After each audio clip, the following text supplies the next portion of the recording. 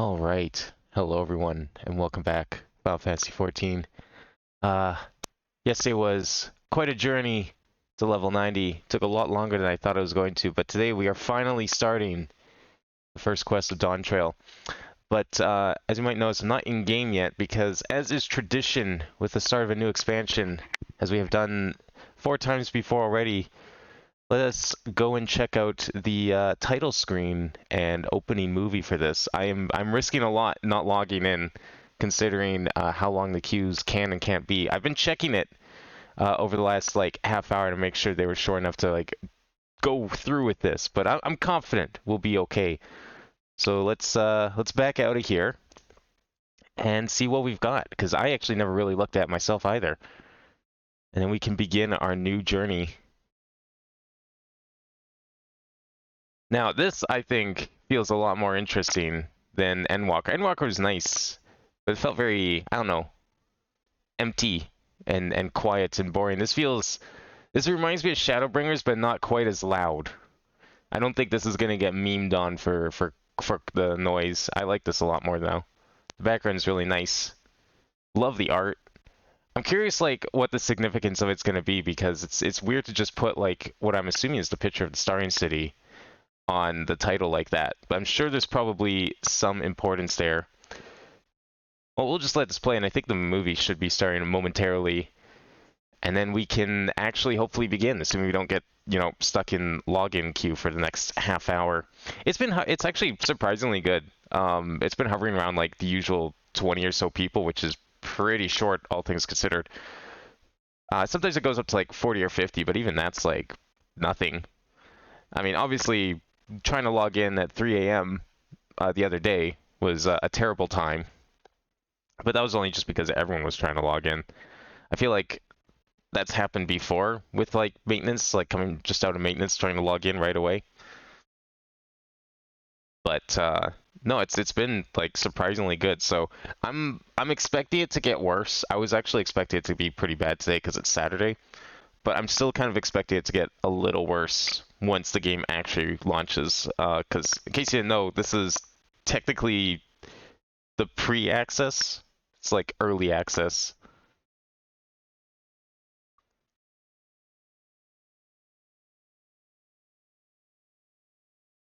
Let's turn it down. I've realized I'm on the wrong whatchamacallit scene, but I'll fix that in a second once we're out of here.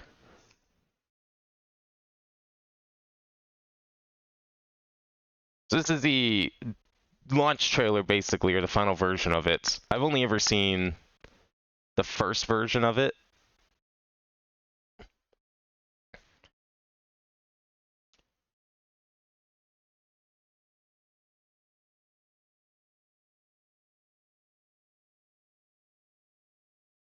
Oh, they're no longer Creative Business Unit 3. I think, pretty sure FF16 they called it Creative Business Unit 3 still. Now they're just Creative Studio. I guess that sounds a little better. Business Unit is kind of like an odd name for this sort of thing.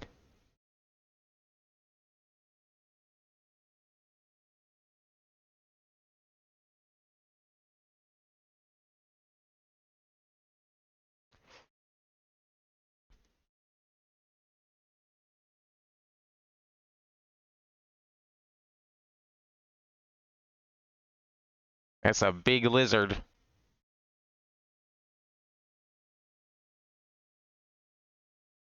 I wonder if we're gonna actually get to fight that thing. Probably.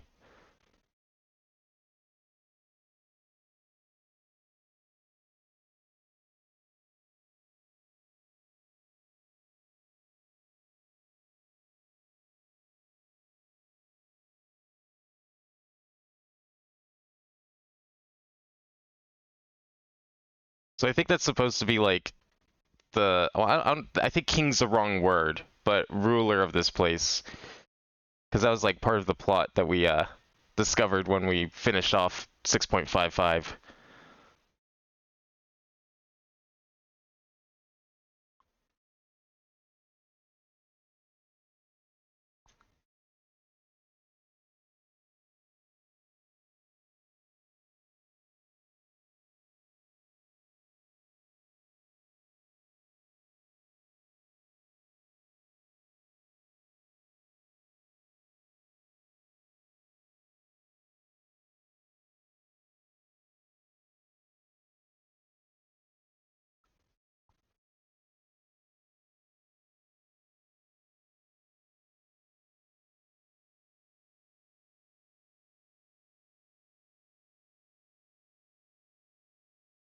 That squirrel's gonna steal his map.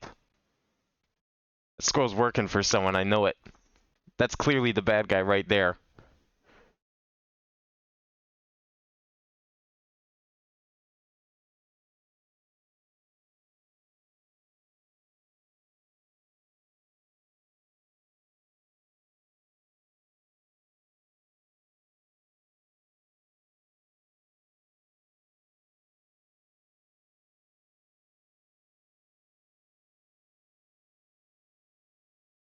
I like the look of this starting state. It looks cool. I like that taco even more, though.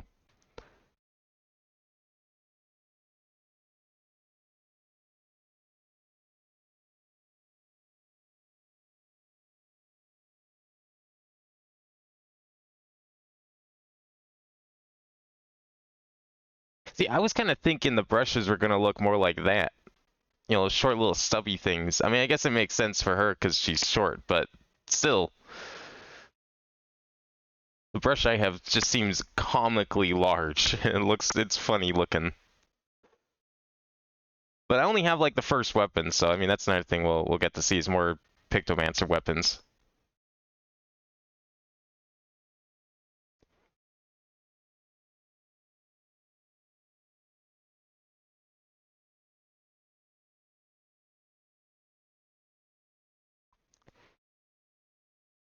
Has a big gorge. Oh, it looked like Niagara Falls on the other side.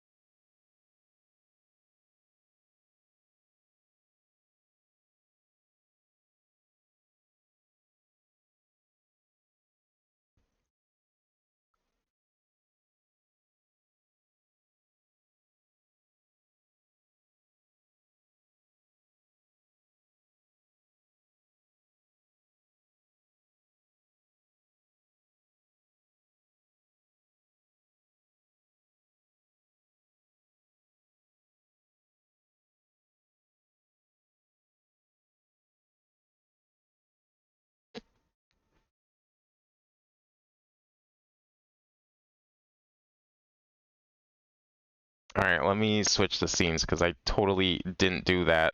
I thought I did. Where is it? There we go. Yeah, that's why I didn't want to do it because I knew it was going to interrupt things. That's better sounding. Okay. Alright, let's get in there before Q jumps up to like 4 digits or something stupid like that. What should already be there? Okay, yeah, see, 27. That's normal. That's how it is every day outside of a launch. Let's turn my volume personally a bit. The other reason I can swap so I can do that too. Alright, so before we start MSQ, because I'm not sure if we get anything from it, but I think I'm going to finish. Now that I'm 90, we should be able to just fly through it, but I want to quickly finish up the job quests from the other day. Because there's only like 10 levels worth of them.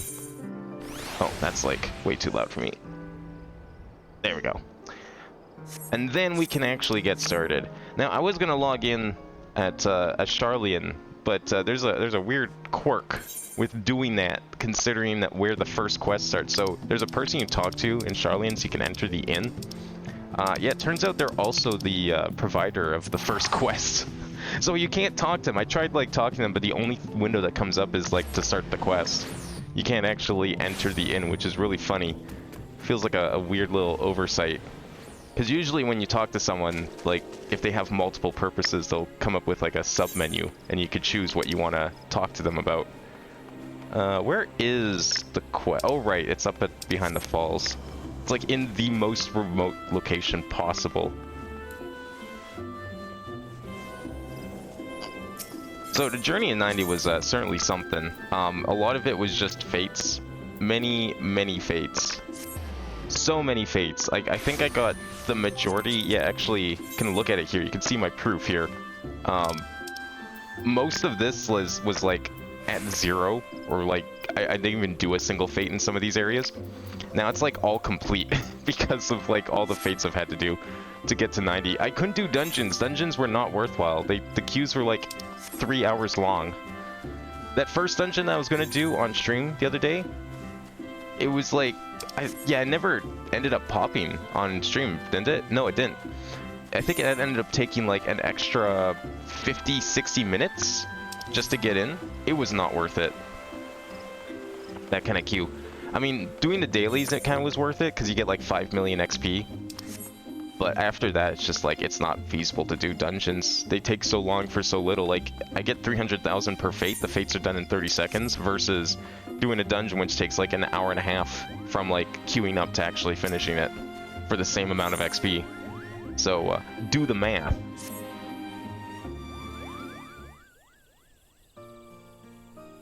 I see you've been diligent in your training a bit. You look more confident with that magic brush on your back and exude the aura of proficient Pictomancer, Kupo. I can readily tell these things, for I once traveled with a pair of Pictomancers after all.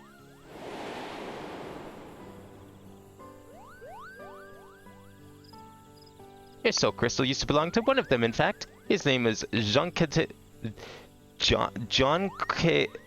that doesn't look French, but I think it is French. Jean Catillac, and he was an exemplar of our art. The other was Jean Catillac's apprentice, a girl named Beruru. Despite having seen only 16 summers, she's already an accomplished Pictomancer, and she's a friend of mine who's missing, Kupo. Damn it, here I thought we were gonna get like some Cryle backstory, because where did she learn how to Pictomance? Yeah, missing's a bit of a worry. Who goes about kidnapping artists? They're worthless. Well, she's missing in the sense I don't know where she is, but I don't fear for her safety. With her ability, she can more than fend for herself. But it was hard for Beruru when Jean Catillac passed away. He was as a grandfather to her. Even now, she must be feeling so terribly alone. That's why I wanted to find her and make amends. Unfortunately, I haven't been able to learn anything about where she might have gone. But I won't give up. In hopes of picking up Beruru's tail, we'll retrace any journeys with her and aid those in need along the way. I'm glad you like the plan. Now, you'll want to bundle up extra warm because our first stop will be in Kurthis. Camp Dragonhead, to be precise. Shall we? What do you mean bundle up? You think this isn't sufficient clothing for the far reaches of the north? Where it is snowing 24/7? I'll show him. Camp Dragonhead, okay. We're sticking to ARR areas, apparently. I would have thought that we'd be... Well, I don't know how world traveling we'd be with this job quest, but I figured we'd be going a little further than that, but sure, why not?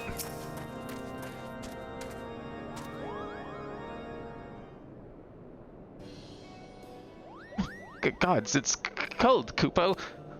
Oh, you're the one cold, the one covered in fur telling me to bundle up. Okay.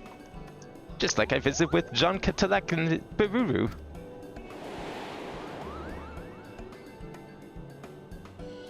Beruru had never seen snow before, and she was the picture of glee. She rolled up a snowball and threw it at me with all her might. And she threw another, and another, and soon I found myself in dire straits. Oh, I am in dire straits. Is that someone in need of help? Wait, he looks familiar. Yes, just so. I found myself buried in dire straits. Wait a moment, what are you doing here, Mr. Hero? And now, what a curious coincidence that we should cross paths here. Okay, he's automatically suspicious. The fact that he's here in this remote location for no reason, 100% suspicious. I've come to the camp as an emissary for Kudania. Alas, my Ishgardian counterpart with whom I was to meet was wounded during a training exercise prior to my arrival. I tended to him as best as I could, but I'm afraid the outlook is grim. Oh dear, are his injuries that grave? Well, the injury itself was not life-threatening. The resulting wound has soured a poison courses through his body against which my magics are ineffective, and now he burns from a terrible fever. This man doesn't have a sooner equipped, I can't believe it. Just this moment I recalled a treatment that would purge the impurity, but it requires the horn of a rare heart beast, and I have no skill in hunting. That sounds like a job for a promising Pictomancer. A bin here can find this heart beast and take it down with a few swift brushstrokes. you would aid me again. Your kindness knows no bounds. Alright, where's this guy? I'll kick his ass.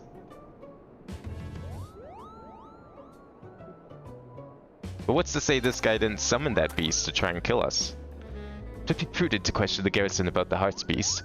The creatures are rare, but the knights may have sighted one during their patrols. Perfect! We'll have that horn ready in no time! Alright, let's go gather some information. Where's this beast at?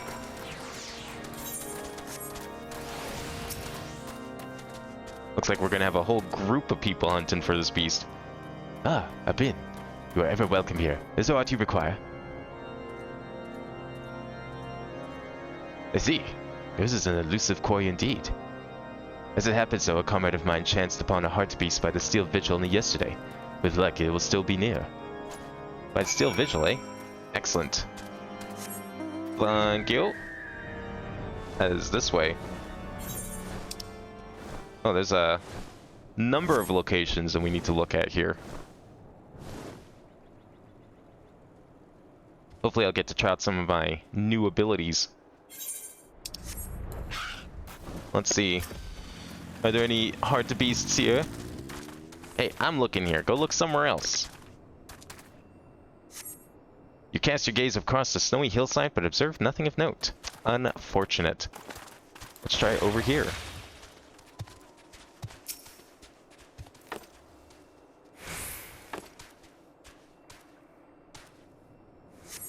You spy a horned silhouette by the entrance to the Weeping Saint. A heart beast, perhaps? Where? Where? Over here?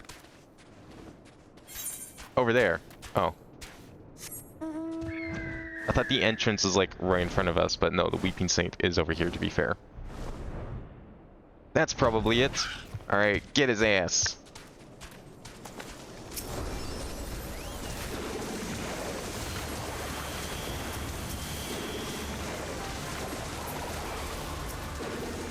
I don't know which one I was supposed to fight. I couldn't tell which one was mine.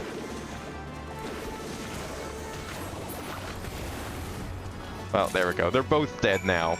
We got the horn. Alright, let's go back. I guess I could just teleport, couldn't I? Ah, okay, fine. No, not there. Fuck. Dragonhead. It's the second one in the list.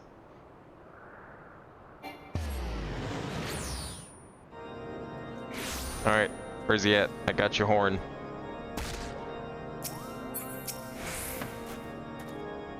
You have returned. Please tell me you have obtained a Heart Beast horn. Yeah, right here. Looks like any other horn. Could have probably picked this up from anywhere. Yes, this is the horn. I cannot thank you enough. I should use it to prepare an infusion for the alien knight at once.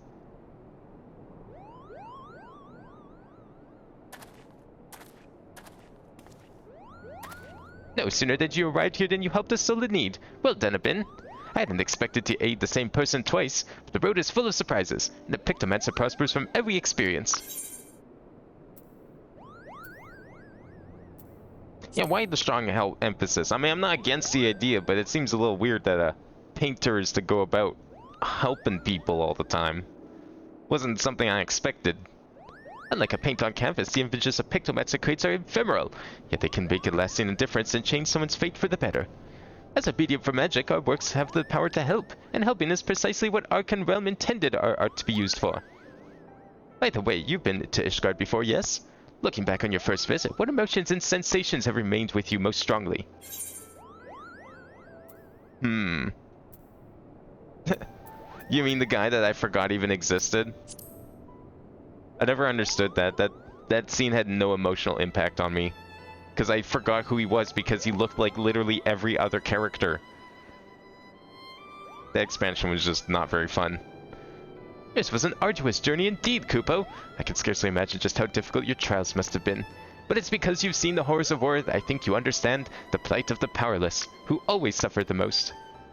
Thank you for sharing this with me, Abin. To hear what's most important to you, it inspires me to be hopeful, Kupo. Now, as I did back in Gridania, I'll make inquiries here about my friend Bururu. Until it's time for us to move on, I bid you to keep up your training. Well, fortunately for us, I've already completed my training.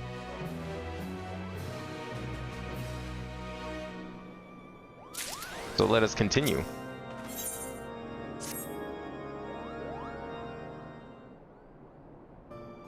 Oh, the maddened glint in your eyes. The abysmal posture of one who has produced too many works in far too little time. I can tell you've been training hard, Kupo. Your aura, too, has burgeoned since we last spoke, leading you to the mysterious mane of an artist undergoing a wild and wonderful evolution.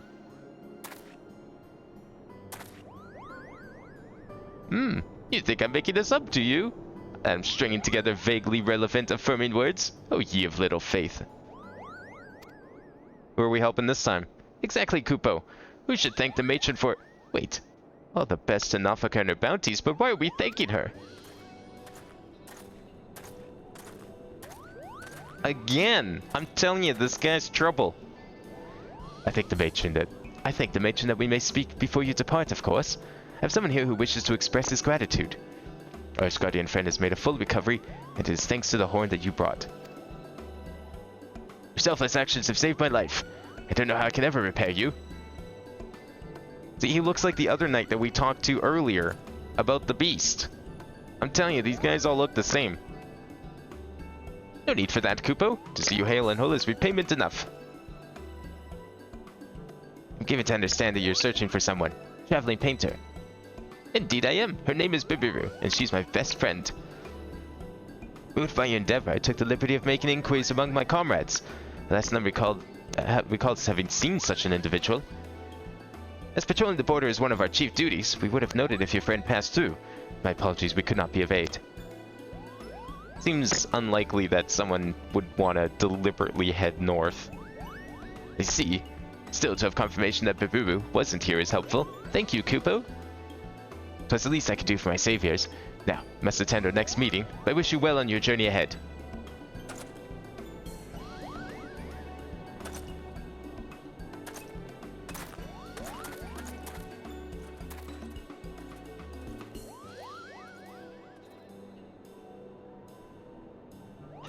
Where could Bibiru be? What if it turns out Bibiru's like Kryle's sister or something? We may not have found any clues here, but with some luck, we'll find her at our next destination, Kugane. Getting there, however, will prove a challenge, unless you visit the Far East before I've been. I mean, I've been there once or twice, maybe. Wonderful! That makes our lives much easier, Kupo. Now listen closely. I have here a lovingly crafted and blessedly breathable hempen sack. I want you to stuff me inside and teleport me to Kugane with you. Wait, does that work? Why has no one thought of that before? That's like a genius idea. How has no one thought of this? You needed, cop. It's a well-considered request. I may not be replete with teleportation anima like you. I could tag along as one of your belongings. So stuff me in the sack. I can take it, Kupo. Holy shit, that's actually genius. That could have solved so many problems. Just stuff people into sacks and then teleport them with you. You're now carrying a Kupopo-sized sack. It would be prudent to handle your burden with the utmost care until such time as you reach Kugane. Is he actually in my inventory? What if I just toss him away? Can I do that? Oh, we can set it to hotbar, but we can't toss. Unfortunate. But if I abandon the quest, it'll get tossed. Alright, we need to go to Kugane, eh?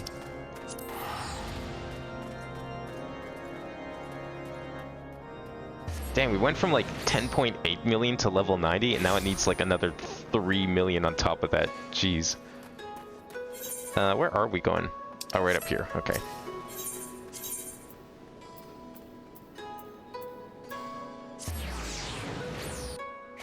Now, we're just gonna walk in front of the police station with a sack on us that's definitely not suspicious and full of a living person. Like, I don't want to get arrested for kidnapping. Alright, there you go. You can get out now.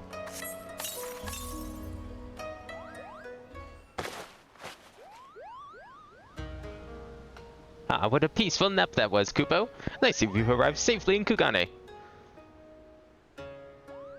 This city is as possibly picturesque as ever.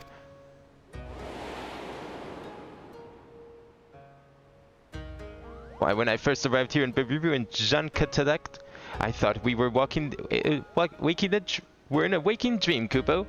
We were all fascinated by Far Eastern art, especially the bright, bold presentation of ukiyo-e painting prints. It was a treat to view so many pieces up close.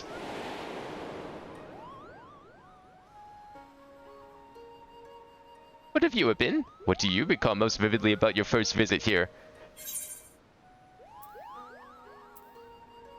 How furious I was at conniving Namasu. The funny thing is you get duped by him twice in the summoner quest line. Or almost, yeah, no, you kind of did get duped by him. He's still shady as ever. We'll go with that one.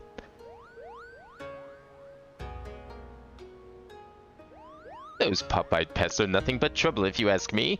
They think they can get away with all manner of mischief and look cute doing it. But only Moogles should be able to do that, Kupo. Still, to meet such unusual creatures, walking, talking fish folk, would have stirred your imagination to no end, and you have your journey to thank for that experience. Right then, I'd like to begin searching for Biru. I think the tea houses would be a good place to start. The proprietors ought to be able to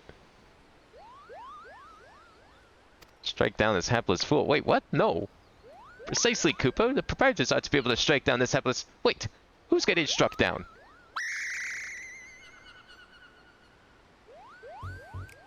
Hold on a moment. It's a soul in need of aid. What if he's like a criminal? Are we sure we're not going to help a criminal here? He just talked about murdering someone. What troubles you, good sir? Oh, turbulent tides take me.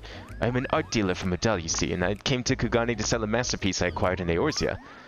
But nary a day before we arrived, we were engulfed by a terrible storm. Rocked and rolled, barely able to keep the ship from capsizing. And in the chaos the crate containing my precious piece was cast into the rolling waves. That's terrible, Kupo. Is there any chance that it can be found? Assuming it wasn't dragged into the fathomless depths, sailors tell me the crate has likely drifted into the Ruby Sea, Confederate waters. No one is willing to go and search for me. I believe it's your time to shine again, Abin. You can help this poor fellow, yes? Yeah, I'll just talk to the pirates in charge of the place. They know me. Well acquainted with the pirates, you say? If you could speak with them about my crate, I would be most grateful beyond words.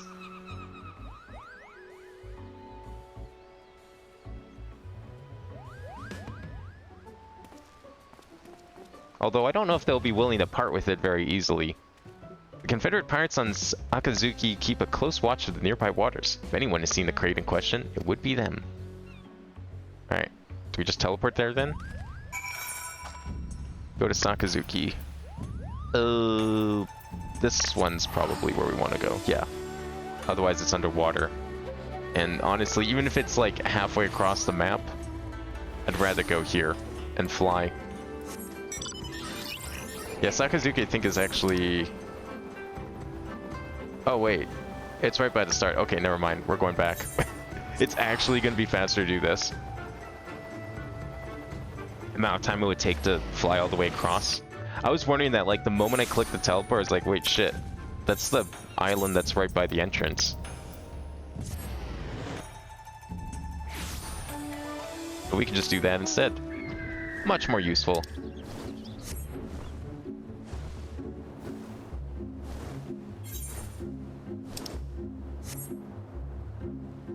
Probably up here, whoever we're talking to. I mean, if they saw a crate roll in, this is a good place as any.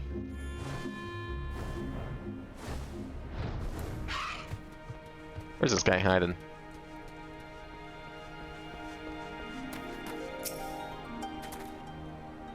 Oh, if it isn't our friend Abin. What brings you back to these parts? Business with Rasho and Tansui, perhaps? I was looking if you saw a box. I'm sure it's not waterlogged or anything. Crate contained a piece of art. As a matter of fact, we fished something like that out of the water not long ago. But as you well know, the Ruby Sea's our territory, and anything the tides deliver to us is ours by right. We cannot just hand it over. But we owe so much to Abin. I haven't forgotten. That being the case, why don't we make it interesting and have a friendly contest for the crate? Sure. You want to fight?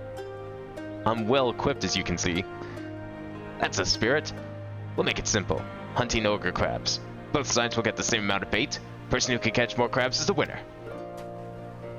Alright then. Once you've used up your bait, bring the shells to me as proof. I'll be waiting. Perfect. Let the contest begin.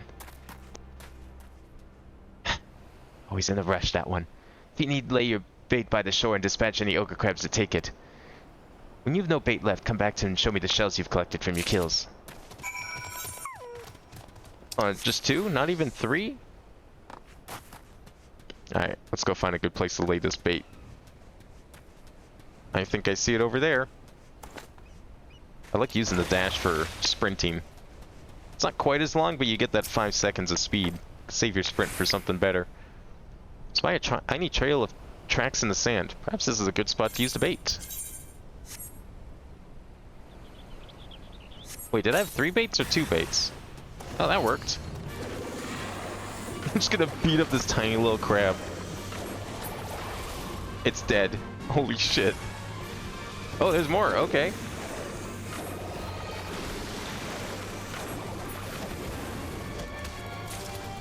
We done? No, there's more. Oh, that's hers. Never mind. You can enjoy fighting your crabs. Beating up helpless little creatures. Wait, is there more bait we have to do here? Because I see 3. I did have 3 baits. Is there another... Wait, hang on.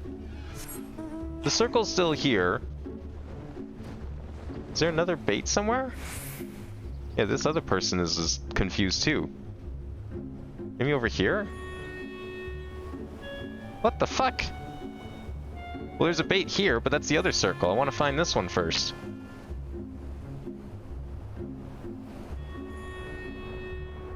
Oh, it's all the way up here. Oh. Well, shit. I don't know where that person went. I was gonna tell them. Well, whatever. They'll find it. I wasn't expecting to be so far away. Aside from being far from the water, there is nary a hiding place for crabs at these outcroppings. This does not seem a promising spot to scatter bait. Well, we have to do it anyways. Quest says so. We got 3 baits and there's 3 locations. But hey, it looks like we found a crab anyways. Oh, I should have primed my paints. Whatever.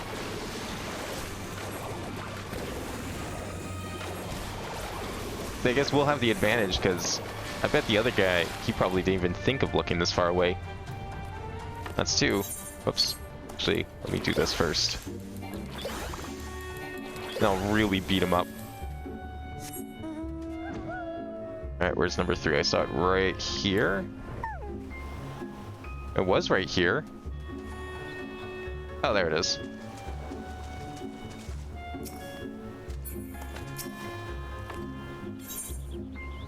Peering into the water, you spot a bounty of shellfish, a favorite of crabs. This might be a good prime location for baiting your quarry. Maybe they're random? Because, like, I definitely saw one by the... Oh, there is one over there. Oh, okay, there's, like, a few that you can do then, I guess.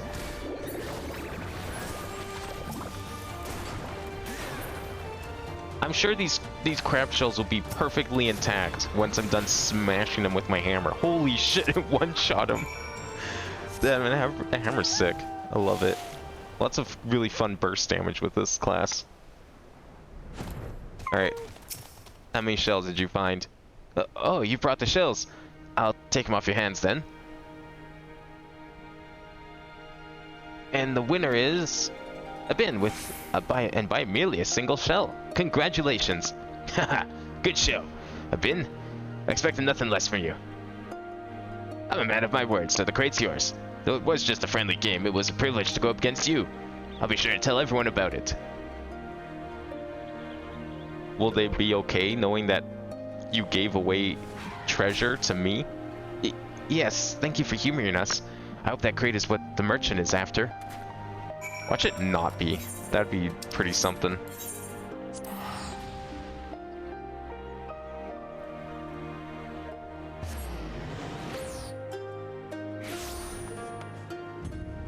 Where are they?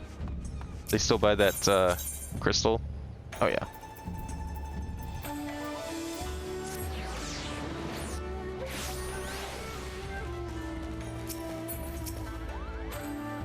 Ah, you've returned. Were you able to find my crate? Well, I'm hoping this is the crate.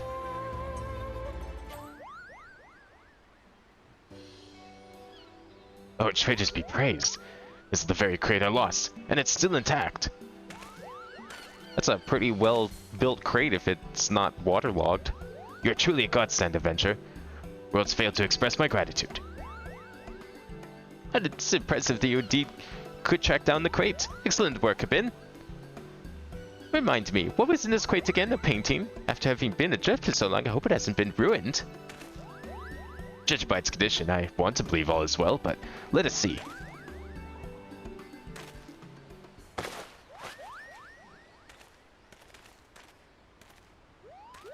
How's it looking?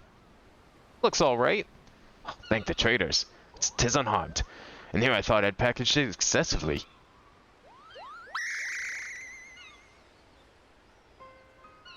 Look, my palm. That's one of Jean Catelec's pieces, Kupo. Oh, you've a keen eye. Indeed, this is the work of the traveling artist Jean Catelec, painted in the winter of his years. I purchased it a few moons ago from a young lady who was his apprentice. Baby Kupo, I've been searching all over for her. Do you know where she is? Oh, she was a friend of yours, I take it. Please, tell me everything you know. Where you met, where she might be now, everything.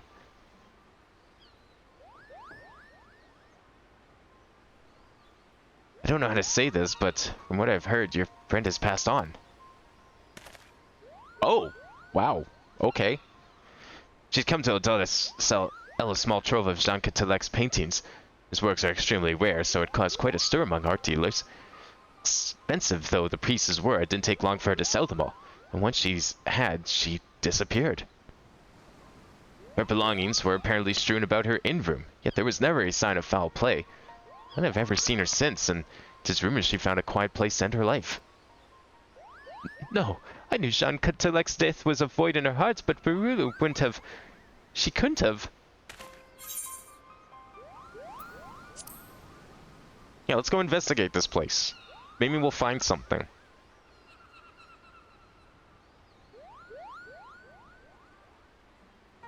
But... Forgive me, it was not my intent to cause you distress with these grim tidings. It was because of them, in fact, that this piece failed to sell in Neosia. Thus did I bring it all the way to the Far East, hoping to find a buyer here instead. Now, it isn't much, but please accept this as a token of my gratitude.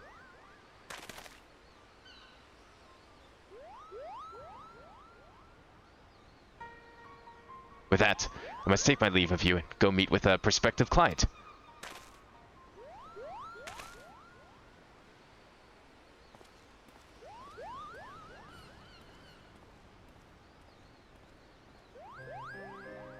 I'm sorry, Abin. You did well. You did. But if you don't mind, I'd like to be alone for a while, Kupo.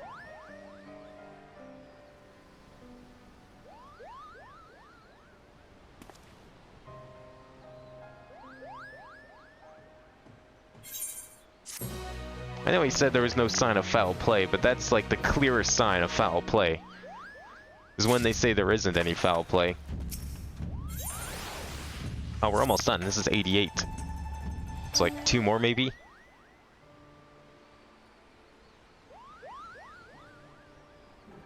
Oh, it's you, Kupo. What is it? I've been working on my painting. I'm glad you were doing well, Kupo. The gods know I'm not. If Beru has truly left this world, it means that I... It wasn't too late, thank goodness. If only, Kupo. If only.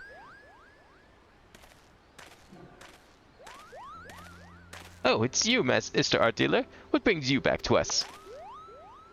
I've concluded my business here and shall be returning till dawn. But before I take ship, I want to speak with you again.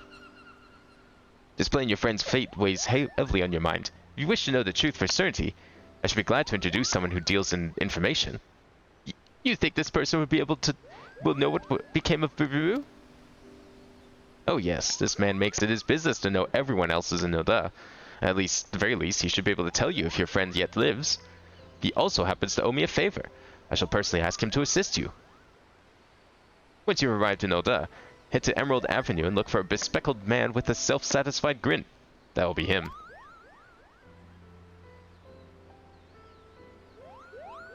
Now then, it's time I boarded my vessel.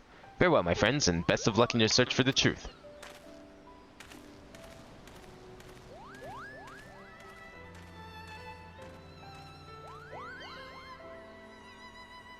I want to know a bit, desperately, but at the same time I'm so scared, Kupo. If Barubu really is gone...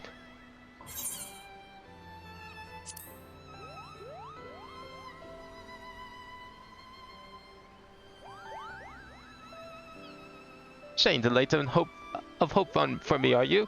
You've grown so much as a Pictomancer. Thank you. With you at my side, I feel I can press on and face whatever comes, Kupo. Right, let's head to Ul'dah. We'll do the same way as the journey here. You teleporting with me in a sack.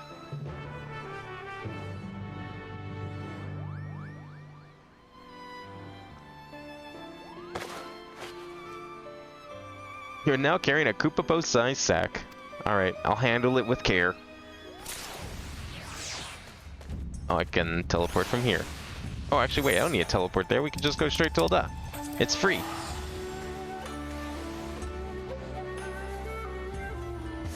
Now, how are we gonna find a man with a self-satisfying grin? That seems like a weird way to describe someone. Oh, he's right here, apparently.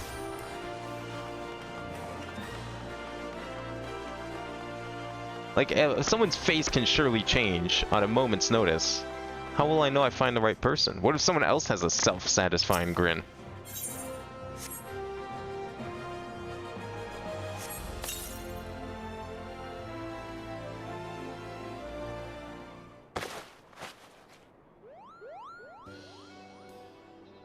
That was a lovely little nap, and just like that we've arrived.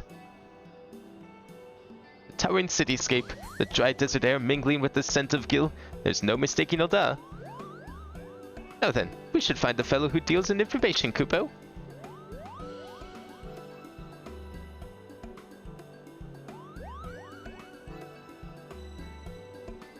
I don't see anyone around here. Hey Crafter, how's it going? Early stream? Yeah, I mean, I did mention that 14 would be kind of an all-over-the-place type of stream, so expect a lot of these over the next couple of days.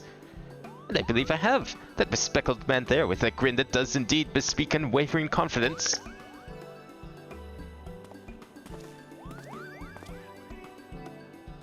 Well, well. If it ain't the pair of the art dealer called about. You could tell who we were just like that. You really do know things, Kupo. Ah, well, that's true enough. But to be fair, I've had to be blind as a bat to miss a Moogle traveling with the savior of the Bleeding Realm and then some. I understand you're looking for a friend. That's right. Her name is Barubu, and she was last seen in Ul'dah. If you know anything about what became of her, you must tell me, Kupo. Don't get your palm in a twist. I'll oblige your burning curiosity. It's about half a year past that Barubu came to Ul'dah. She brought with her 8 of Jean Catalac's paintings, which she put up for sale. She sold a lot within a matter of weeks, and with a small fortune she made, she went and bought herself an accommodations at the ossuary. No, that can't be right. Right it is, my furry friend. Now, it bears stressing that being interred in the city is not an expensive proposition. Hardly surprising, given the limited space what's left. But she made the donation to the ossuary up front and in full, an amount most folk will never see in their lifetimes. What did she do after that? That remains a mystery. Room at the end was found neat and tidy. You wouldn't have known she'd been there if not for some personal belongings left behind. Wait, I thought the artist said that her belongings were like strewn around the room. Among those, of greatest interest were a set of traveling gear. A coin purse contained the payment for the room, and a letter what said she wasn't coming back. Finding it all a bit odd, the innkeep called the Brass Blades to investigate, but the evidence led him to conclude that she was voluntarily missing, and likely dead by her own hand. Now, why are they coming to the conclusion she just killed herself? Barubu really is gone. Like, they never found a body or anything? Like, what were they theorizing she did? That's what they think. But who's to say, eh? There's only one way to be certain, I reckon. According to a priest overseas burials, Barubu's coffin is stored in Eralig's burial chamber over by the ossuary. You'll have to open it up and see what's there, or isn't. What there or isn't with your own eyes. I'll go there at once, Kupo. Oh, well, if they have a coffin, then That's pretty cut and dry, isn't it? And off he flies. You should go after him. Depending on what's waiting, he'll need support. Maybe she faked her own death. Doing good well with you. I'm excited to play some Dawntrail. I've been looking forward to this. I really wanted to play more yesterday, but I was still busy trying to get this class up to 90 so we could actually start the story quests. But I am really excited to start this. We're just finishing up the Pictomancer quest line first because I wanted to see where this was going. And it actually became kind of interesting too. Nice little mystery. Don't auto-run. I beg you, Kupo. It would only be a little peek. That does not make it any less of an act of defilement. We cannot allow you to disturb the dead. This priest says that we can't check Baruru's coffin. Please explain the situation to him. What makes you think I know this guy? So that's the way of it. Well, I'm not unsympathetic to your plight. The coffin may only be opened in exceptional circumstances, and with the permission of family, which you are not. I'm sorry, but I must ask you to leave me in peace. I have my hands full with other pressing matters. Oh, and what matters might those be, if I may ask? In order to address the shortage of burial space in the city, works have been underway to expand Aerolig's burial chamber downwards. Alas, the excavators inadvertently unleashed a horde of zombies from an unmapped ruin, and it's fallen to me to deal with them. Oh, this sounds like another opportunity for Ben to put his Pictomancy to work. Pictomancy? You mean the art created by the fabled Archon Realm, who roamed the land, lending aid to those in need? None other, Kupo. The matter of the tomb can wait. Let's tend to these zombies first. Why, I should be most grateful. The zombies have taken to prowling Silda of excavation sites in central Thanalan. Please see if those tormented souls finally know rest. Central Thanalan? Man, we're going to like all these old places. Central Thanalan's like level 10. No one goes here. I think I came here for... I think this is where we met Sid, actually. Was that Central or was that... No, that was a different part of Thanalan. Oh, it's way down here. Yeah, it's by the... right, that's why it still didn't sound familiar. That's the very first variant dungeon. Right, somewhere down here. Fates. I don't think I need any fate today. Oh, there we go. Oh shit, ambush! Zombies! I didn't charge up my things, but that's okay. You know what, we'll do that now. This'll finish them off.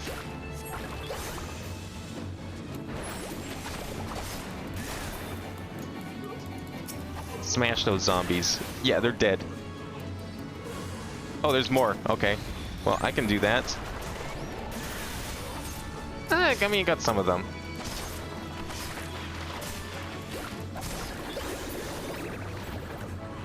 Round 3. Oh, the big zombie. He's packing heat.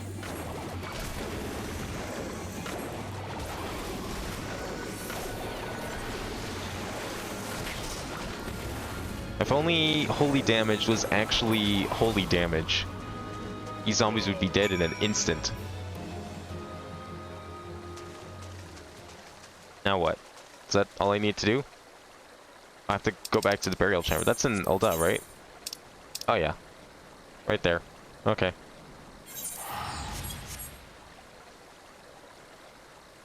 It's weird that they're like building catacombs way out here instead of, you know, keeping them in the city. But I thought when he said that like they were running out of space, they were digging further down under the city and not going, you know, way far away. That's a long way to transport a corpse. Zombies have been dealt with. Wonderful. You have my heartfelt thanks, good Pictomancer. While you were away, I spoke further with Kupopo's relationship with Mistress Baruru. I understand now that they were as family to one another. In light of this, and also in recognition of your service, I will allow you to examine her coffin, if you will follow me.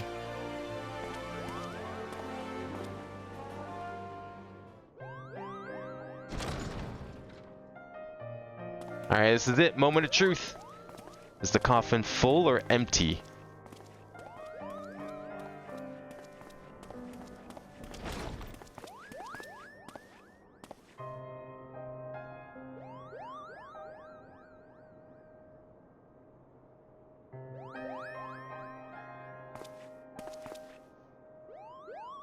This is the one.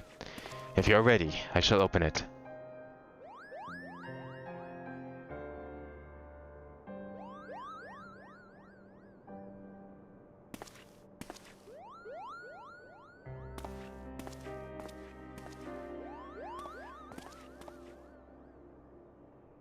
Very well.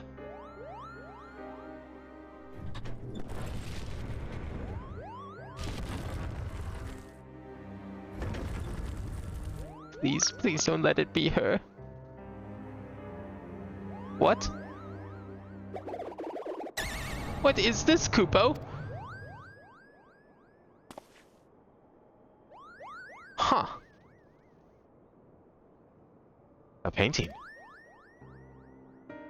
Yes, we can all see that, and I recognize it well. How did they manage to bury a painting? Like, imagine if, like, you're faking your own death, you'd have, like, a corpse or something. Who was the incompetent person in charge of this burial? This is Jean Collect's final work, the Ephemeral Palace.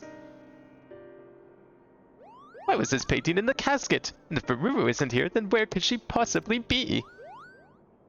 I'm afraid no one in the Order knows where she has gone.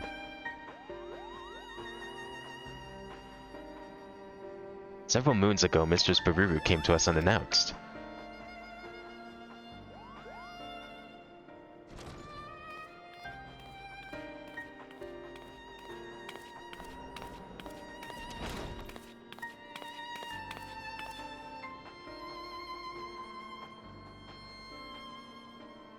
Pardon me, is anyone there? Greetings, my child. Are you come to pay your respects? No, I was told I could purchase a tomb here. Tombs are bestowed upon pious souls who make a donation, yes? Oh, I see. Well, in that case, I'd like to make a donation. My master's paintings fetched a high price, so I believe I should have sufficient funds. Would it be possible to have this tomb prepared immediately?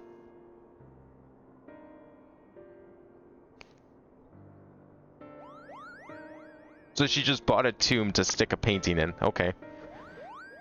In that matter, did she secure burial rights, and so we set about making the necessary arrangements. When all was in readiness, she requested a moment alone in the chamber, so I waited outside the entrance. Oh, is this why they thought she offed herself? So wait, they didn't see her come out then? When she did not emerge after a time, I went back in to check on her, only to find that she was gone. Okay, that's really suspicious then. There's only this painting and a handwritten note instructing us to inter it. Are you saying Bururu vanished into thin air? Maybe she just teleported. Do we know she can use aetherite crystals? So far as I could tell, as you can see, there's only one entrance to this chamber. I organized a large-scale search, thinking she might have wandered into the lower levels or even those under excavation. Yet we still found nothing. Wait, so their catacombs go all the way from the city, all the way to Silda in the ravine. That's a long ways. At length the search was called off, and without answers, what else could I do but fulfill her final wish? I placed the painting within the coffin, where it has remained ever since. Curiouser and curiouser, Kupo. There's no way someone offed themselves in an FF game. Ah, you'd be surprised. It happens quite a lot, actually. This game especially, I think, had a couple of suicides in them. That's everything I know. I'm sorry I could not tell you more. Now, if you would excuse me, I must return to my duties. Yes, of course. Come on then, let's head back outside.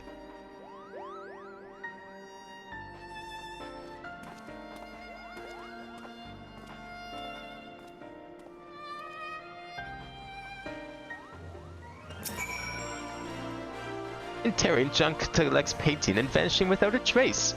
I'm not sure what to make of Bururu's actions, Kupo. What about you, Abin? Do you have any thoughts? The painting's probably a clue, but what? I have one theory, but it's extremely far-fetched and I doubt it's the case. I hope so, Kupo, because if the painting can't help us find answers, then I have no idea where to go from here. It's probably just as simple as, like, she used teleportation magic to leave. Like, has no one thought of that? Is that not a possibility? Because if I was down in a locked room, all I have to do is just teleport out of there and I can go anywhere I want. I suppose it's back to the search. I'm going to take some time to ponder things and see if I can't think of other leads to pursue. Meanwhile, please continue to train. Think colorful thoughts, keep your brush arms supple, and come and find me when you feel your artist's aura has grown further, Kupo.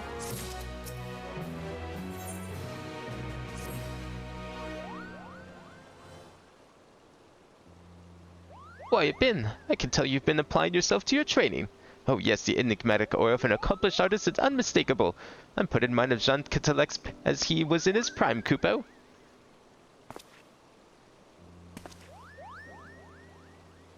Now then, imagine a great big canvas that has yet to receive even a single drop of paint. That, unfortunately, is the state of my search for Bururu. I couldn't find any new clues as to her whereabouts, and I'm at a loss as to what to do next.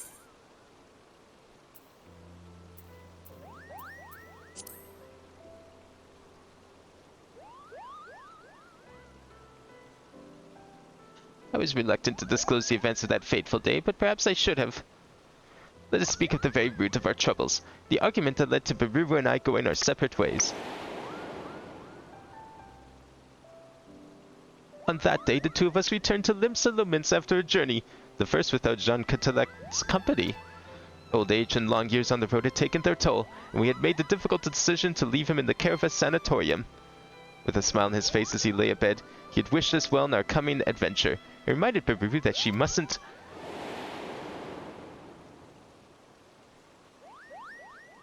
Could it be? Yes, yes it must! Bururu has become part of the painting. What? That wasn't even in my wildest theories. Where does that come from? The hell? I don't blame you for being confused. I promise to make everything clear soon, Kupo. Bin, you've been the best student I could have hoped for.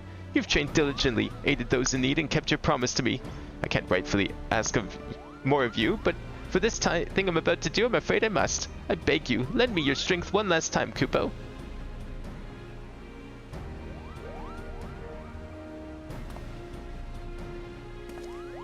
I want to know what you mean by I became part of the painting. Come and meet me at the Jadeite Flood. I'll be waiting.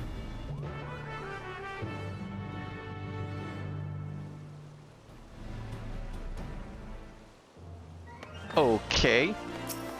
Okay, Jadeite Flood I think isn't that in town still? Or am I crazy?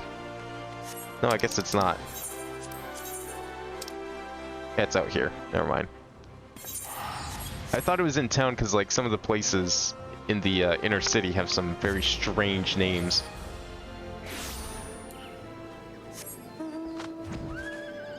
Forgot it was a place back in Gridania.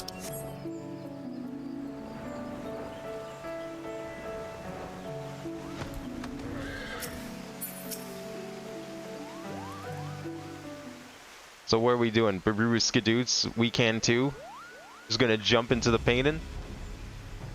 There you are, Bin. I mean, we already had one Blue's Clues reference with an earlier quest. I know you must have many questions. Allow me to explain everything, Kupo. It took a few pretty pleases, but I convinced the Osried piece to let us borrow the painting.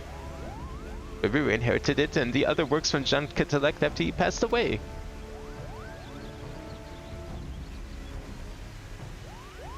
On the day of our argument, Bururu and I had returned from our first journey together, as I said. But when we arrived at the sanatorium to see how Jean Catelec had fared in our absence, all that awaited us was a few of his paintings and personal belongings. A fell fiend had found its way to the facility a few days prior. Seeking to protect his fellow patients, Jean Catelec confronted and vanquished the beast, but the exertion proved too much. Bururu and I were devastated. If only we had returned sooner. Taken a quicker route or not would wasted as much time. Jean Catelec might still be alive. Such thoughts tormented us, Kupo. Bururu took it hardest. Where she had lost her only family, she clung to me and wept like a child with her doll. And I, in a moment of poor judgment, said something foolish. I told her that she needn't depend on me so, that she could stand on her own 2 feet as a Pictomancer, and that she should.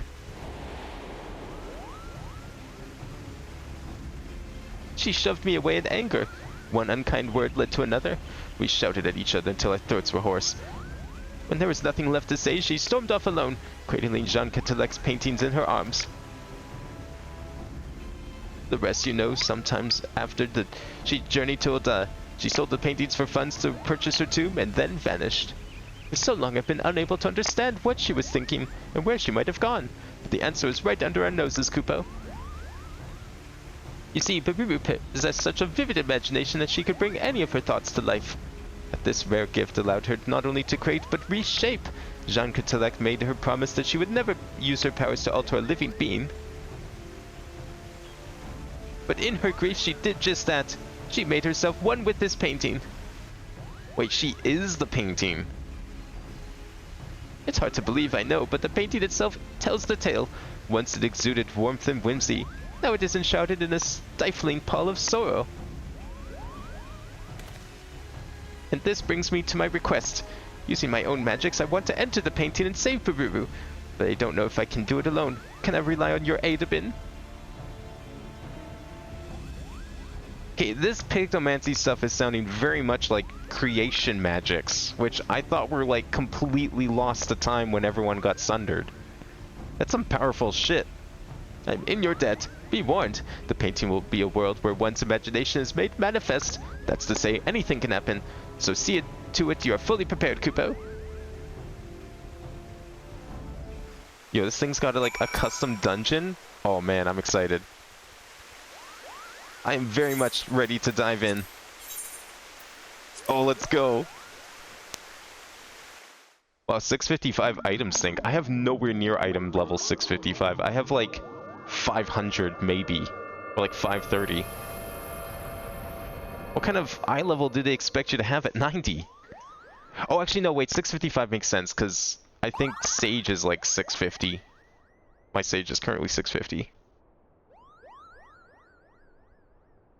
Well, that just seems like the ultimate retire plan.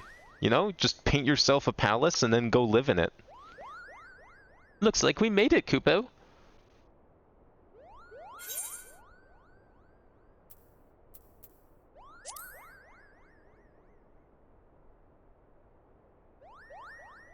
Does look a lot like the Grand Cosmos, actually.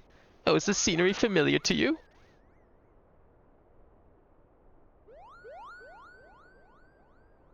You've been to such a place in another world? The mere thought of it boggles the mind, Kupo. As I recall, Jean Catelec saw the opulent palace in a dream and was inspired to recreate it on canvas. Might not even been a dream at that point, actually. Perhaps his arcane affinity allowed him to visit worlds beyond our own in his sleep. Or perhaps someone from that world sent him the vision, Kupo. Regardless, we are undoubtedly within the painting. Baburu must be here somewhere. Let's go, Abin.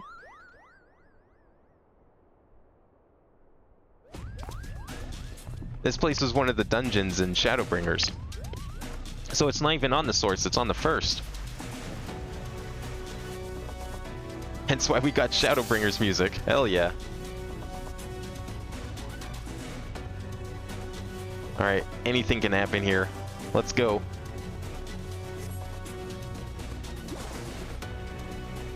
Oh shit. I'll get him. Let me prime my paints first.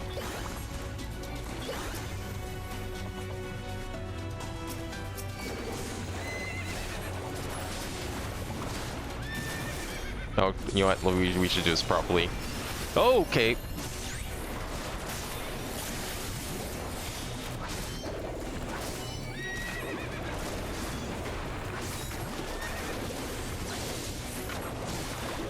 Oh, get out of there, please. Thank you.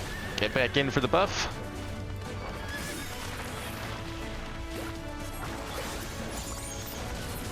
There we go. Not too strong, but definitely put up a bit of a fight. Now what? Oh my god. Okay, how do we want to do this? Should probably prime everything first. Thank goodness they give me an opportunity for that. Alright, I'm ready. Let's go.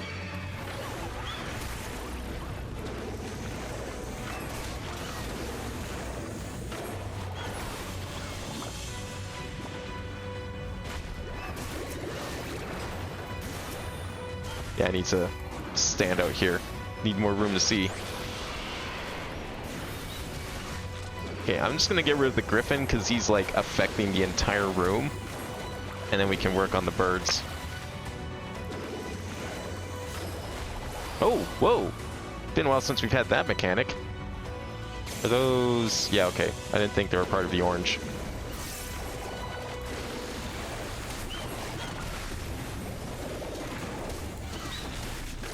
Oh, we can do this. I forgot I had Comet in black.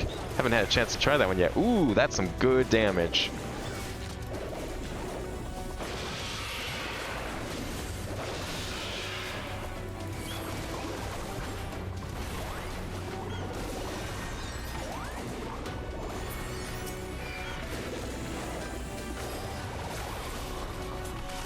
Nope, nope, don't do that. Just look away. I don't trust anything.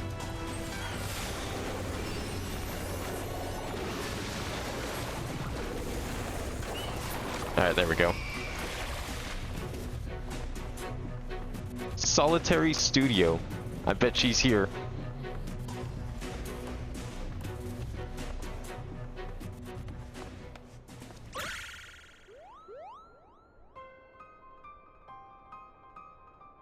Boo-boo. It's me, Koopapo. I've come for you.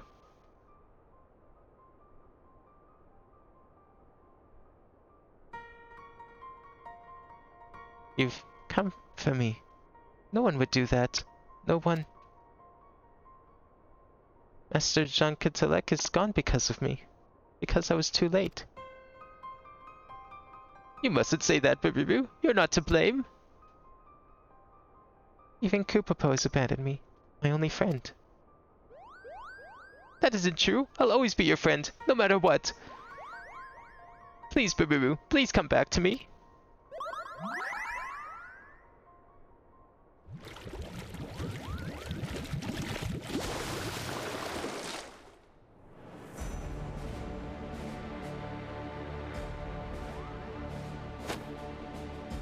She belongs to me, and you have no place here. Master Jean Cadillac?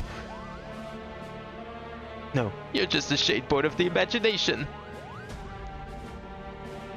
That you should call me a shade, Koopapo. Such insolence cannot be borne.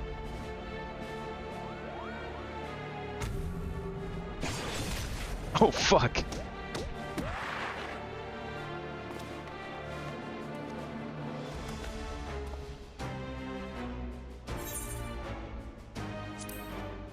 See, that's how you can tell he's a fake. He's too violent. His eyes glowed red. That's how you know he's evil. A Pictomancer. One in possession of my soul crystal, no less. An imitation. You are no match for the master you aspire to be.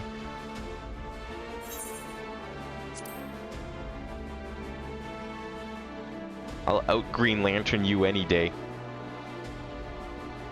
Bold words. But you will soon be made to know the true power of Pictomancy.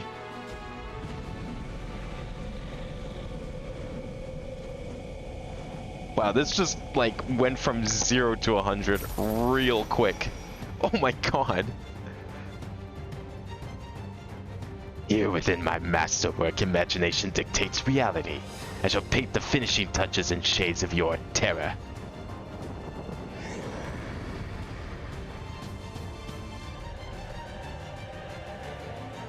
Okay, I like legit was not expecting the job quest to end in a boss fight like this. Alright, let's go.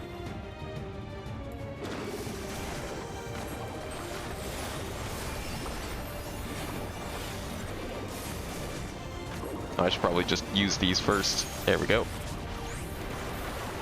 That's like the perfect opener right there I can think of. Gain to use Mog of the Ages with Starry Sky. Oh, he's brought some friends, eh? Okay.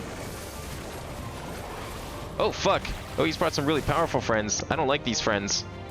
I can't fight these friends either.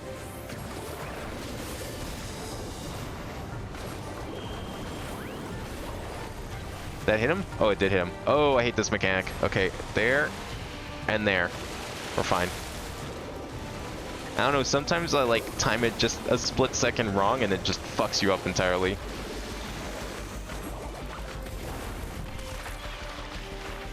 The only thing I'm really still not sure on... Oh, I'm gonna die, aren't I? I could use some solace because I'm about to die here.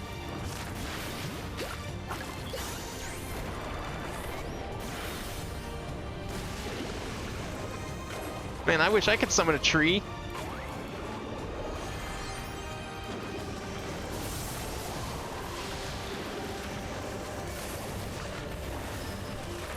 No! Look away! Look away! I'll just wait for that to go through. Okay, we're good. So I think this is the trickiest part, is like you're trying to figure out how exactly... When can you prime your pates? What's the best time to do it during combat? Because obviously before combat, you know, it's easy. But during combat, it takes some time. Okay, what's your trick? And I'm really glad I charged up my... Oh, fuck. Okay, we're good. Can totally waste it.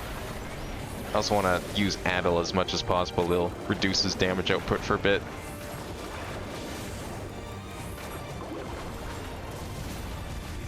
I do not like that attack.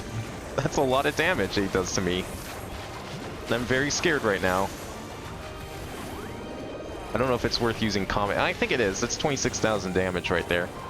It's definitely worth using the Comet. Okay, we gotta resolve that. And then get behind here. Oh, fuck. Oh, I got screwed. Oh, right, because that keeps going. Yeah, see, that's what I mean. I hate that attack so much.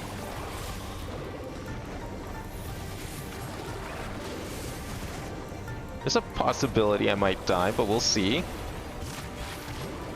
Arbor motif. Okay, that's going to be this again. Where's the tree this time? Okay, there. Stand over there. There we go. We're fine. Oh, look away. I'm going to assume that this is still looking away. Good. Sometimes it doesn't work. It can be a little janky.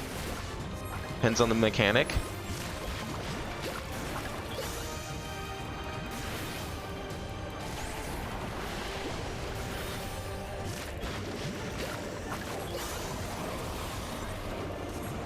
Okay, this is going to be a big wave, so we want to watch out.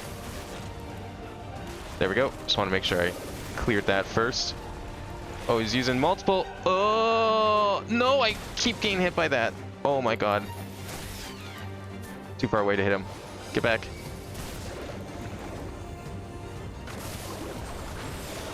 My rotation is like completely off at this point, but I don't care. At least I can power up Comet in black. Nice.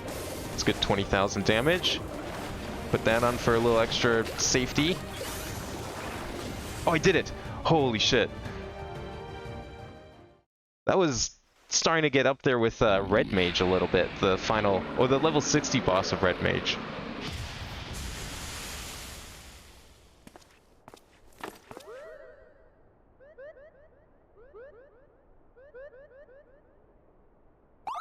I'd like to think that the gear I had on definitely helped because I wasn't using the base gear. You did it, Abin! Your imagination triumphed over his!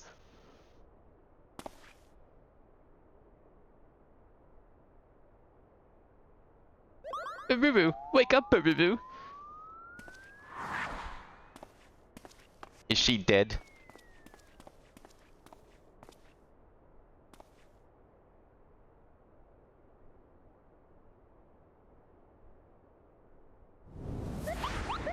Come on now, you stubborn fool of a Lalafell! Snap out of it!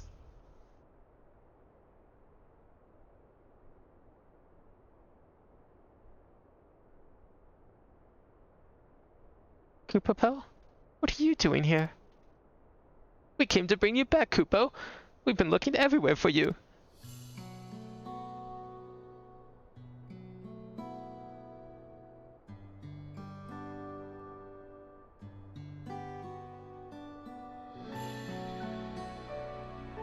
I never thought that anyone would come after me in the painting.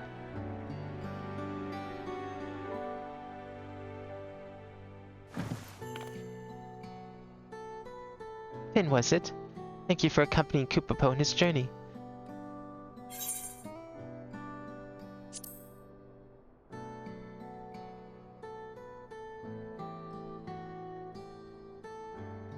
Indeed, Master Jean Catelec taught me the very same, and I strove to live up to our duty. But I couldn't save him. I can save the man who raised me. It's not your fault, Boo. Even the brightest, most imaginative minds can't predict the future, Kupo. Why are you even here, trying to be nice after everything you said? My best friend, and you abandoned me when I needed you. Told me to make my own way. You know I said what I said, Kupo. I'm not real. No matter how much I wish I was, I can't remain by your side forever. Oh, now that's a twist. Like the Jean Catelec we defeated, I'm a product of Pictomancer, your imaginary friend, and nothing more.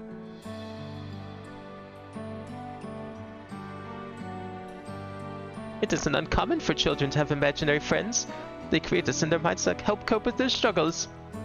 But children grow up, and when they do, we disappear, Kupo. You don't have to disappear, though. I painted you into being, my very first creation. Just like I painted Master Jean Catelec, so I could fix my mistake, and so I wouldn't be alone.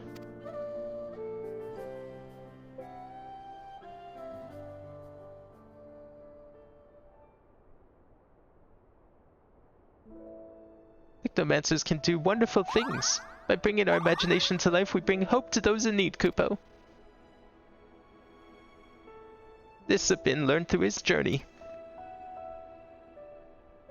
And so did you, Boo. But no matter how harsh reality may be, a Pictomancer isn't meant to paint over it, Kupo. Rather than escape reality, we're meant to give people the courage to face it. But how can I when those who matter most to me are gone?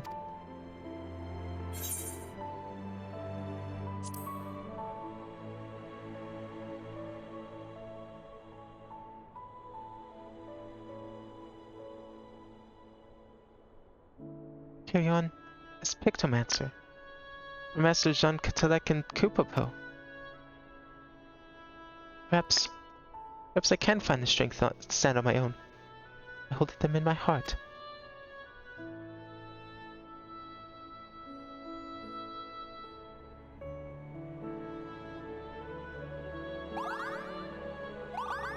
You will, Kupo. You absolutely will, and you'll be just fine.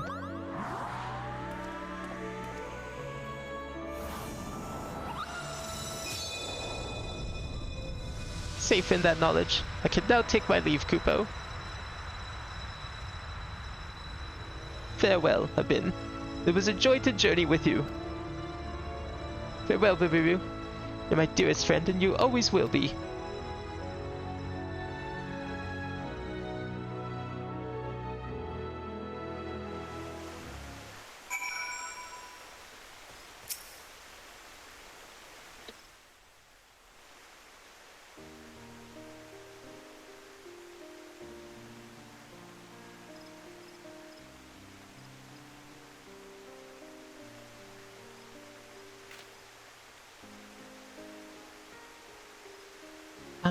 Abin. Sorry for all the trouble I've caused. Thank you for helping Kupopo to find and save me. When he faded away, a warm and comforting aether flowed into my body. The magic I had used to create him, I think. In that instant, the moments and memories he shared with you became mine.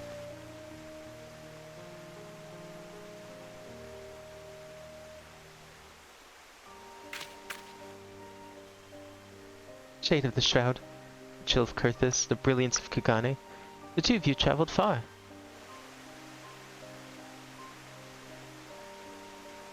I felt Kupopo's desperation as he searched for me, his yearning for our days on the road with Master Jean Catelec.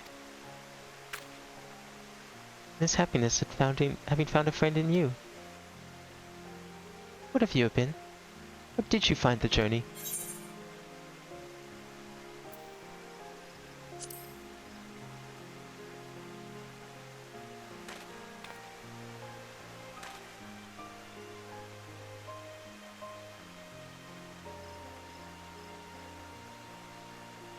Koopapo would be glad to hear that, and I am too. It means a lot to know that someone else will remember him fondly.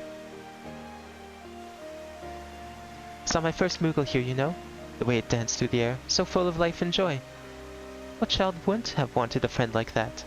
I could create him again, recall the feeling and the image, and paint him anew. But I won't, because, as the two of you taught me, parting isn't the end.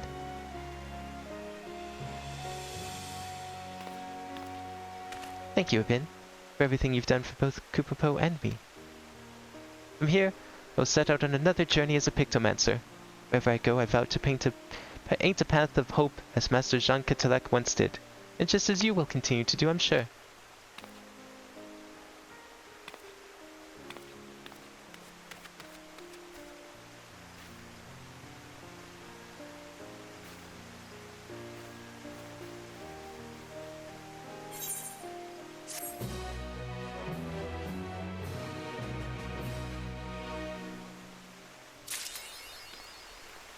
That was a fun little quest line. Didn't get anything out of it, but that was certainly a lot more exciting than I was expecting. Definitely wasn't expecting like the little mini dungeon for one thing. I wonder if Viper's any similar. Alright, well with that out of the way, it's time to actually get started on what we're really here for. Also, I like the achievement. I don't know if it's meant to be a reference, but I like to think that that's a shout out to SA2 and one of the most misheard lyrics I've ever seen. Okay, we need to go to the annex and talk to the person who was supposed to let us into the inn, but can't because she's currently busy giving us the next main quest. Welcome back, Abin. I've just had word from Erenville. It seems he's managed to secure passage to Torel aboard a guild ship vessel. Why don't you wait in the main hall while I go and inform your travel companions? It'll only take a moment. I'm ready to go for a cruise. Let's go.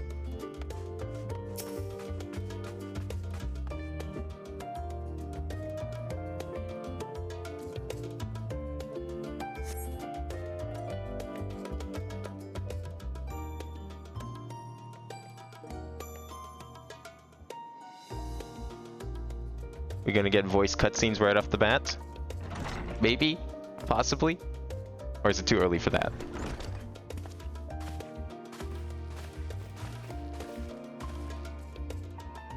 Ochika gave us the good news. We've made ready to set sail at a moment's notice. No one yet to arrive is Erenville himself.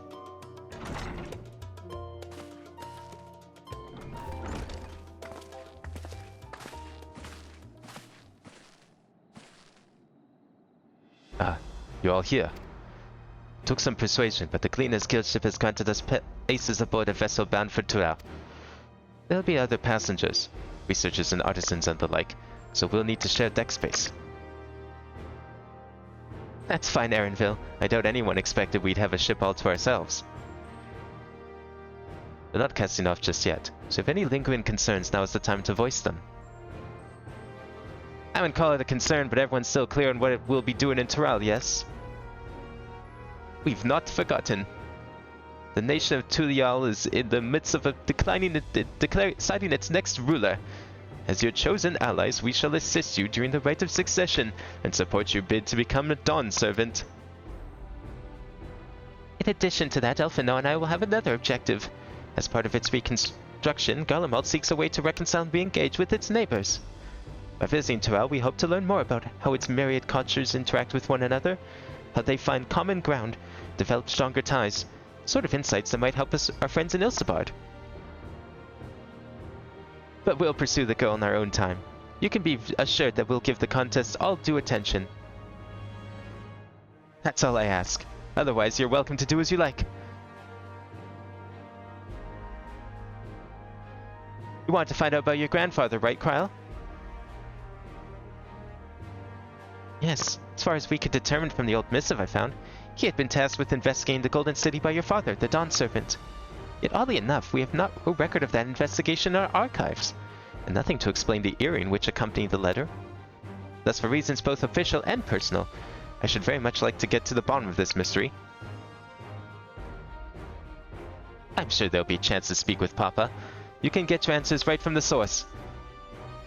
I look forward to meeting him.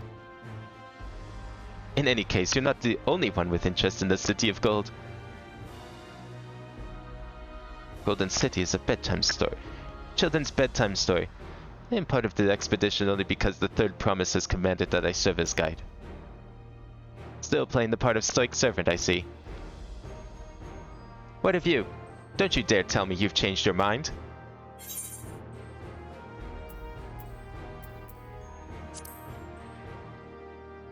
Oh, I'm ready. Let's go. Well said. We won't get far wallowing in the aloes. Right then. If all is still committed to the journey, then I say we make ready to depart.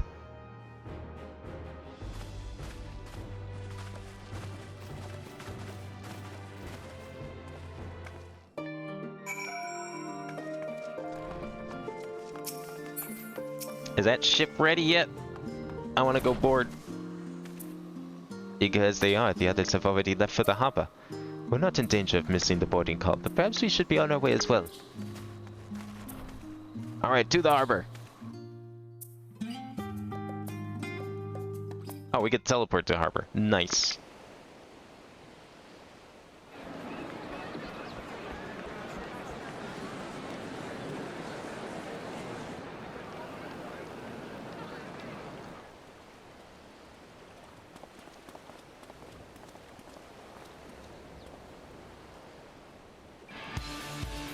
Savoring the moment? I can feel your excitement, your eagerness to explore the unknown. There we go. Reply to voice dialogue only. Perfect. I'll never have to forget again.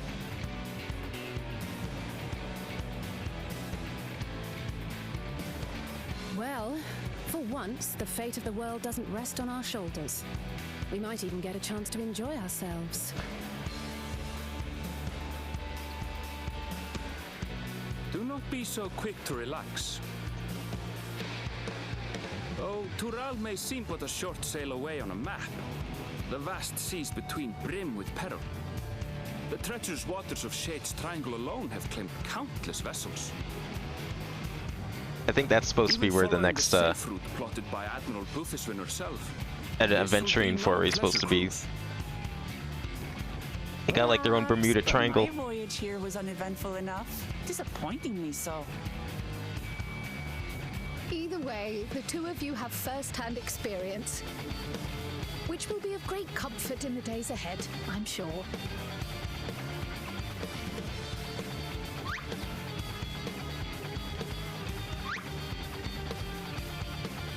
Aye, it's nothing new to us. All aboard! We're casting off! Oh shit, don't miss the boat. It's time. I trust you have everything you need?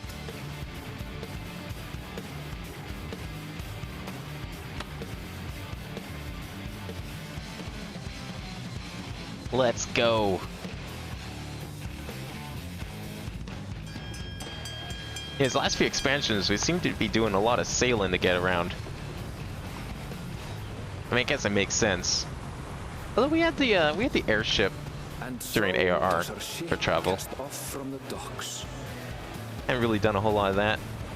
We sail west, as Cattenram did some 80 years past, bound for the New World, known to her children as the continent of Tural. Oh yeah, we're kind of just abandoning everyone else. I'm curious to see what they're gonna be doing, because they, like... I know Urianger got like a mysterious letter. Just wait, Papa. When this contest is said and done, it'll be your daughter who sits the throne. Me, Woklamat. Hey, careful up there. I don't want you like falling into the ocean. Yeah, we hit a big wave, that's it.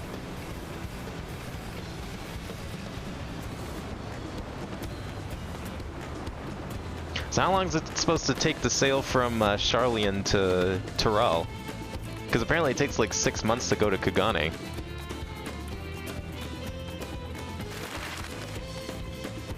I feel like it'd probably be a little short. It looks a little closer anyways. Maybe a couple weeks.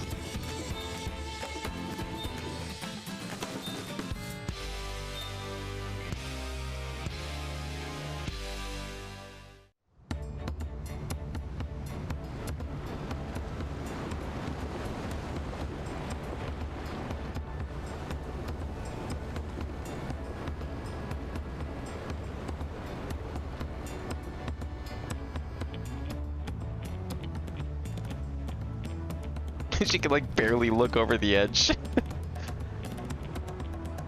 Smooth sailing so far?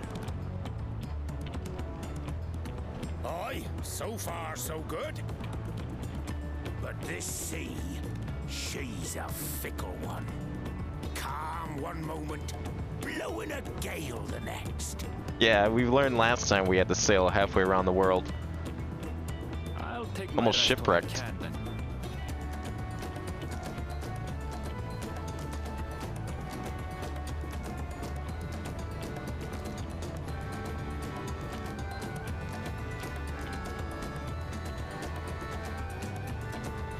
We left port what seems an age ago now, and we've seen naught but open water ahead. I knew Tural was far, but it's another thing to really know. Yeah, she hasn't really gone on an adventure like this. It's the first time she's Speaking of which, tagging along. some of our fellow passengers have made this trip before. Several times, in fact. I was able to learn a few things about Tuliolal and the right of succession.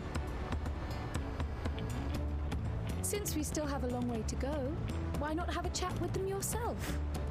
I'm sure you have questions of your own.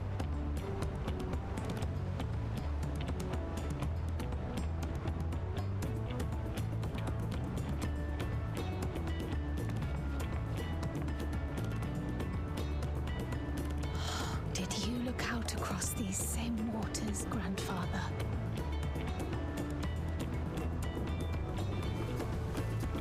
I hope we get to meet him. I'm hoping he's not like just dead or something. That would be unfortunate.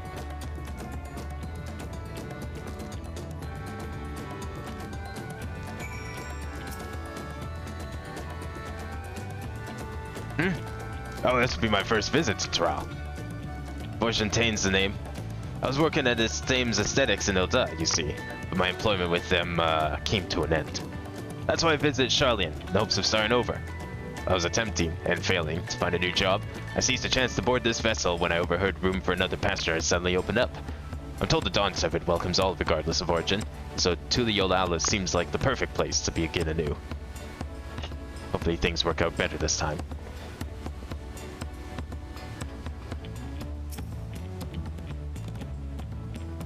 I see you in Eosia before. You great and famous hero.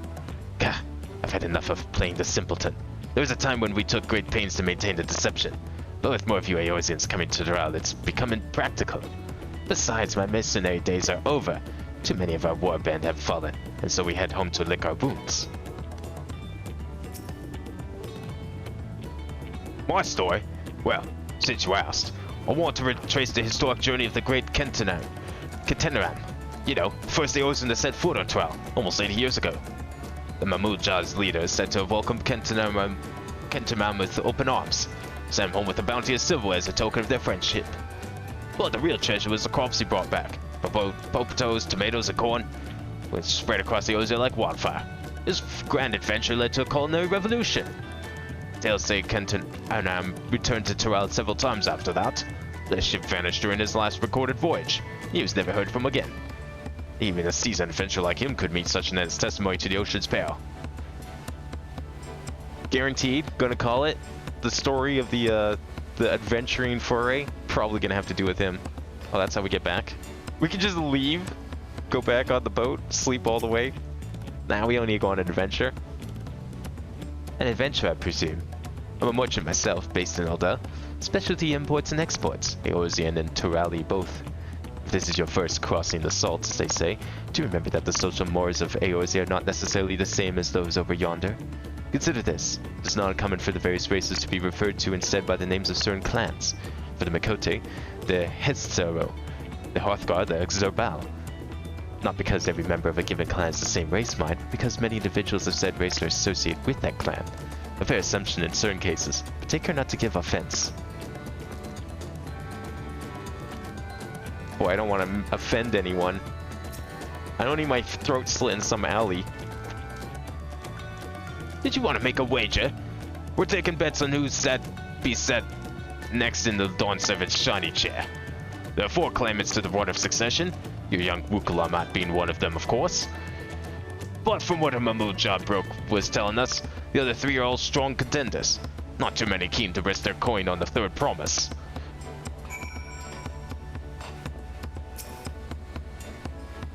I'm told this vessel has been equipped with a barrier generator to protect it from storms.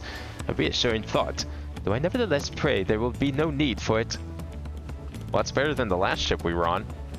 Those pirates could learn a thing or two, but I guess they're not rich trader vessels. I can feel my edge start to dull in these long sea voyages. How about some light sparring later? Yo, I'd be down. Where are we going? Back here? Oh, Kryl. Did you learn anything of interest? Yeah, this sea's fucking dangerous. Oh, I hadn't heard that about the clan names. We should have Uklamat and Erenfield teach us the ones we should know. Actually, it's getting a little chilly up here on deck. Let's all gather in the cabin.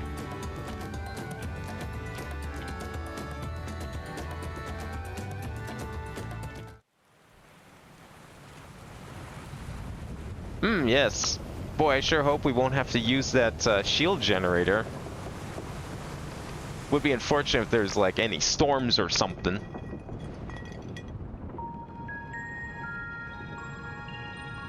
We're in for a proper storm, it seems.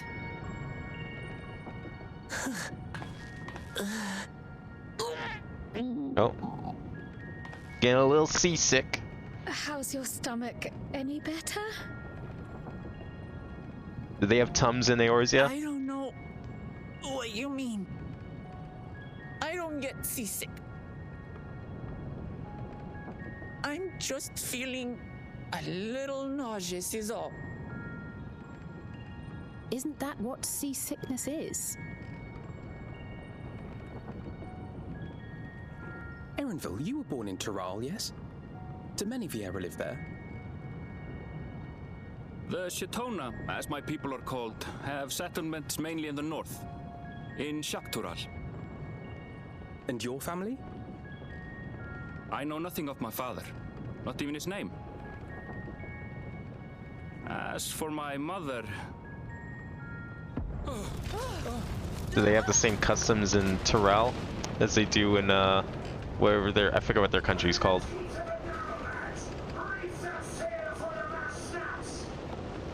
Oh shit. Oh dear. This is it.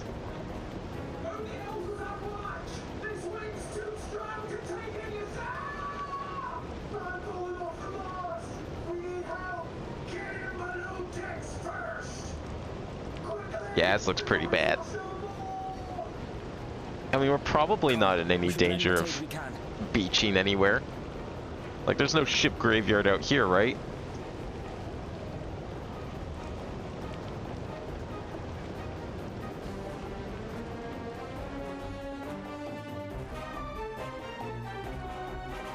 I have not seen the ocean rage with such fury before or since.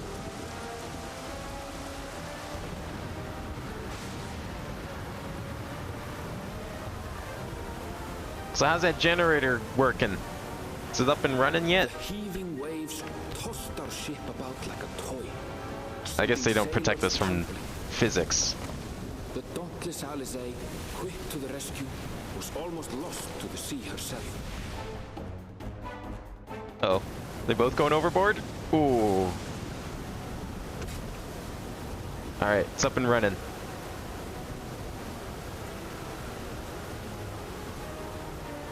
Meanwhile, our champion rushed to deploy the vessel's magical defenses. and thereby shield us from the lightning.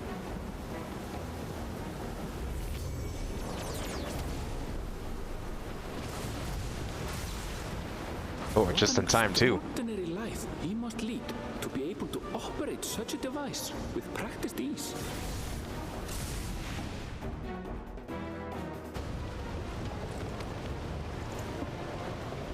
Boklama, too, threw herself into the rescue efforts, though one might have mistaken her for another soul in distress. She's trying her best.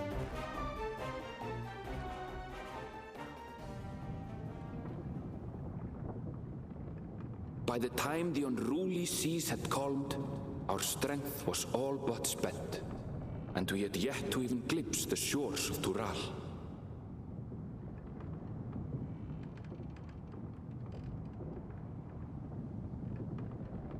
In retrospect, of course, that battle against the storm would prove a fitting prelude to the coming contest for the throne.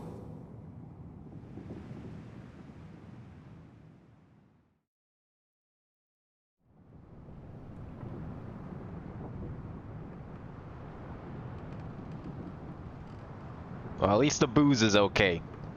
Those bottles look like they didn't move an inch.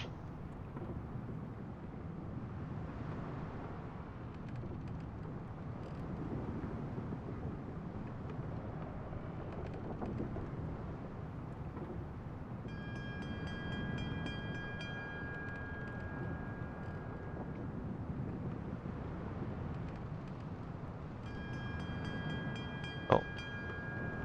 Land ahead? Do we make it?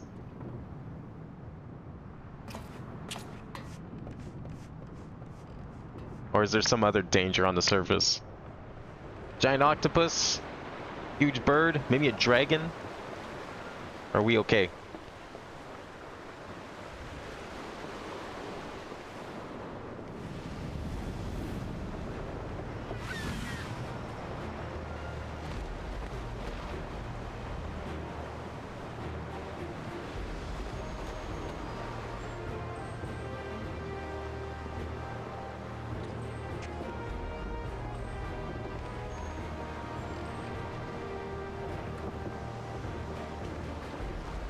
Morning.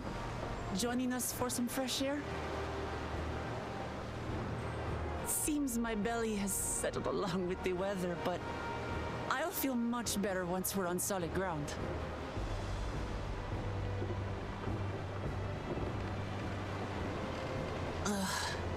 Can't be much farther now, can it? Oh. And here I thought we made it. Seabirds. Land must be near. You need only hold out a while longer. Might tell us what those birds are called? Oh wait, you can't because this game's only rated T. The ocean might swallow us. Glad to have my pessimism proven wrong. In other good news, I examined the sailor who took a fall, and he's faring well. I'm sure he'll make a full recovery. Good news indeed. If all's well, then we needn't delay in launching the landing boat. Ships have to lower anchors some way from shore. Too close, and they risk having their underbellies ripped open by the reefs that crowd Tuliola's coasts. Come. How are they gonna get all the goods off the boat? That's gotta suck for whoever's in charge of that. Glad we don't have to help with that.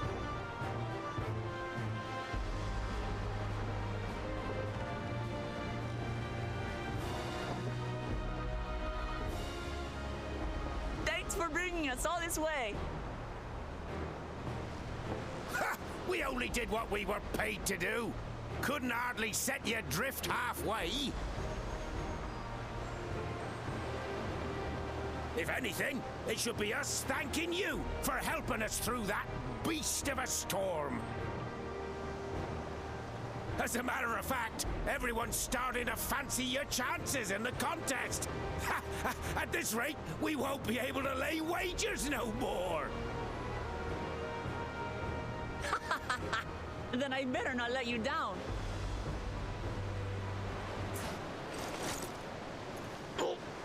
Easy, stomach.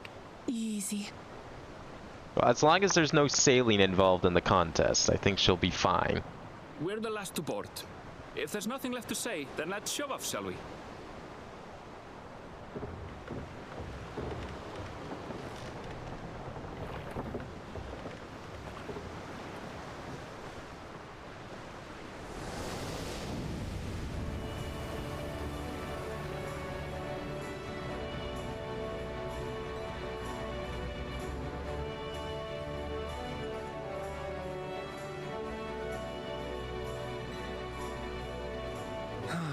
Blue seas, clear skies, and boundless possibilities.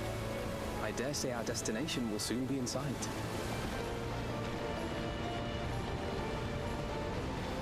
Wait, who's driving this thing? Enjoying yourself for a change?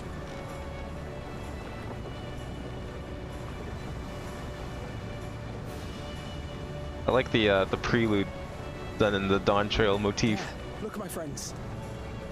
Behold the scene of our next great adventure.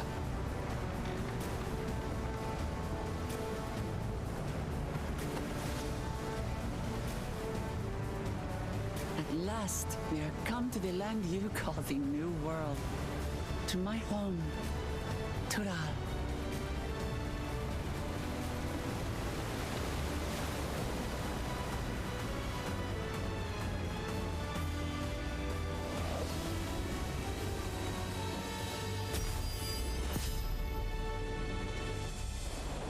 It begins! Oh man, I'm so excited.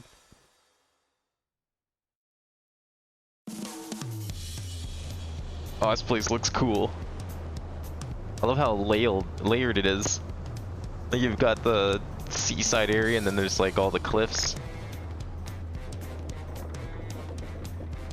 Is this the theme song for this city? It's not what I expected. Some like 40s big band. It's definitely not a genre I expected to hear in this game.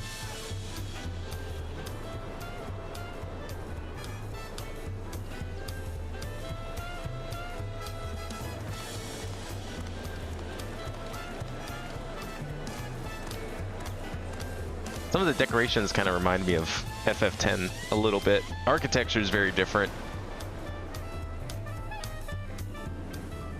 But a lot of the art and design.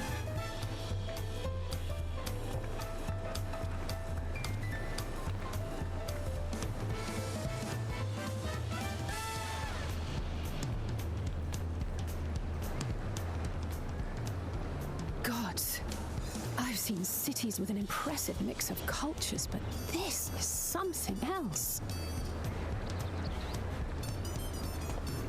Is that a... No. I've never seen Vanu feathers in that color before. You'll find much here you never knew existed. There may be a sea route now, but visitors to Tulihyolal are still few and far between. And as we don't build seafaring ships, only a handful of Turali ever venture abroad. Oh, well that explains her seasickness then. Mamulja sellswords mostly. Those willing to play the fool sail with Lominsan merchants to secure employment in Eorzea. I suppose that makes us a rare sight in your country. Rare and currently undocumented. Were there some forms we should fill out or... Yeah, I don't think I brought a passport. Forms? Did you forget who you're traveling with?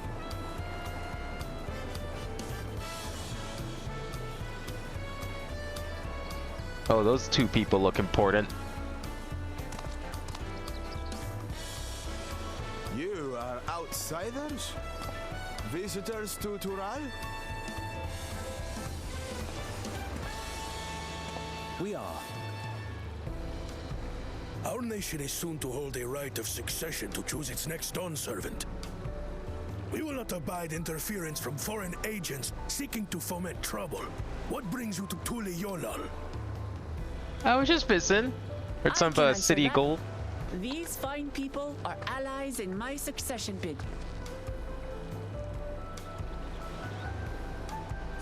Third promise.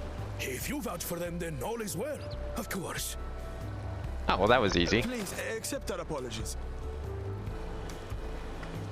No need to bow and scrape. That our soldiers are so diligent in their duties fills me with pride.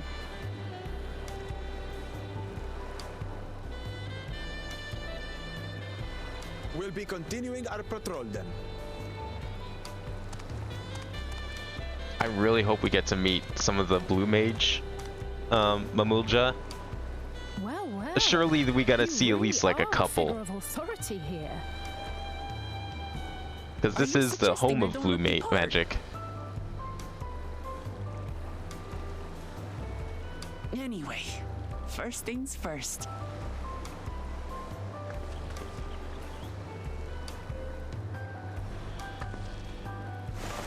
I bid you welcome to Tulihyolal.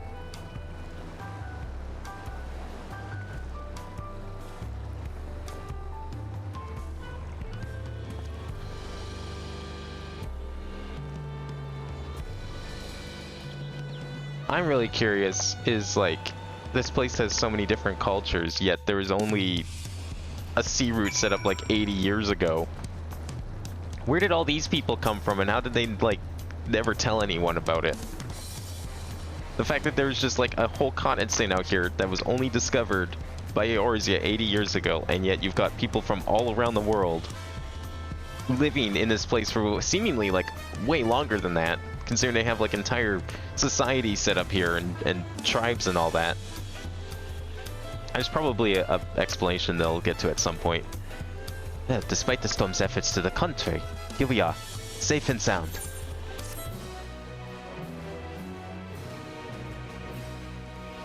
You've arrived in Tulihyolal. You can return to the city at any time by speaking with a swarthy sailor in Scholar's Harbor in Old Charlian.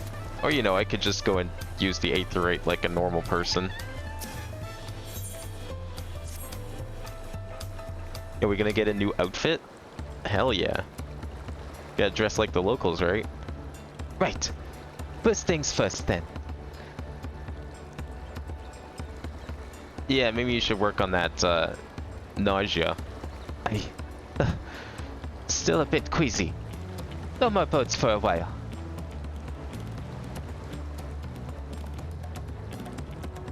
I realize we've just arrived, but we should get you familiar with the city before the rite of succession begins.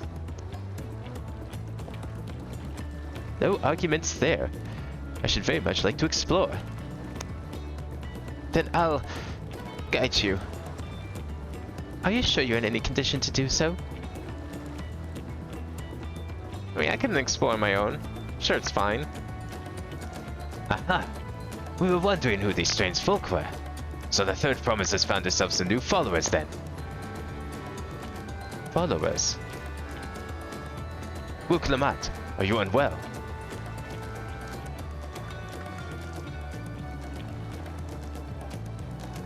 No, not at all. Couldn't be better. The third promise does not get seasick. No, sir. As for my hand-picked entourage here, I've recruited them to help me win the rite of succession. I was about to show them around the city, in fact. That sounds lovely.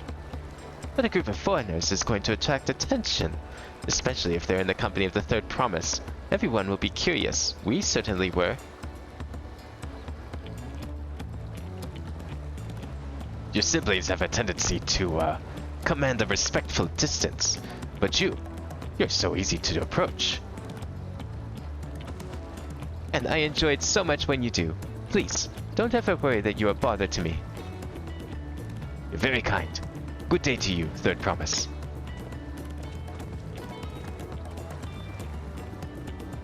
They did have a point. Wuklamat is technically royalty here. Like it or not, a person of her station surrounded by this many outsiders is bound to draw a crowd. Wait, what do you mean technically? I suggest we move in two groups to attract less attention. Just technically ignoring me then. Come in. You and Kral can come with me. I'll take the twins then. We'll get in touch once we've had a good look around. The voyage was hard on all of us, so take it slow and recuperate. We have time enough for that.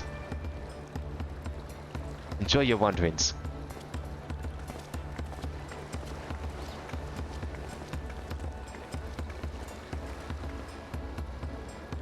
Perhaps we should wait a bit, at least until Wuklamat's nausea subsides.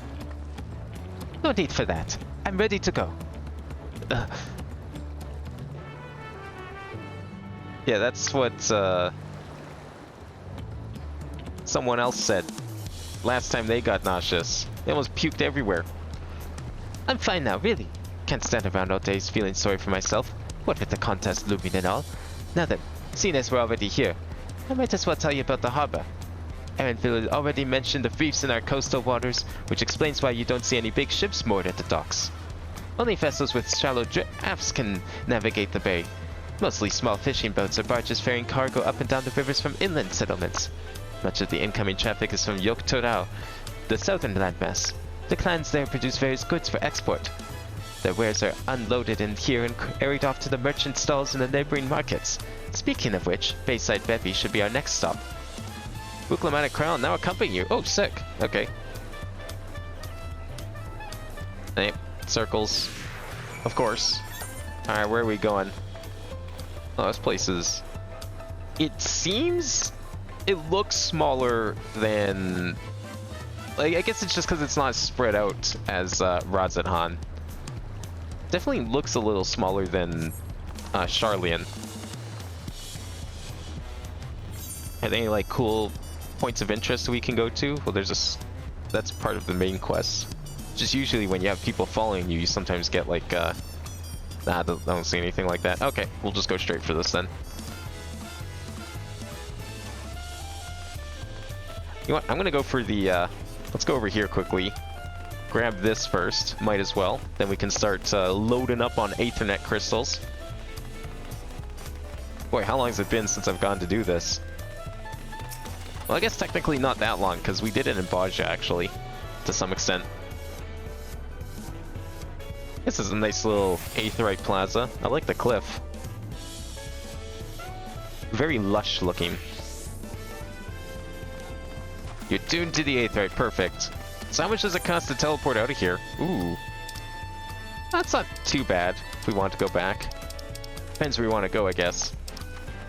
So that's about 800 for close places and 1100 elsewhere.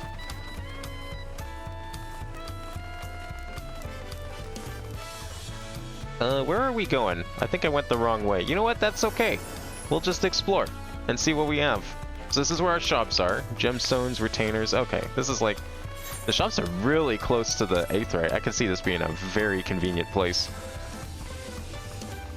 Although I didn't see a market board. I thought usually the first cities had market boards. Here's an Aethernet. Give me that.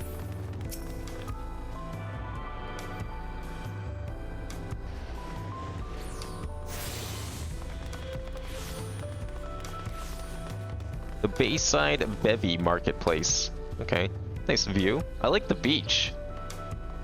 This is like the bigger version of Costa del Sol I always wanted. Okay, so I think we have to go back down for... There it is. Yeah, I was up a layer.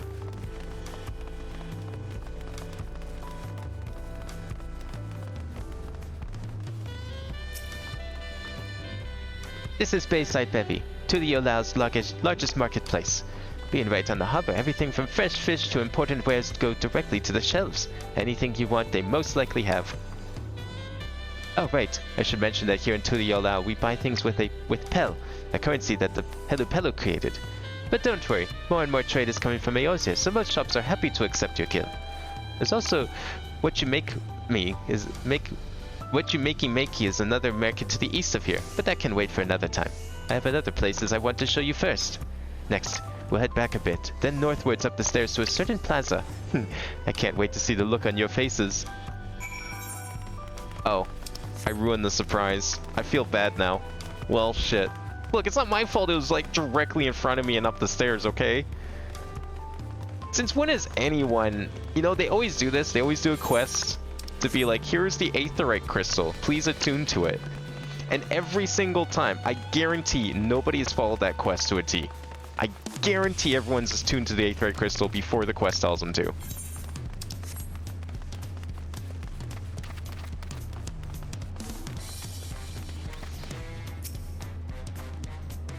What do you think of that, eh? Goodness me, you have Aetherites in Tuliolao? I think I told you before, but my brother Koana spent 3 years studying in Charlian. He fell in love with the nation and its ways and brought back to us the knowledge of Aetherite construction. Papa warmed to the idea at once. Had one built immediately. Did you do the attuning thing? If you're ready to continue, we'll head down again and then up the slope to the side. Right at the top is a gate which leads to Shakturao. Let's make a stop at Blight Plume Post on the way, though that's the headquarters for the Lands Guard. Where is that? Oh, it's way up there. Oh, there's some optional dialogue. Okay, we'll go up this way then. Whoa. It's not, like, wide, but it's sure as hell it's a tall city. This is a big hill.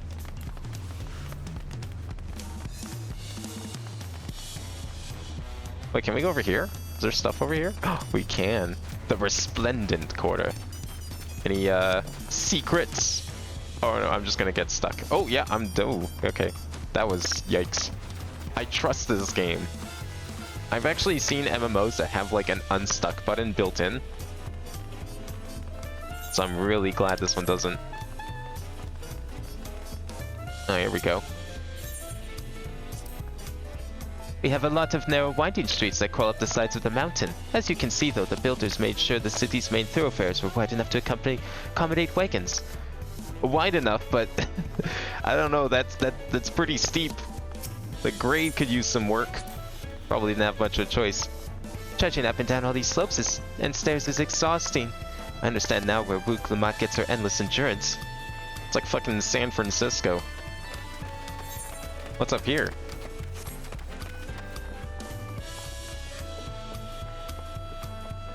Any more Aethernet crystals up here? I don't see anything. There's some cool buildings though.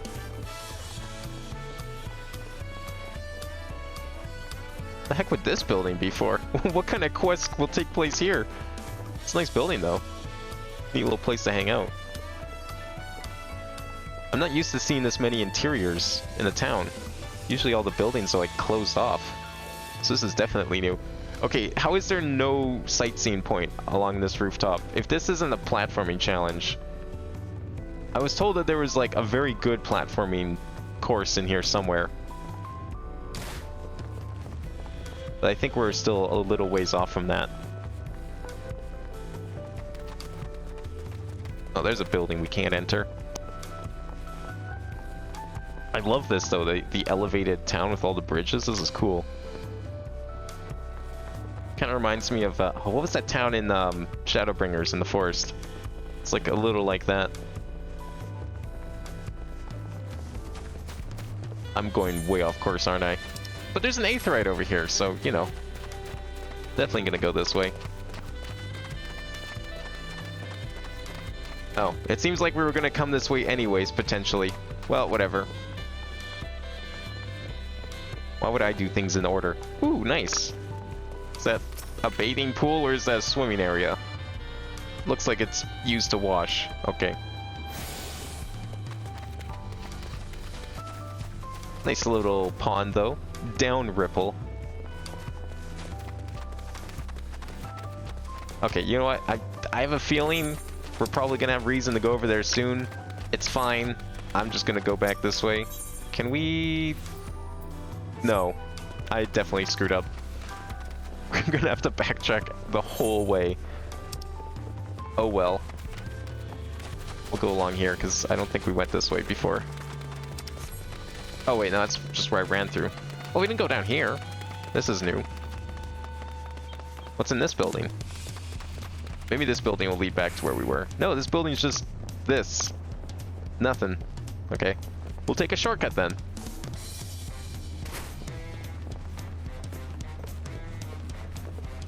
I guarantee there's probably a couple of these buildings that have like sightseeing marks on top of them. Probably a lot of jumping.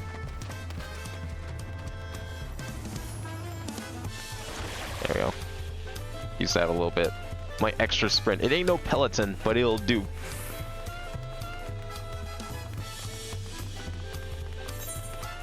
Okay, so we're supposed to go all the way up there. Bright Plume, okay. There's more stuff that way too. I'm like, nope, I'm not doing it. I see stuff to the right. I'm not going there. We'll probably go there eventually. If we have to go along that same path, I'll stop there. But I want to get this first. Does that say Copperstone? High Tide Harbor.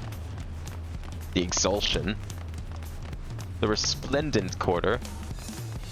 The Arterial Climb. Is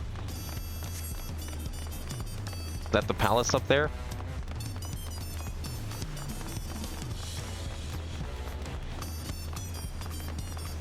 This place definitely has some larger sections similar to Rods at Han. It's just on the map, I guess, that makes it look smaller, but it definitely is pretty sizable. Okay, where are we supposed to go? Right here?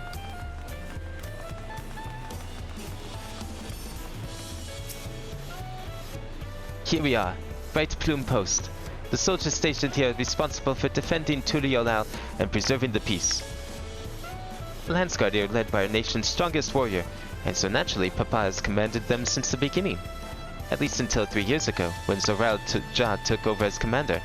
The title is no empty honor. It means the first promise is considered equal to the Dawn Servant in martial strength. The first promise? That's one of your brothers then. Meanwhile, I haven't even managed to... I'll discuss my brothers and their accomplishments later. Alphino and Alisaie should be around here to hear it too. Come on, it's time I showed you the Sky Gate. It's right at the northern end of Talon March. Northern end of Talon March. Oh, it's right here.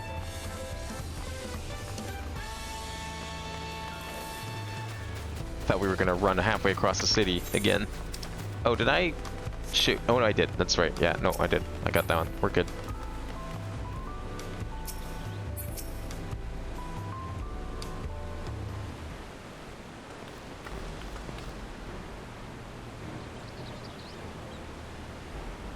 That's a big door. Massive, isn't it? And on the other side is an equally massive bridge to match. Both were constructed by a race of giants, the Yokhui. Strictly speaking, Tural is actually two separate continents. Yok-Turau, the southern lands of the mother, and Shak-Turau, the northern lands of the father, which lie beyond the ridge. Legends say it used to be one great landmass, but long, long ago, two gods fought in a titanic battle. And when one threw the other to the ground, the impact was so devastating as to split the continent in twain. Are we talking like real gods or primal gods? A familiar sounding tale. I'm pretty in mind of the conflict between Hydaelyn and Zodiark. Oh, it could have been them too. Actually, that's a good point. Maybe during their conflict. But getting back to Tural, those lands are also part of the Tuliolal nation, correct? That's right. Isn't my father incredible? He united the peoples of two continents into a single nation. The many clans of Tural had been at war for generations. It was only when Papa traveled the lands and put a stop to the myriad conflicts that we finally had peace. And that's the main reason I want to win the throne, so I can preserve the peace he built. But I see you're more interested in what's beyond the gate than hearing about my aspirations. Crossing the bridge to Shak-Turau requires a special travel pass. Unfortunately, they won't issue any new permits until the Rite of Succession is over. I promise to get you one when I'm done, Servant, but until then, you'll just have to wait. Well, Mary, make sure you win then. I want to cross that bridge. That's a cool looking bridge. It's like the Pamina Canal, except you get to walk it. You really mean that? Woe to anyone who stands between you and your adventure.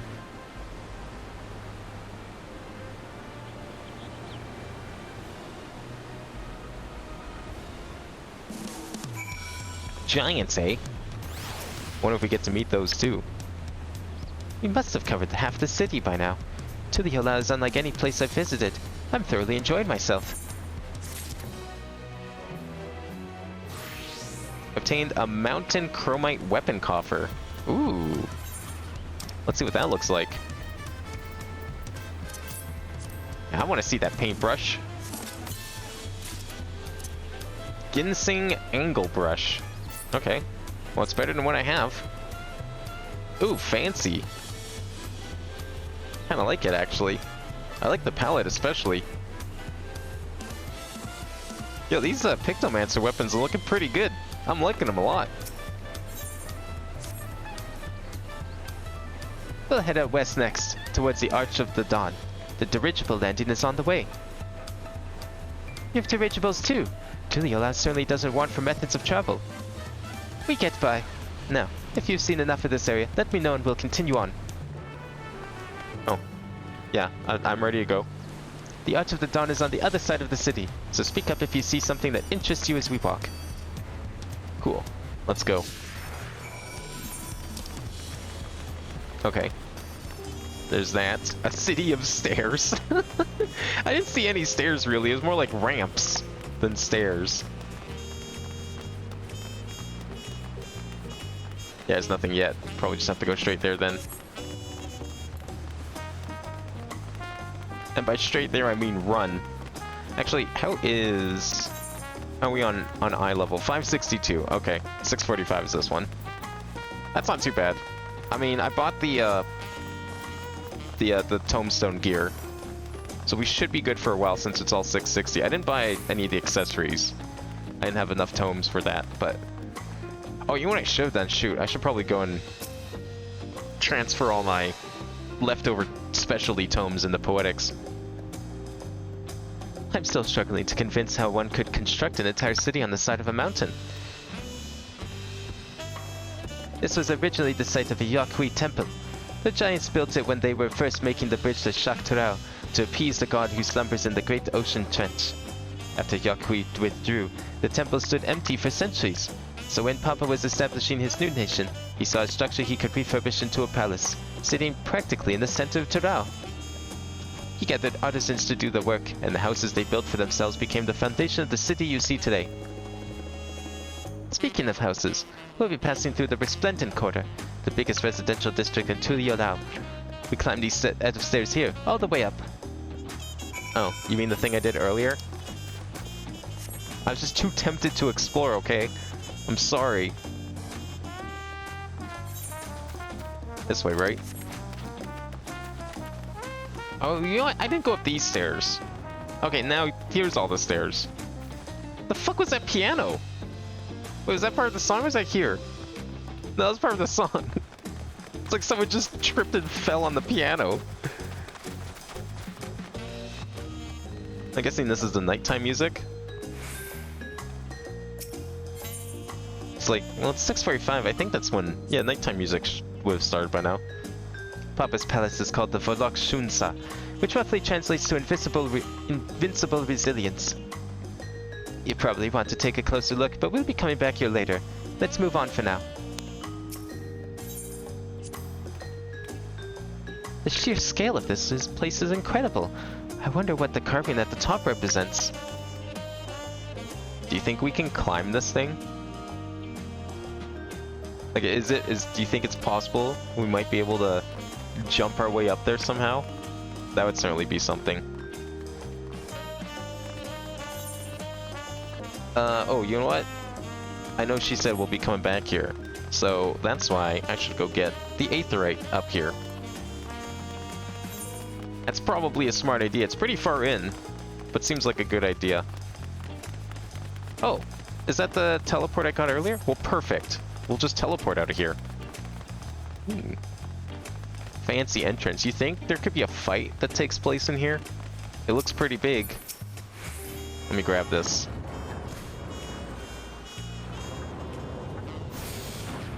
Volok Shunsa. Okay, let's teleport to the Resplendent Quarter.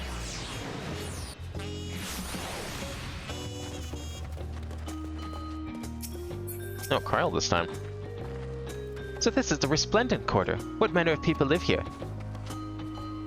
Oh, we have residents from all the Yogg-Turao clans. Mamulja, Spral, Pelu, Moblin, Hanu. We also have Tonawata, Hetsuro, Shetona, who moved south from their ancestral lands in Shak-Turao. In essence, it's a gathering of people from every corner of Turao. true representation of Tuliolao's diverse character. The adornments on each building contribute to the eclectic cultural aesthetic. It's all so beautiful. I'm glad you think so. Come, we continue down the stairs. Oh, downstairs. This way.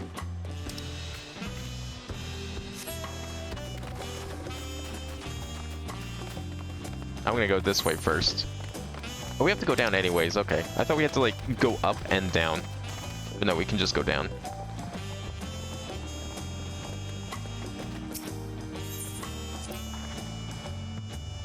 Big drum. Oh, over there.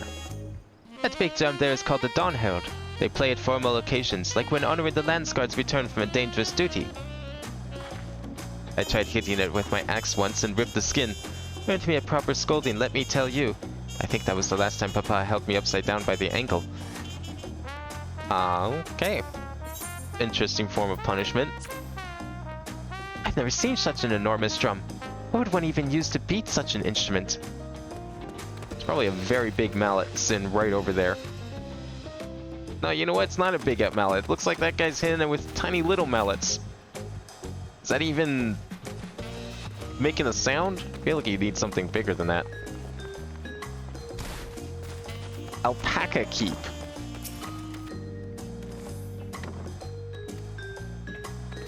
Okay.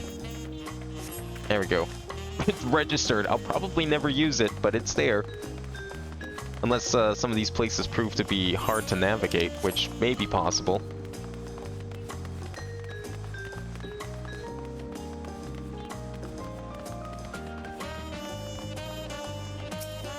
No, not you. You. And here they are, our dirigibles. Not bad, eh? I hear other nations use airships to sail the skies, but you only find balloons in Tuliolao. We have them for the exact same reason as the Aetherites. Corner brought them back from the plains of Shalian, and Papa thought them fantastic and commissioned their construction. This was around 3 years ago. Since that time, we've added flights to our other settlements. Trade with frontier communities has never been easier. But that's enough about dirigibles. The Arch of the Dawn awaits. Is that over there? Oh, okay. Well, you know what? I'm gonna go take this Aethernet crystal quickly. Just in case we need one of these later. Those are kind of cool looking. Those wings work? Can I go down there? No.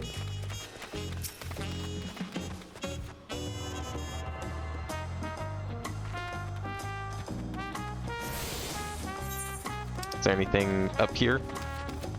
All the way out of here. I'm guessing we're gonna have to fly out of here if we want to leave. Which I'm guessing we can't do yet.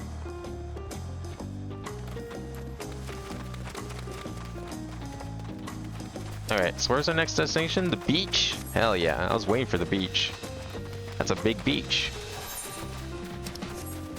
But I'm just imagining if they made like housing here at some point.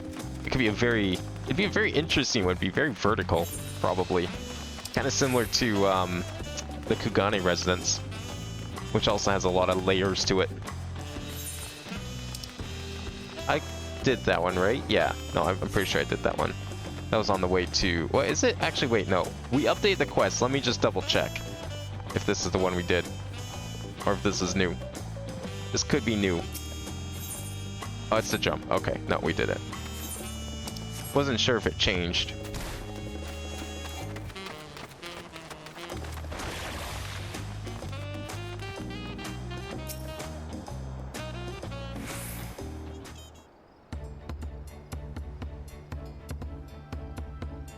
Is this the gate we'll be leaving through? This is it. The Arch of the Dawn. When the Giants were still here, it was known as Yogg-Turao Landgate. But when Papa founded Tuliolao, everyone began using its present name in honor of this great achievement. Though this gate closes Ama Uka, the wetlands south of the city. Depending on what the right of succession asks of us, we might end up going in that direction. Kozama Uka? The name alone is intriguing. Speaking of which, what were those fluffy animals we passed earlier?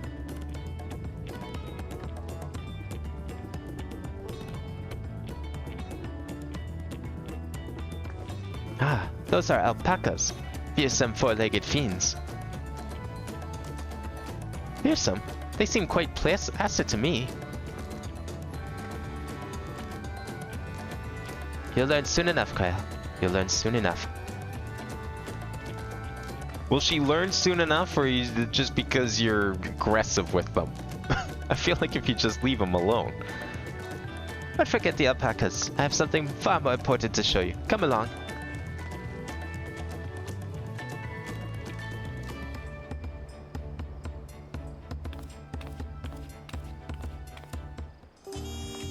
Now where?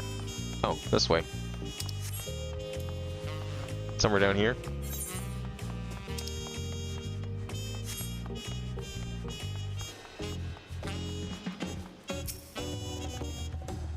If you wish to hear the history of Turialal, then look no further. These stone pillars, you mean? Yo, time for a history lesson? What is special about these pillars, if I may ask? At a glance, they may look like ordinary stone decorations, but if you take a really good look, you'll see that there's something much more interesting. Alright. Oh, getting ahead of myself. Following event cannot be skipped. You may wish to cancel any pending duty finder. It's okay. I'm sure even if I wasn't duty finder, I wouldn't be getting anything for the next, like, hour and a half.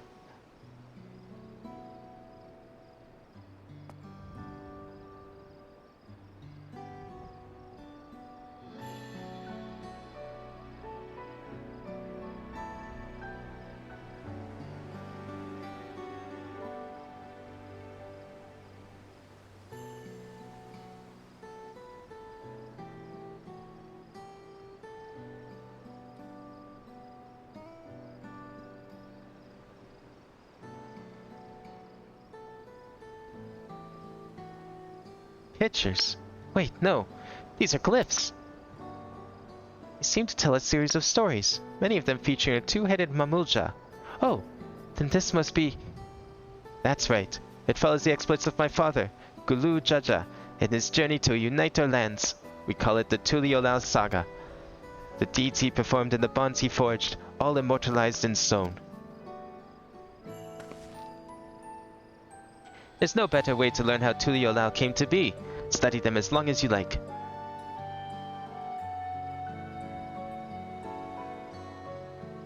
Alright, where do we begin? Oh! Oh, this is new! Huh. Okay, we'll start with this one then. I was ready to go and interact with them, but that works. This pillar tells the lay of the Brotherhood. It depicts the scene where Papa granted an audience to the foreign explorer Ket something. I can never remember the name. You mean... Ketenram?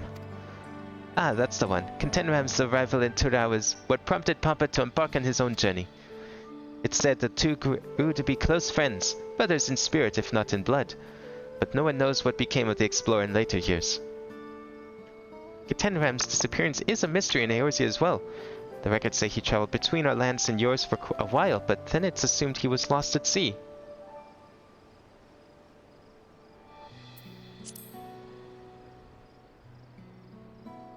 Here we have the Lay of the Reeds.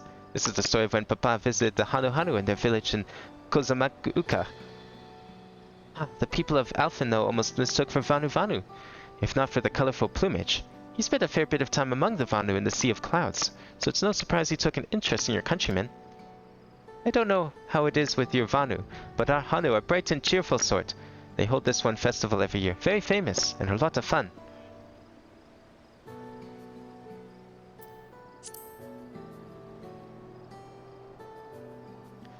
The 4 stones closest to us cover the first half of Papa's travels. Let's start with those. I didn't know you could click on her.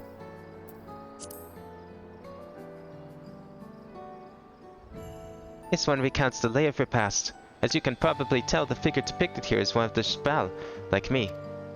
For decades, the Shbal Al and the Mamulja were at war for control of the forest of Yaktel. The actions Papa took to end the conflict have since been hailed as the first steps in the founding of Tuliolal. There's a clan of Hrothgar and Bosnia known as Hellions. In their society, the women rule as queens, and the men serve as devoted subjects. Yet here in Turau, Shbal men and women appear to be of equal status. How dramatically culture can vary with location.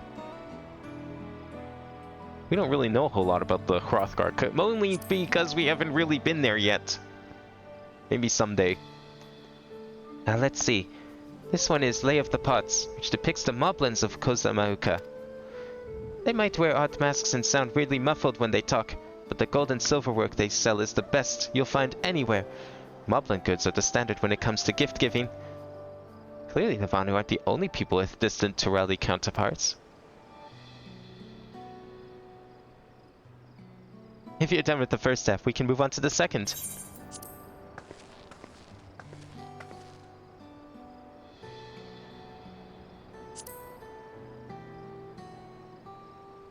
The Lay of Gold.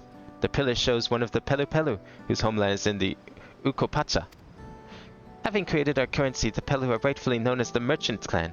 They oversee Tuliolao's markets, and their traveling peddlers are a common sight no matter where you go in Turao. Don't let their size fool you. They might be mistaken as children, but beneath those beaked masks, they are clever and calculating traders. What's it with small people being in charge of all the gold? This one is my favorite. The Lay of Ice depicts a battle with the legendary Turav Vidral Veliggamata. I should explain. A Turav Vidral is a creature who has lived far beyond its usual lifespan and awakened to preternatural power. The Taruks describe the Far Eastern auspices in a similar fashion. Could this be the same phenomena? Veliggamata itself was dubbed the Sky Ruin, a name earned for the destruction and terror it visited upon Turao every time it stirred from its slumber. But 80 years ago or so, its ruinous reign was brought to an end. After a great struggle, Papa and his comrades managed to overcome the raging Vidral and sealed it away in the Ukopacha Mountains. Despite its reputation, however, Veliggamata is also a symbol of power. That's why you'll see its likeness on Tuliolao's national emblem and adorning the banners at the palace.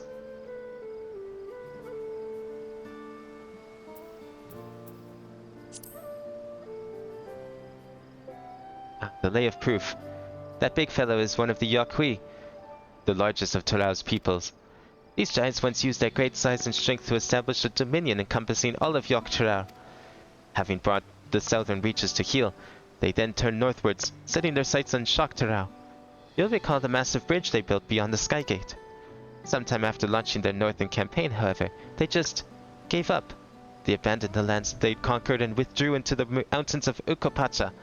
I've never even seen any of their kind so much as set foot in the city. This was a people with the power and resourcefulness to raise a temple on a mountaintop and build a bridge across the sea with stone. What would move them to renounce their ambitions and the place in Turari history?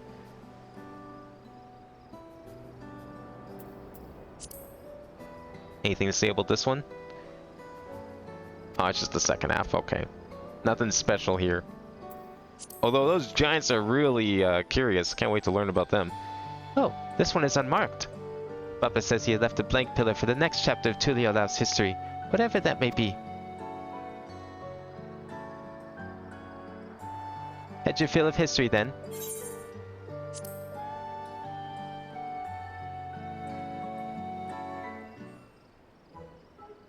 So is that the big new feature of questing in this expansion? The ability to click on things from a distance? Crazy. Glad to hear it.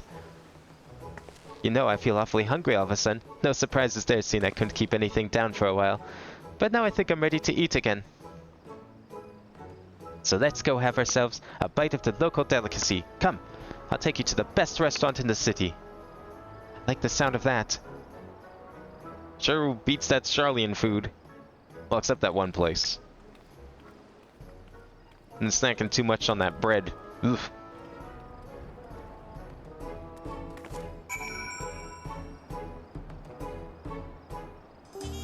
Alright, where are we going? Oh, right over here. Oh, looks like a restaurant with a view. I like it. Should I maybe... Nah, we can grab that later. I'm sure it'll be fine. I will grab this one, though, because I don't think I have this one. Oh, no, I do. That's the first one we picked up. Never mind. Have you ever had tacos? They're a Tuliolao classic. You bake a crunchy shell made from corn flour and fill it with meat and salad. A lot of shops and stalls sell them, but I like how they're made here at Spalayav the best. Spalayav...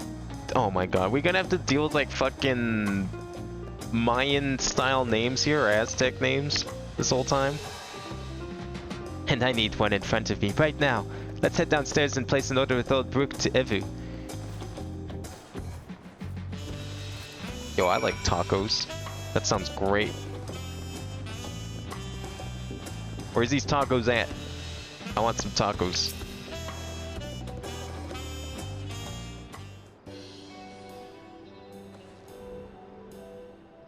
Brook Evo! Finally, voice acting. My companions must sample your heavenly tacos. One for each of us, please. Right away, promise. And I'll pack them tight with my choicest feelings. Only the best for you and your friends.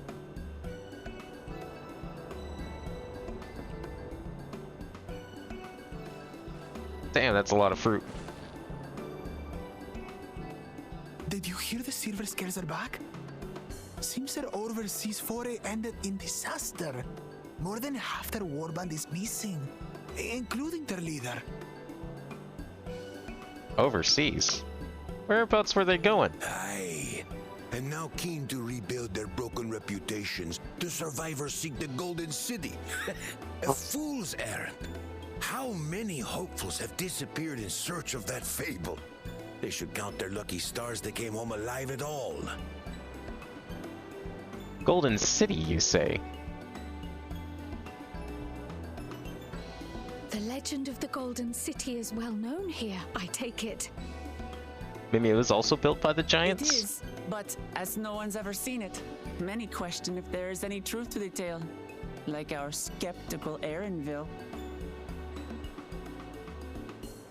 I can't imagine the Dawn Servant would request a formal survey for a place that doesn't exist.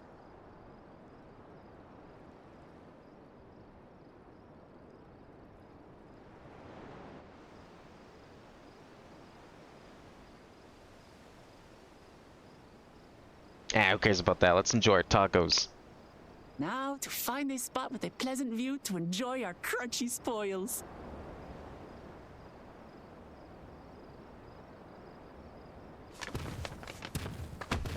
Oh! Oh, Oh. oh.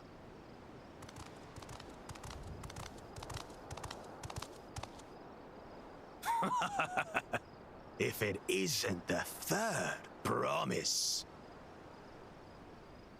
Oh, no.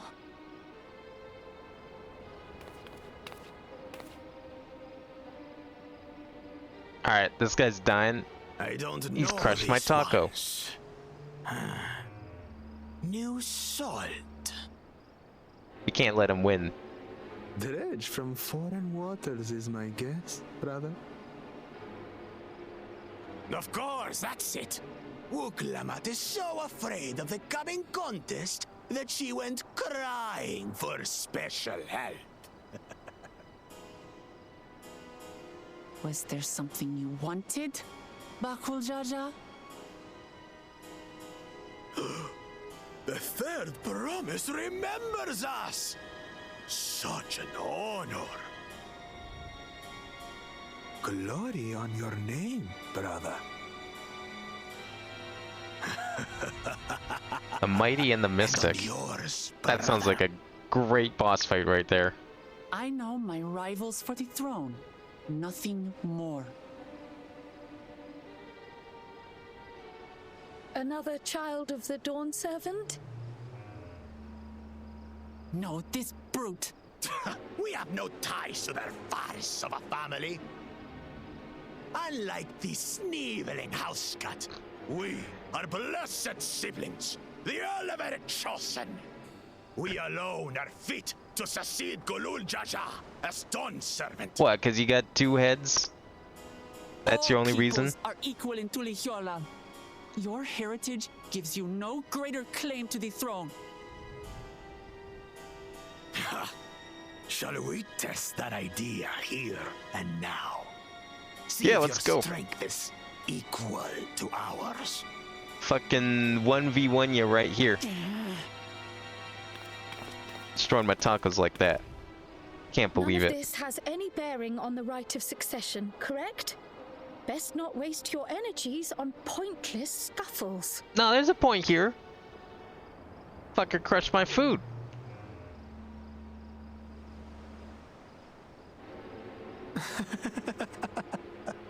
The kitten comes to the house cat's defense. Pathetic.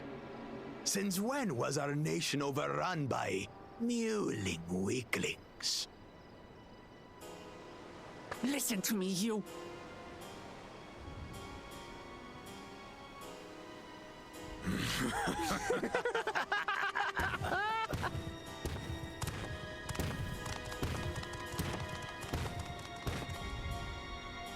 A two-headed mamulja.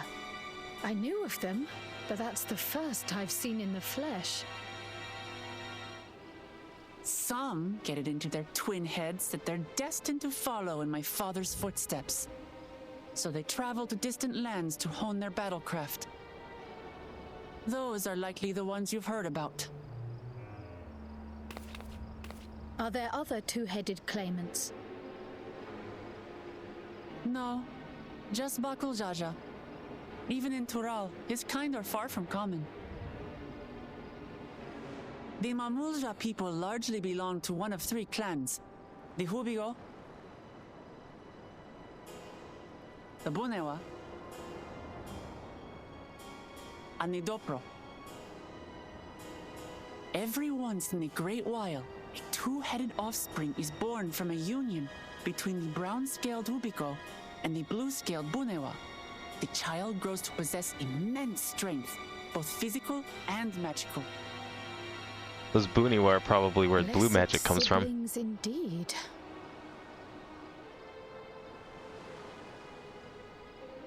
Forget them. Let's go and buy more I guess I see tacos. where his confidence I can comes think from of then. Nothing better to rid me of this bad taste in my mouth. Oh good, we're getting more tacos. That's what I was really worried about. Oh god damn it. Now Enjoying what? your tour of the city, I trust. We've seen our share of notable sights and took a moment to rest. As such, we're ready to present ourselves at the palace for the rite of succession. No, Shall we got meet you there? tacos to eat. Come have some tacos first. We can do that later. Palace it is. I'll let Wuklamart know. Damn it. Destiny calls. Perhaps we can return for more tacos later?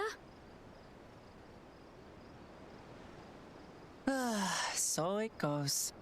Nah, they can wait. Fuck those two. Always calling us away on adventures. Let me have my tacos.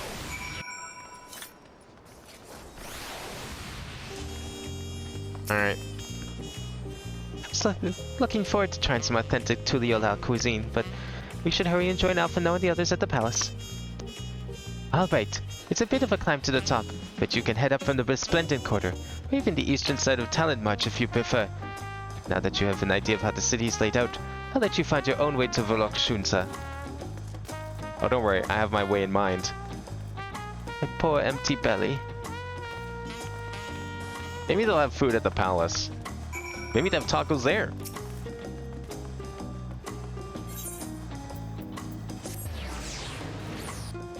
How many am I missing? 2, 3? 3. Okay. That's fine. We'll get them later. Let's go in here for now. Ooh, this place is big. Very big. This is like the ancients big. Can we go in this door? No, that's not a door. It's like the only room in here. Don't mind me. I got an appointment.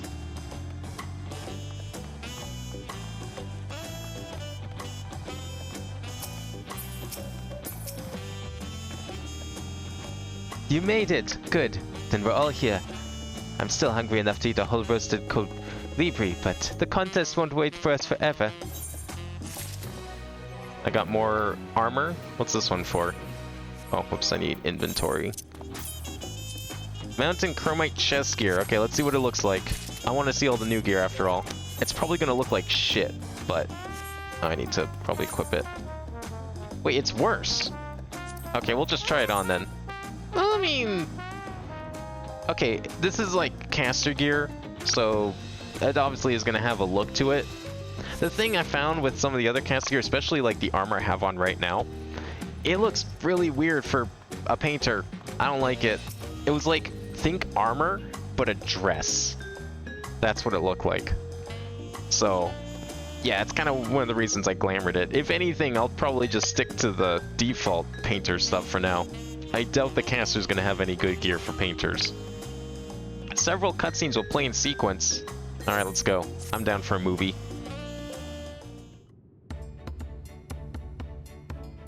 Oh, of course it's not voiced. I've acquainted the twins with the city as best I could in a short time. Their unbridled enthusiasm made it rather difficult, invariably something that would catch their eye, spurring them to run down an alley to investigate. 'Twas like herding a pair of unruly cruels.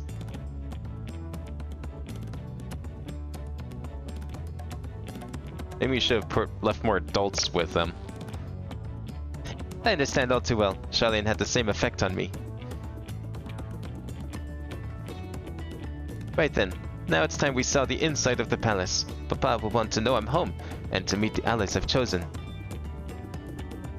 Given how impulsive he is, though there's no telling what we might be in for. Is that a fight I smell? He's gonna want to test my strength as savior of the universe?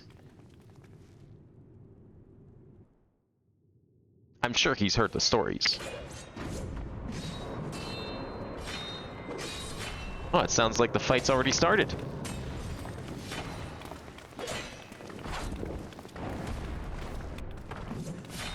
But with who?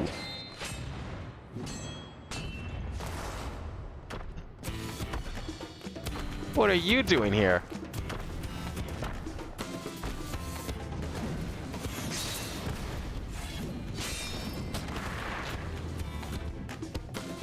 Estinian? When did he get here? What's the point? Why is he here? Well, it's because of that secret letter he got, but You know this man? still not sure why exactly. They wouldn't say. Promising opponent, he invites them to Sunperch to duel. Pressing duties or no, he can't resist a good fight. Well, I'm up next then, right? So the one Estinian is crossing blades with.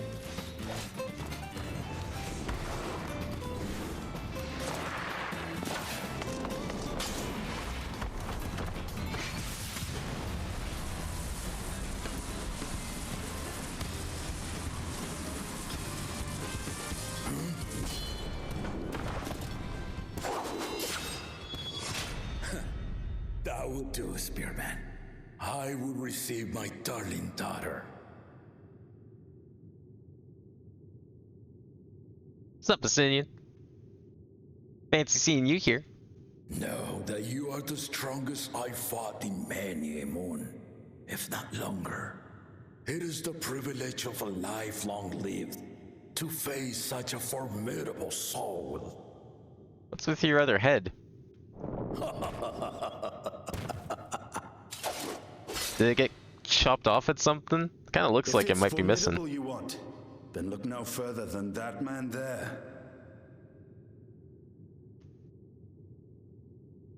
Hi.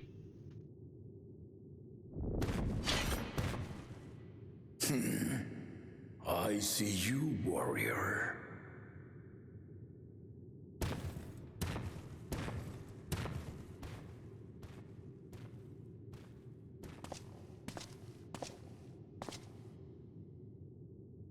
We had no idea you meant to visit Tyrrell. I've seen what lies east. This time I chose west. Yeah, I'm sure that's the only reason. And thus did our itinerant dragoon make his travel plans. You witnessed our bout. If you thought he was fearsome, that was with one head dozing. Oh, everyone's asleep, I see. Taking a nap. I'm not sure I understand.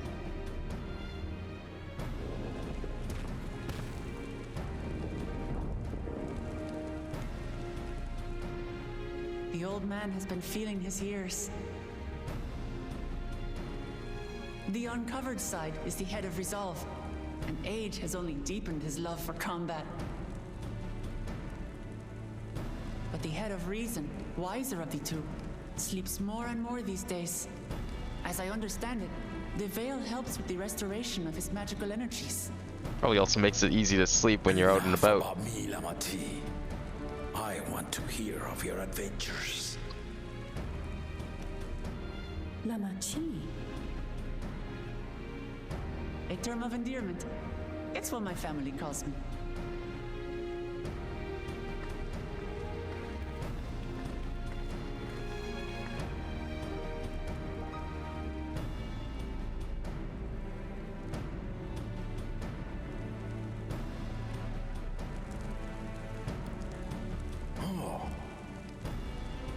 When last did we see you in the palace? Greetings, Solanash. It's Erenville now, Dawn Servant. I didn't know he had another name. Seemed quick to correct I took him the though. name while abroad, and have since grown accustomed to it. Erenville, then. And these others, I assume, are Lamati's recruited allies.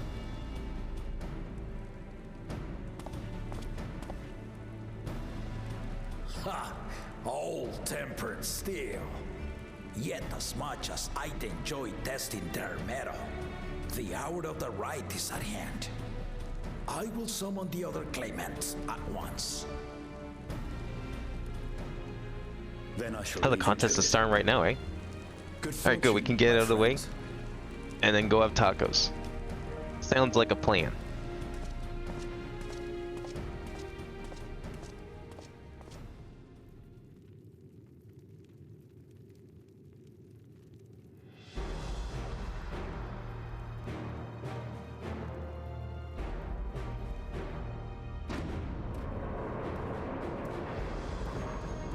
Oh, there he is, the taco smasher himself.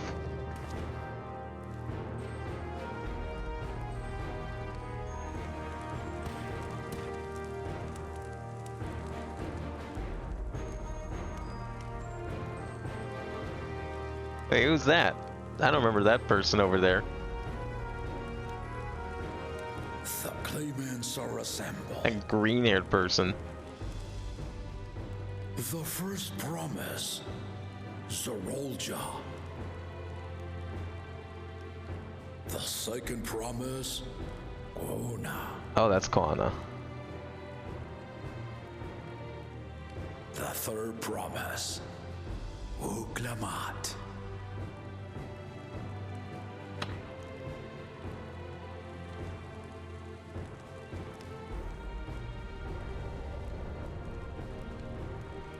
And lastly, the chosen of Mamuk, Bakul Jaja.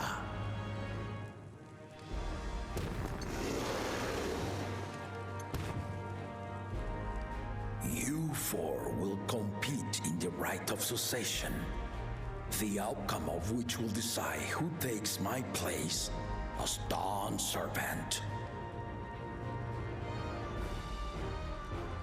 I am not the man I once was. My wiser half sleeps the days away, and it is time I yield my position. But mine is a torch that has never been passed. Tuliola is young, and so I look to the always for inspiration. The rite of succession, the means by which the autarch of Mamuk was chosen. Only the two-headed were deemed fit for this contest. But the Tuliola I built is a nation of many peoples.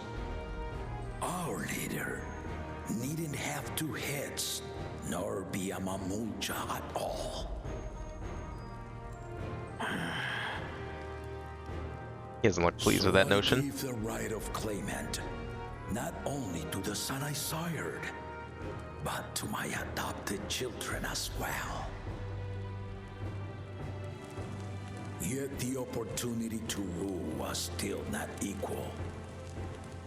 That is why a recent tournament offered a place in the contest as the winning prize.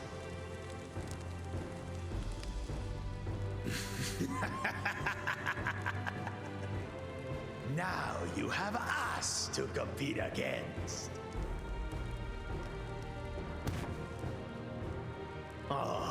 Though it seems the one head was already too afraid to face us in the tournament. So that's his actual son, the blue guy, and then the two-headed was the tournament winner. Our brother was in Shock Tural leading the Landsguard on a campaign to eradicate a Tural Vidral. Anyone with sense would know he was too busy for games.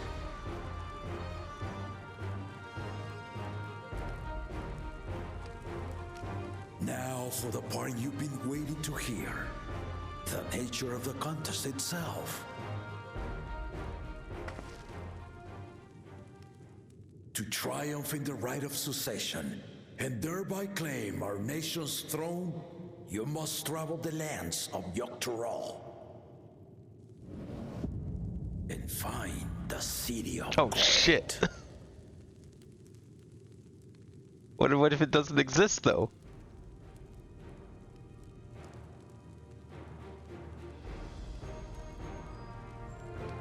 If I may, Father. Speak, Kona. The Golden City is an ancient Turali legend, but after so many failed attempts to find it, the story has become more fairy tale than fact. If you would charge us with such a quest, are we then to assume you have proof of the city's existence? Yeah, that's a good question to ask. Are you for us proof, my unbroken word? For I have seen it with my own 4 eyes. I see. He's been there. The city's real. All those years. Alright, well, I think we can trust him. This was before the founding of Tuliyomal. I traveled the lands of Tural with my companions. And we ended our journey at the gates to the Golden City. I mean to have you do the same. But in order to achieve victory proper, you need to break the seal I put in place. Bring them.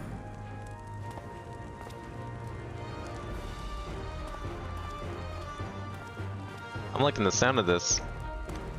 Treasure hunt and a race? This could be fun.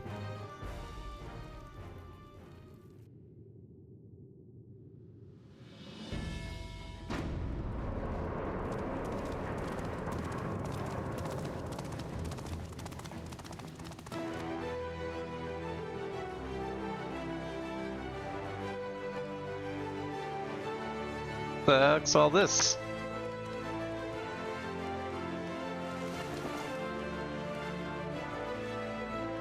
Oh, those are all like mini versions of the plaques. What, souvenirs? Those from the gift shop?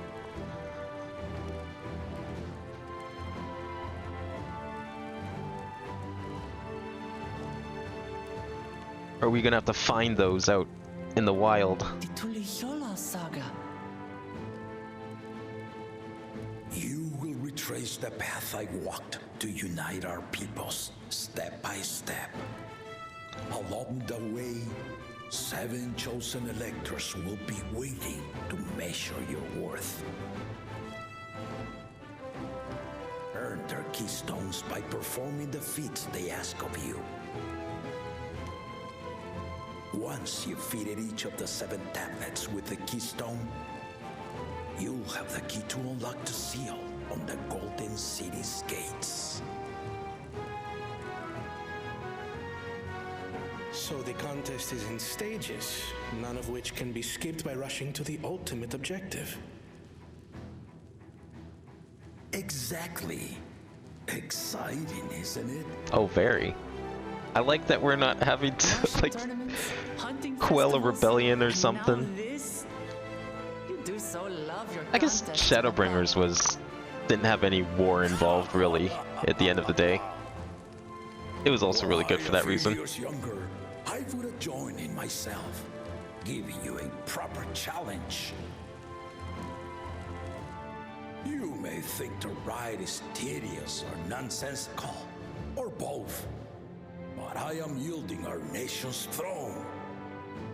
Let me have this final indulgence. Man just likes his competitions and games. I like A them. waste of time. Just name Bakunja as successor and be done with it.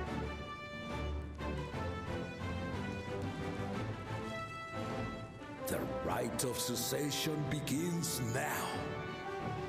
I'll be watching you progress with great interest.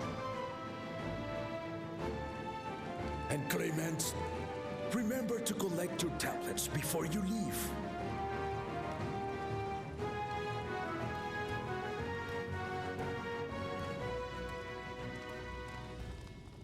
Alright, let's go. Get our tablets.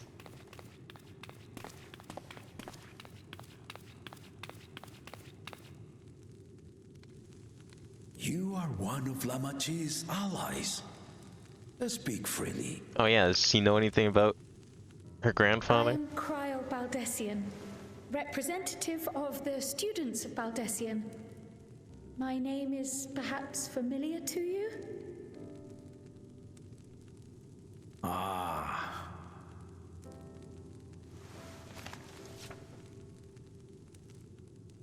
It would seem you sent this letter to my order some years ago. The ink has since faded and much of the writing is illegible. Even so, we managed to determine the essence of it. A request to investigate the Golden City, addressed to my grandfather, Galuf. Included with the correspondence was this earring.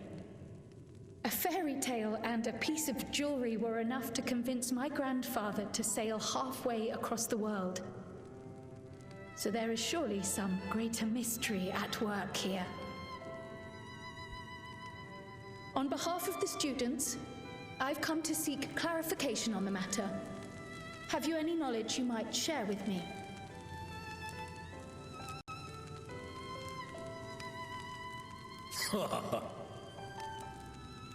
No, not at this time. Can't or won't? I have tasked the claimants with finding the Golden City. To fulfill your request, Oh, okay. Fair enough. would afford one of them an unfair advantage in the right of succession. Sounds like we need to find the city then. All answers will be made clear once we do. But once the contest is decided, I plan to entrust the entire truth to my successor. If you want to hear it, then you had best help Lamachi win. Very well, Dawn Servant.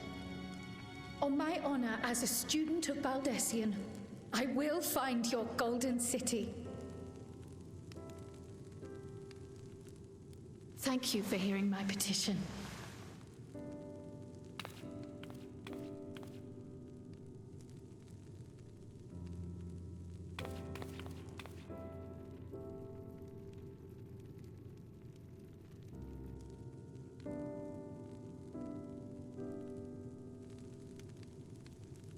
How about that? She's grown into a remarkable young woman. You should be proud, Galuf.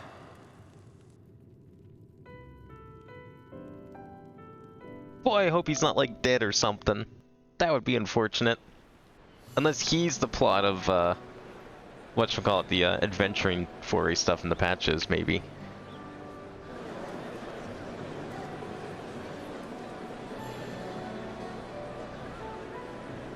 Too late to change your mind now, I suppose. But are you sure you wish to be part of this? Fuck yeah, I do. We don't have to save the world. Our third Don't have promise is to not stop a to take no war. for an answer. Though you may have agreed to help. Don't have to get kidnapped to another I worry that dimension. You were swept up in her relentless enthusiasm. Or perhaps you've been lured by the glory of the Golden City. Either way, this contest for the throne will place you and yours at the heart of political turmoil. If you are second-guessing your decision, tell me now. This may be my last chance to help you withdraw. Nah.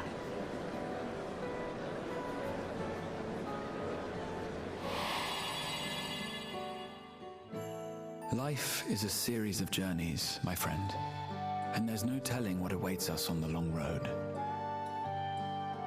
But what's important is to be true to yourself as you walk it. Only then can we hope to be content when we arrive at the end of one and step forward into another.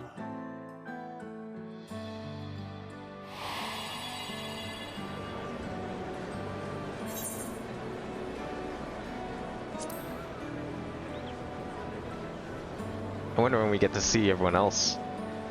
Because it definitely seemed like they were coming out here at some point. So you are committed to your path? I will speak no more of it then. As for my own involvement, I can no longer conduct myself as a mere guide, I think. Not after the Dawn Servant's revelation.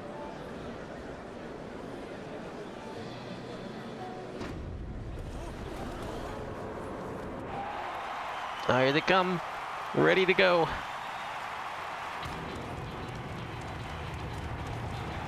Here they come! It's Saralja! Such a fearsome mien. Make no mistake, there goes Tuliola's mightiest warrior. First promise, our village needs aid. The cold weather stunts our crops, and the children of our village go hungry. Once you ascend the throne, I beg of you, grant my people new lands, please! Saralja.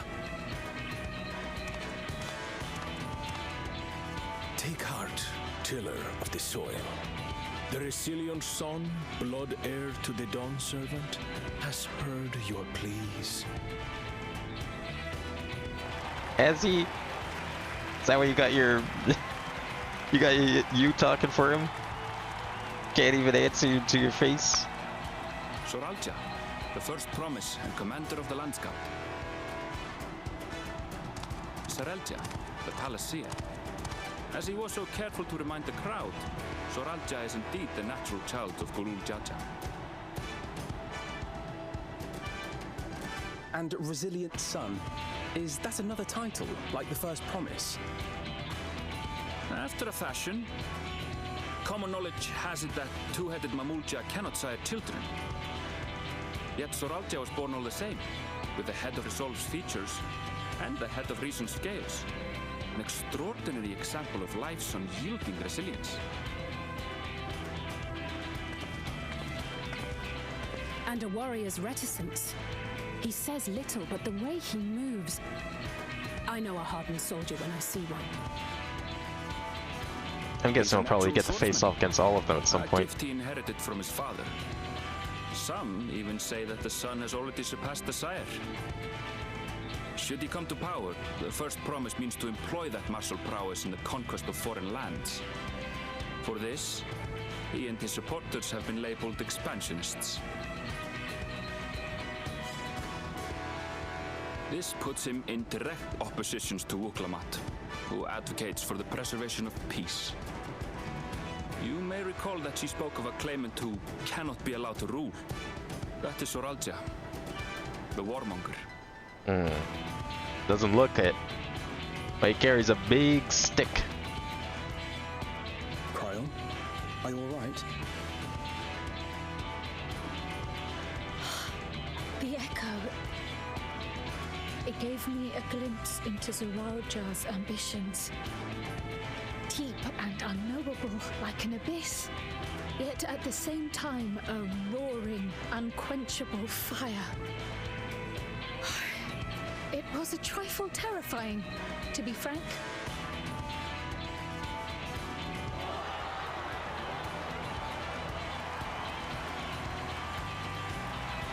This person doesn't even look like he lives here. It's a big gun he's got, though. Second promise, you must bring us more marvelous conveniences, more dirigibles and trains and the like. Oh yeah, he's the one that brought all that In stuff. charge to make trading easier. Oh, they even sound like the Pelu Pelu from 10. The elders, they complain about abandoning tradition. But we're not like them, afraid of everything foreign and new. You have our wholehearted support. With your ingenuity and knowledge, you're sure to win the contest. Yeah, science guy, eh? Forgive me, but the right of succession is barely begun. I will hear your petitions if and when I am named Dawn Servant. If you will excuse me. He doesn't seem too bad. I mean, we were not told to watch out for him, right? As always. That's Arcona. Practical to a fault.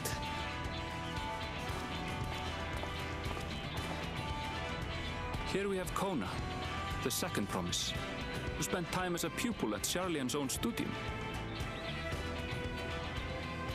Oh, he's also been to Charlian. Now that you mention it, I think I did see him in the halls once or twice. There was nothing to suggest he was Turali, much less from a royal family. That was by design. He forwent his usual garb and took an Eorzean name to avoid attention. That seems to be a common theme among the Turali. And the railway too, given what we just heard. In furtherance of his goal, to enrich Tuliolal with every bright notion he learned of in Charlian. He is the hope of those who prize innovation. As aloof as he may seem, Kona and Wuklamat actually get along rather well. They bicker and banter as only close siblings do. Well, hopefully that relationship doesn't get strained as they fight for the throne.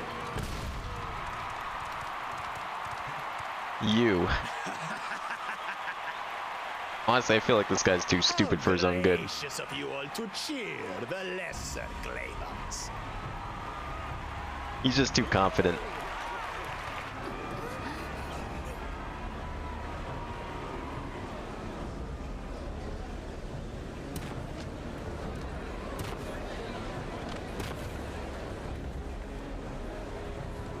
Oh, come now. What are you afraid of? I'm no different from your Dawn servant. That my kind should reign is Mamulja tradition, and has been so since before there was a Tuliola. I'll brush aside your feeble contenders, and then you'll see who deserves your fealty.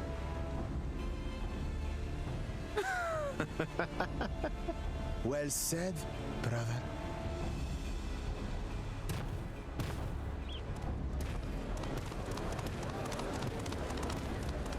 The Mamulja have finally found peace in Tuliolal. Pity those fanatics are intent on keeping that tradition alive. I guess he's also another warmonger. Bakul Jaja, winner of the recent martial tournament, and the only claimant not of the Dawn's promise. His strength is undeniable, but you see how he is. A few devoted Mamulja are his only supporters. What would he do with the throne should he win it? His policies and so forth. I doubt he's thought much beyond winning the contest itself. But one thing seems certain. If he does become Dawn Servant, he will see the Mamulja exalted as the ruling class, and all others forced into subservience. Sounds like another that cannot be allowed to rule. Yeah, that sounds pretty bad. I don't think a lot of people here will like that.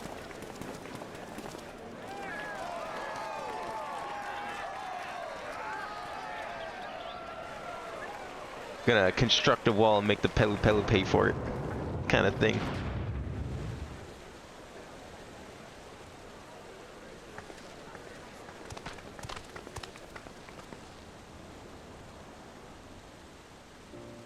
We wish for one thing and one thing only, Third Promise. To abide together in harmony with our neighbors whom we love in this land we share. It is our way, the Turoli way. Galul Jaja built for us this peaceful nation, and we beg you to preserve it. You have my word. I won't let your pleas go unanswered.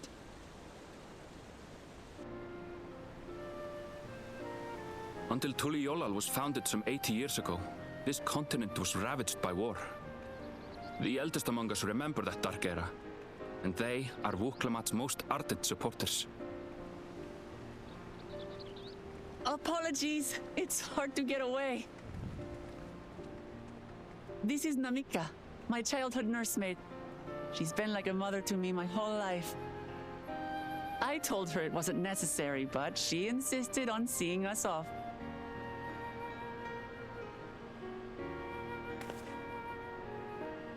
I place our precious third promise into your care. Did you know Wuklamat was taking part in the rite of succession? Of the Dawn's promise? I thought it was only Zoralja and Kona. If she has any accomplishments to her name, I've yet to hear them. Sounds like, Compared to the no one's got any Tuwamuja, she pales faith in her. martial prowess. And then there's Kona, who's far and away the most educated of the bunch. I hate to say it, but it's hardly a competition. It's fine. More than anyone, I understand how much better my brothers are than me. Better? Wuklamat. I have never thought of you as the I lesser bet those sibling. the others get seasick. If that's what they're complaining about. Your brothers may excel in their respective ways, but you boast qualities that both lack. A strength that is yours alone. Having cared for you for so long, I should know. Thank you, Namika.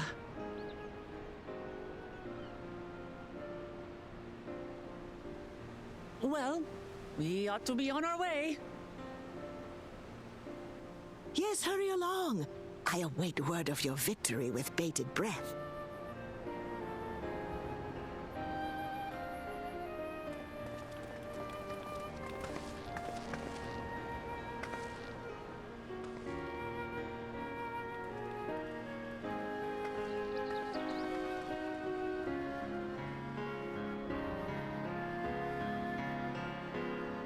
Yeah, this is looking to be a pretty exciting adventure. Alright, where are we going next? Do we finally get to leave this place? Is it time? Oh, it's raining. So much for the brief you had in mind. Papa is not one to waste time when he decides to act. I'm used to it by now, of course, but others are often caught off guard. In any case, we should talk about how we're going to find the City of Gold. All we have to work with are the 7 tablets and their connection to the Tuliolal saga. Might I suggest first comparing the tablets against the pillars? We could check for any discrepancies between them. Good idea. Let's go and take a look. Ooh, that's an interesting idea. Maybe he left some clues in the tablets by deliberately making them incorrect. Where was that stuff? Is that like along here? Oh, it was over here. Is it way down there? It seemed like it was. It's okay, let me just break my knees. Fastest way to get down. I don't think I grabbed that one actually. Oh! That was a mistake! You only need to climb a tower to break your kneecaps in this place. Oh, I got this one. No, I don't have that one. I have that one. Okay, I should probably go get the pier then. Let me get that quickly first, and then we'll head over. Where is that? Down here. It's on this pier? Yeah, here it is. That's probably it.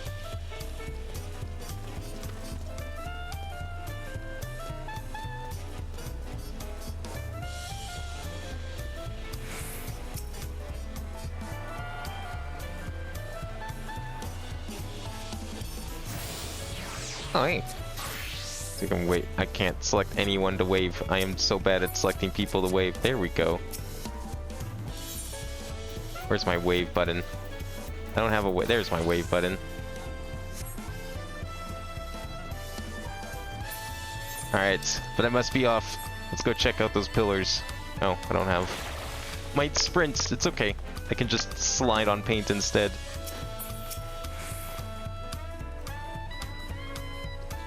That makes everyone. Uklamat, the tablets if you would. Of course.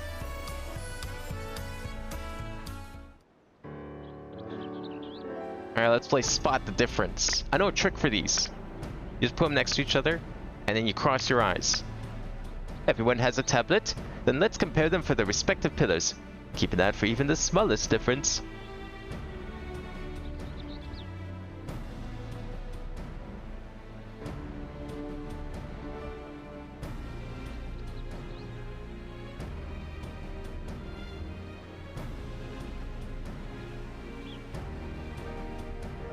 But even if we do find a difference, what could it mean? Maybe one of the glyphs are different? Possibly? Or all the ones have writing on them?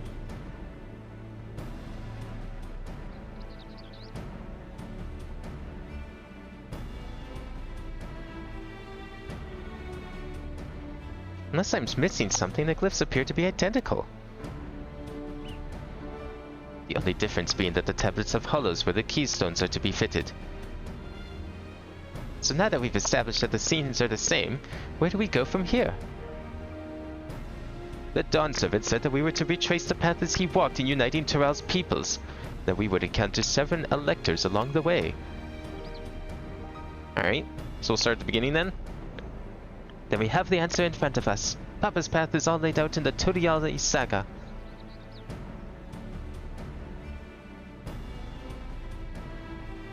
The events the glyphs portray.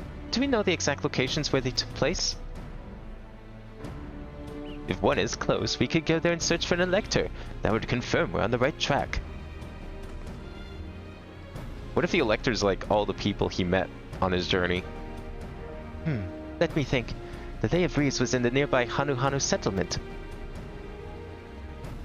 Papa took me there once.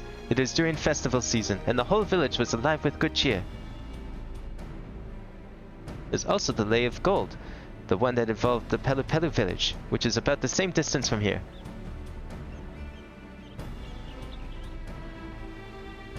Before going anywhere, we should ask around about the road ahead.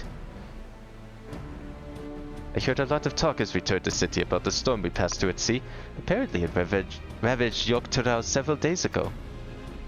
Since our roads are not as well paved as Eosia's, they're more susceptible to damage from natural disasters. If we want to avoid wasting time taking a dead-end trail, I suggest we spend a few moments to making inquiries.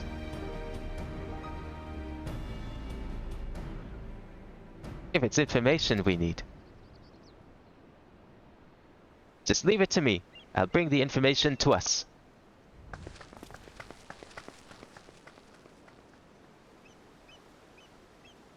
I have a feeling this is not going to end well. It would be prudent to ensure we are prepared for the journey. I'll guide you to the accommodations I've arranged.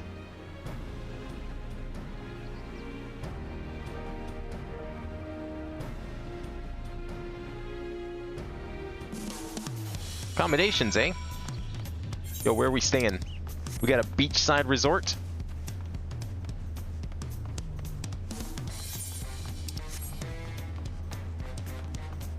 It's probably one of these buildings over here.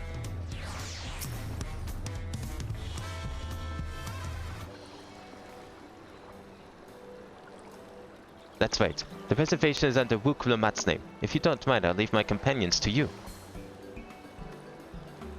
Certainly, sir. I'll go ahead and track down the third promise. Once you've finished organizing your gear, you can meet us outside XIV.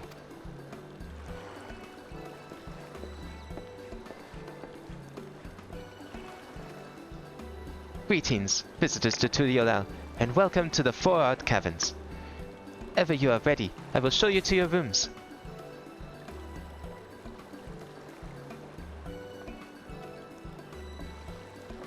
Dang, we get a beachside resort and everything at this place. This is way better than Costa del Sol.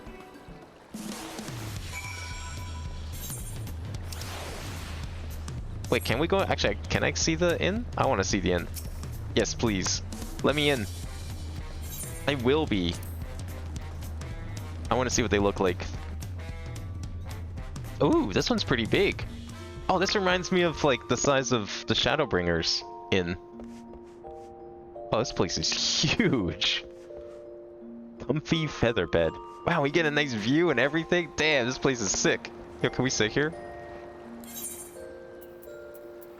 Where's the sit? Isn't there like a lay? Oh, actually, yeah, can we lay on this? Where's the lay button? I don't have that favorited. It's probably in here. No? Is it under here? We got sit. I know there was like a lay down. Sit on ground. I don't remember what it's called. There's definitely one here somewhere. I always... Is it sleep? Nap? Damn it. I don't know where it is. Doze. Maybe this is it. Does that work on this chair? It does. That's kind of open for a custom thing, but this looks cool. Man, the graphics update's crazy. Like, if this was any other expansion, you'd be able to see, like, the repeating texture in the rock all the way across that landscape. Also, those bushes would be invisible. Like, you wouldn't have a render that far out.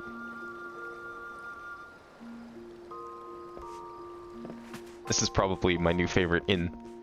Now, if only we could have housing here. I'd be down for this. I mean, it's no moon, but I'd be down for it. Okay, where are we going? Up there. Let me teleport there. I appreciate the teleport here, but it does seem weirdly close to the other teleport. Yo, is it taco time? Can we have some tacos before we leave? Is that why we came here? Is that our excuse?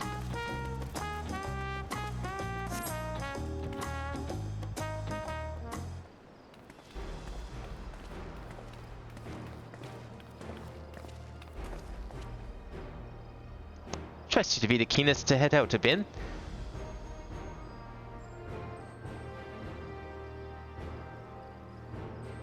But where are Erinville and Bouk-Lamat, I wonder? I thought they were inside getting tacos already. Oh good, you're all here. Who might be your companions? Seeing as we needed information, I thought who better to get it from than the locals. These two hail from the villages we're thinking to visit.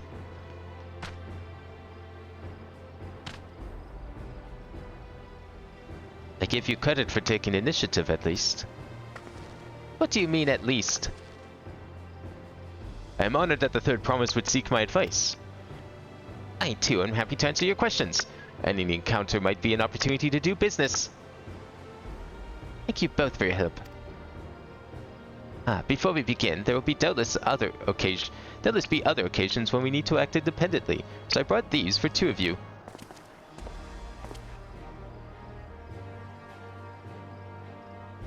Link pearls? What's this? It is called a link pearl, a gemstone harvested from a special shell. When linked together, they allow people to communicate across great distances. Is that so? What a handy thing to have.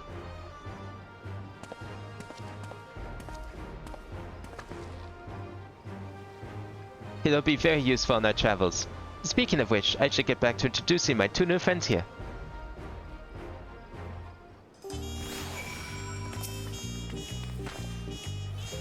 The Tulial Saga features a number of Tural's clans. Two of those, the Hanu Hanu and the Peru Peru, have sentiments relatively close to the city, so I brought a representative of each. As I mentioned before, the Hanu are cheerful people who love their festivals. They make their appearance in the Lay of Reeds, and their home village, Okanu, is located in Kozamauka.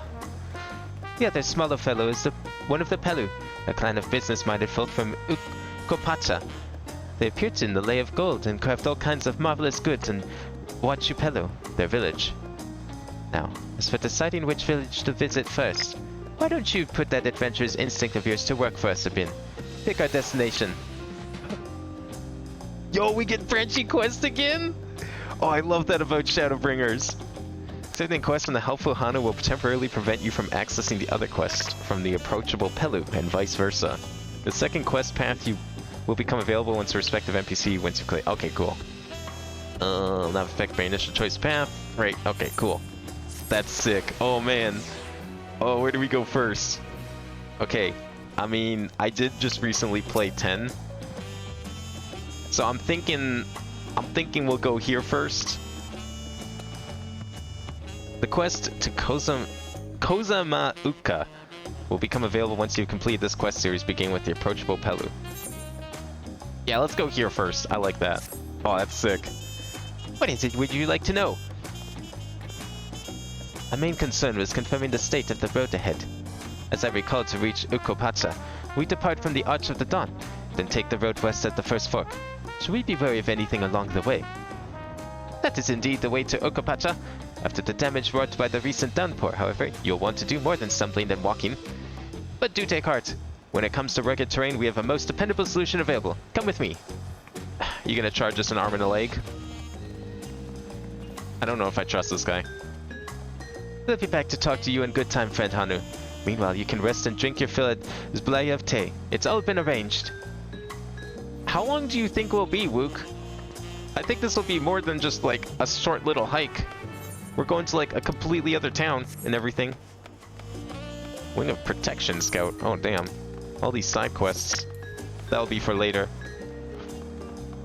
I don't know which of the blue ones will be worth doing on stream, but I'll have to look into that.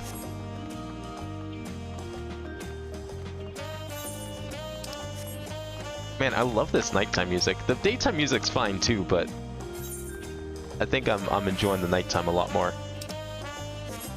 Oh, we're gonna go by Alpaca. Okay. I guess that works. That's right, an Alpaca.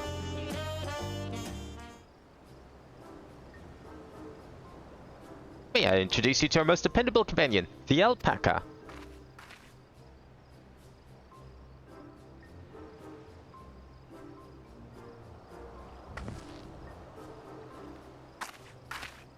These animals can traverse Ukopatsa's steep mountain trails as if they were gentle fields, and all while carrying heavy loads. Our merchants would be most lost without them.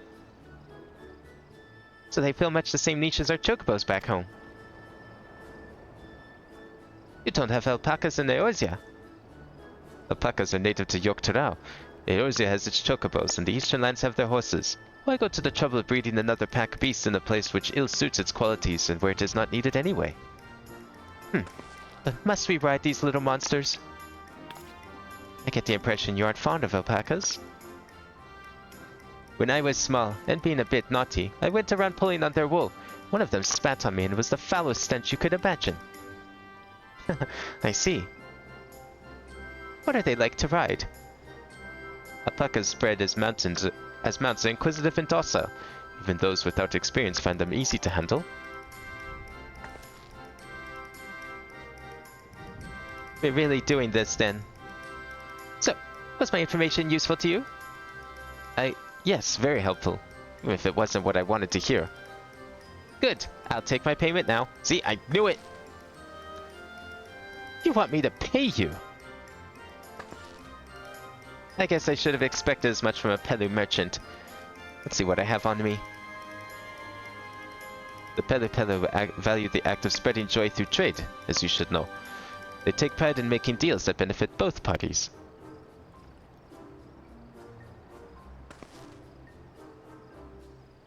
Here you go, a fair price for your fair advice. Yes, I made a trade with the third promise herself. My friends will never believe this.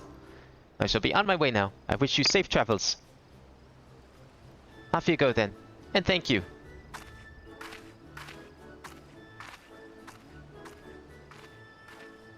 I better not get spit on again. You brought that on yourself. Remain calm and gentle, and so will they.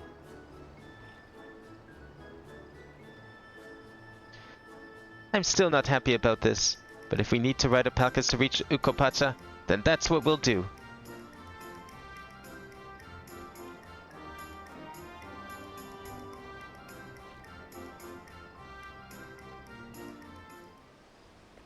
So we're heading up to the mountains, eh? That's our first destination. Oh, through the desert. I've seen previews of this area. A little bit, anyways. Poets of yore sang of a mountain that would stand tall, even should all other lands sink beneath the sea. Indomitable and eternal, it arises from Urkopacha, the 100 peaks of time. Of all the beasts which crawl and fly, only the legendary Valigarmanda could hope to disturb the summit's serene majesty. Yet, with that flying calamity imprisoned by the Dawn Serpent, what great feat remains for those who would claim the throne? Urkopacha. Oh, that's a tall mountain. We're gonna go up there too? I bet that's a dungeon.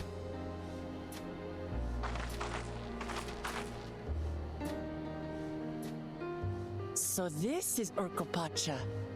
I've never actually been here before. Where have you been? You would think the daughter of the leader, of the ruler, would be and clear. more encouraging of adventure, especially considering what he did. Mountains everywhere you look. That one massive peak in particular has quite the presence. It puts me in mind of Som-Al. That is Workor Sormor, the tallest mountain in Yogg-Tural. Its sheer height makes it an imposing climb. But there are other reasons the ambitious keep their distance. Like what? Oh, do tell. Where to begin? Excuse me, but you're Wuk Lamat, are you not? I hadn't thought to encounter one of the Dawn's promise here, of all places.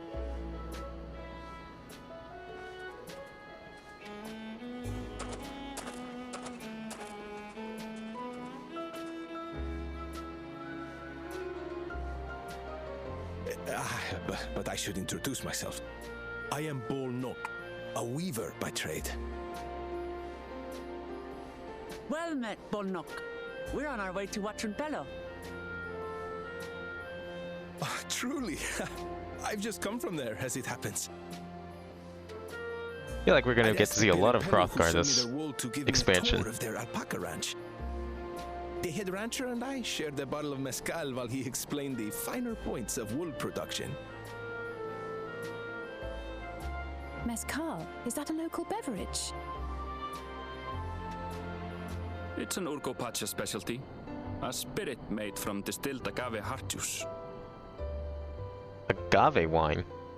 That's interesting. Yes, and it must have done wonders for my mood, for I tripled my usual order of alpaca wool. They did offer me a discount, though, so it wasn't a bad deal in the end.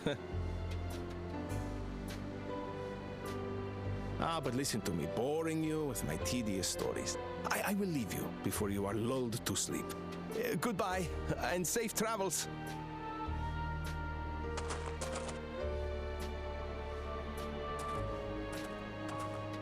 Oh, silly me. I almost forgot to say the thing I actually wanted to say. Peace for Tural. I agree with your vision, Third Promise. You have my support in your bid for the throne. Hey, that's one.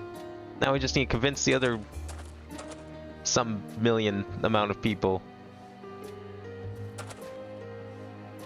I gather from his tale we would be foolish to underestimate Pelu Pelu merchants. Yes, they do more than run the markets in Tuliyollal. Pelu Pelu peddlers can be found everywhere in Tural, traveling from place to place on their sturdy alpacas. They are effusive and engaging speakers, and many's the customer who's been talked into spending more than they bargained for. Sound almost craftier than Ul'dah merchants. They won't find this customer so easily charmed. Oh, really? That's what Estinian said. Then he spent all his money on a sword. Off the main road. Don't get lost. It's right there. Oh, I thought it was gonna be further away. I actually didn't realize it was right there. Yeah, we can fight the alpacas? I don't know if I want to do that right now.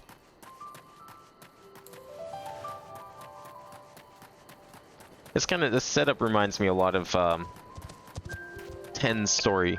Like just a group of people traveling across the land on like a sort of pilgrimage. Although for us it's more exciting. This is it. Watch in Pelo. Home of the Pelu Pelu. Wuklamat should have arrived before us.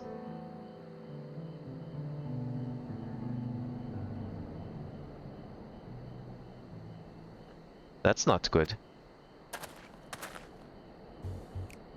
She's already chatting with the locals, eh? You've come all this way for the right of succession. Oh, so this means I'm exchanging words with the future Dawn servant. Please, the outcome is far from decided, but it is a possibility. How fortunate then, that I deal in cloaks woven from especially luxurious alpaca wool. Such a garment would look magnificent when draped over the shoulders of our budding ruler. And a nation's ruler should dress her best for her adoring people, yes? Finery for our finest lady, that's right. Come, third promise. My well-stocked shelves are but a few steps away. Finest lady. I like the sound of that. Alright, I suppose a quick look wouldn't hurt. What did we just talk about? Erinville, when did you...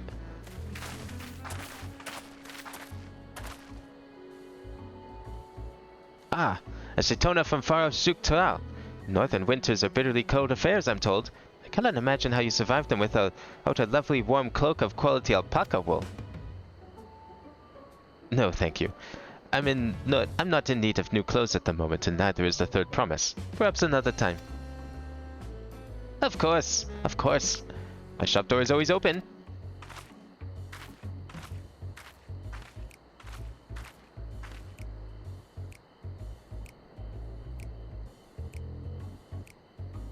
You were saying something about not being easily charmed.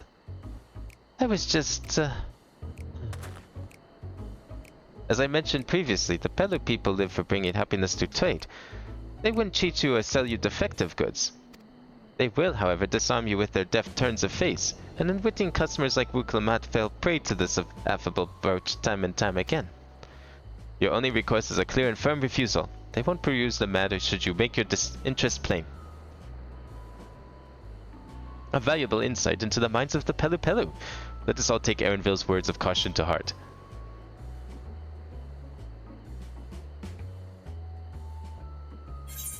Look, if anyone here isn't gonna get easily charmed by a shop, it's gonna be me. I mean, I don't buy anything. Where do you think I got this 14 million gil from?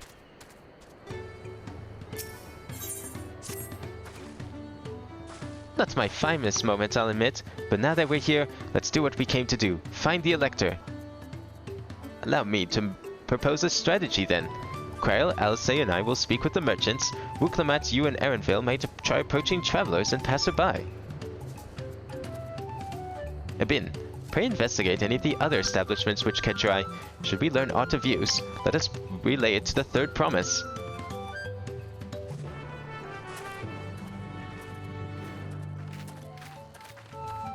Alright, let me go attune with this first and then we'll get started. Oh, there's someone back there. Distillery worker. It's okay. I won't get drunk. I don't touch the stuff. You can't fool me.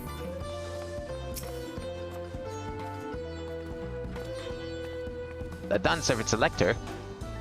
As I thought, you were a new face in town. Here for the right of succession, I take it. Me, I don't care who sits in the throne so long as they keep Toral peaceful. People tend to not be in the mood to relax and sip our excellent mezcal once arrows and spears start flying, if you know what I mean. Speaking of which, would you like a cup? A joy shared is joy doubled, I say. Nope, I'm good. Not much of a drinker. Oh right, yes, you're asking about that Elector business. Being but freshly returned from my trading route, I've heard that there's a contest afoot, but not much else. Our head ledger, Tobley, could probably tell you more about it. Tobley? Oh no. I was wondering if there might be someone named that. Tobli was a Pelu Pelu from 10-2. A very sly one, that. Electors? Oh yes, I've heard all about the right of succession. They're looking to put a new ruler on the throne, eh? Personally, I'm rooting for Zoral Ja. If the first promise wins, he'll look to expand our sphere of influence. That means access to more resources and more customers. In the thousands, column potentially. So many new trading opportunities to spread happiness far and wide. Others have been coming around to my way of thinking, so I've begun crafting goods inspired by the resilient sun. Would you care to purchase something? No, just... I'm good. Very well. You said you wanted to know about the Elector. I could help you, but I won't. I can't tell you're no supporter of Zoral Ja or his policies. Alright then. Don't help me then. How big is this place? Ooh, that's pretty sizable. Warlar's Echo. That sounds intriguing.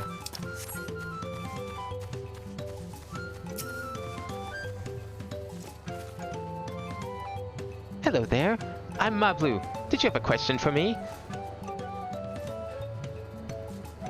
Sorry, I don't know about any electors. You should take a moment to see our prized alpacas before you leave, though. Oh, but be sure to admire them from a respectable distance.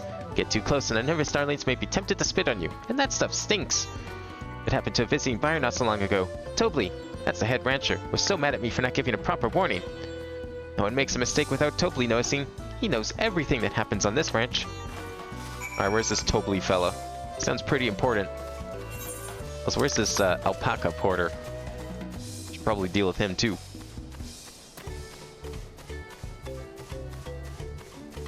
There he is. Might as well just check this off.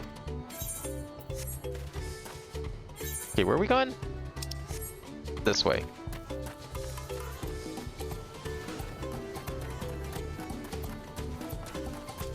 Are we just reporting back, or we have a fourth person to talk to? Nah, it's just going back to Wook. Okay.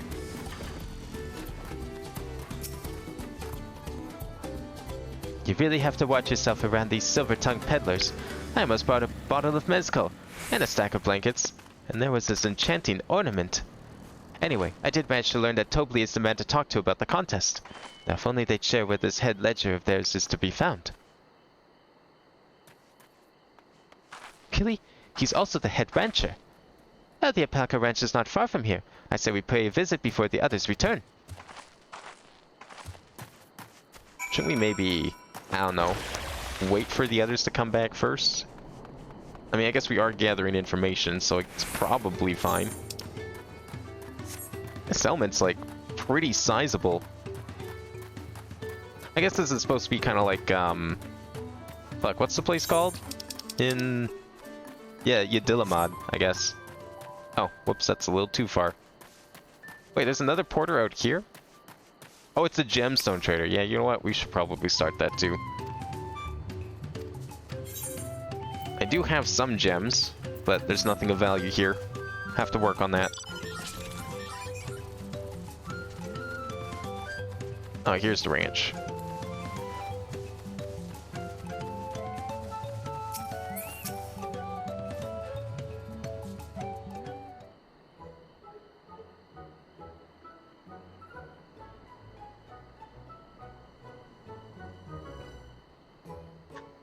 That is a lot of alpacas. Still, we know the head ledger could be here somewhere. I can't let fear deter me. Not to say that I'm scared, of course.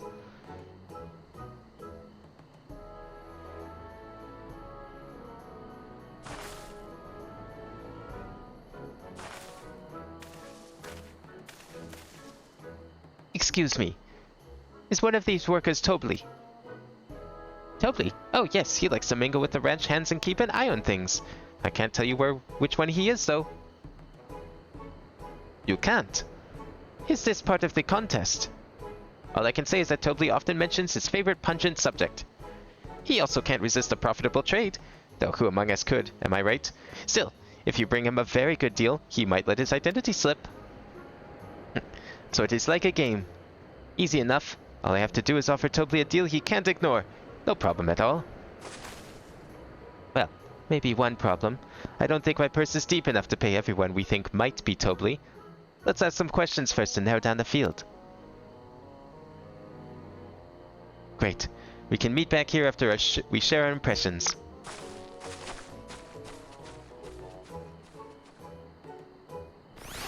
Alright. Let's see. Well, obviously, I'm not Tobli. I mean, oops. I shouldn't have said that. Oh, come on. You don't look like Tobli at all. You said Tobli was a guy, first of all. You're meant to find out for yourself who Tobli is, or if an elector is even in the village at all. Good luck. Whoa, jeez. Careful you spawn that thing, man. A visitor from across the salt, if I'm not mistaken. Be warned, the alpacas will spit on you if you startle them. I suggest you keep your movements slow and deliberate.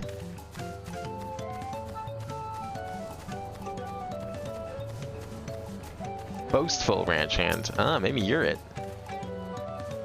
You think I might be Tobli? Well, maybe I am. All I will say is in this village, none have reared more alpacas than I. That sounds like something Tobli might brag about, if he is the head rancher after all. Am I Tobli? Yes, that's me. Excellent work from the Third Promise and her entourage. Sharp instincts. Shall we commence the rite of succession then? Oh, well that was easy. Wait, where am I going? Back here. Oh, we gotta start the rite, I guess.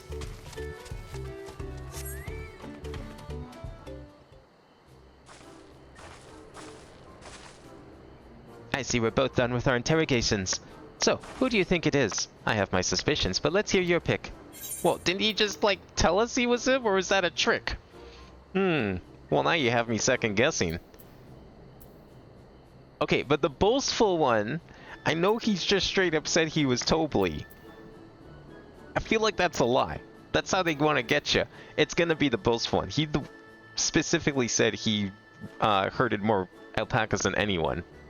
I mean, who else would be a better fit to be the head?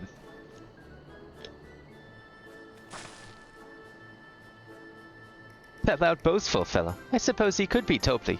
Only one way to find out. I'm probably wrong, aren't I? Nothing would make me happier than knowing your identity. So how about we make a deal and you tell me the truth? I have money.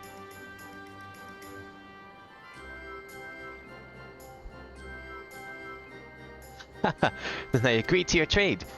Done and done. As for my part of the bargain, I am not Tobli. Not the head ledger, and not the head rancher, just a humble ranch hand. God damn it! I was tricked with the reverse trick. You're not him. Damn it, Abin, I trusted you. That coin could have bought me 300 gourmet tacos. No, I can't let this taco tragedy distract me from what matters most. We need to determine which one is Tobli. I guess we're gonna have to try again. Okay. Well, the nonchalant maybe, right? Alright, fine. We'll go with the other obvious one. Maybe the diligent one, I guess, if he's hardworking, but... He seemed unconvincing to me. But if that's your choice, then that's who we will talk to. I'm probably going to be very wrong with all three of these.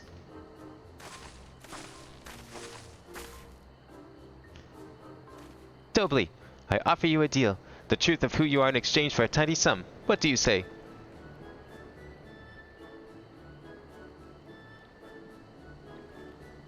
I say hand over the coin. The truth is, I'm not even a ranch hand. I just like to come by and watch the alpacas. What? Okay. What? You don't even work here. I knew I should have gone with my gut on this one. But now's not the time to more than waste the coin. We need to regroup and rethink this. Well, I guess that leaves one person left. Unless What's-Her-Face was lying this entire time. It's probably not going to be the diligent ranch hand. I bet it was her this whole time.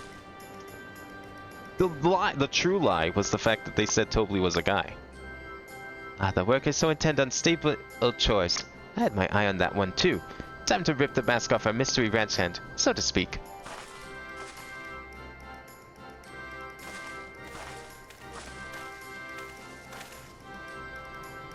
We know it's you, Tobli. And to prove it, I propose a deal. A generous sum of coin for confirmation of your true identity.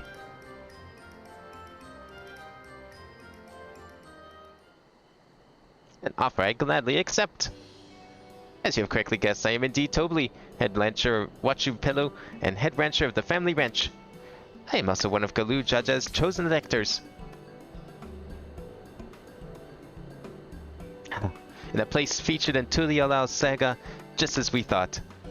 Though it took more coin than I would have liked to know for certain.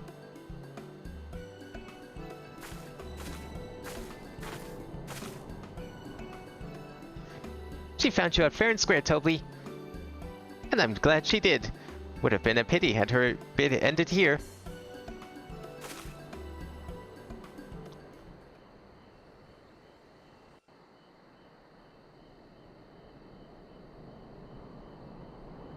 Deducing the Dawnservant's elector was the first step of the feat.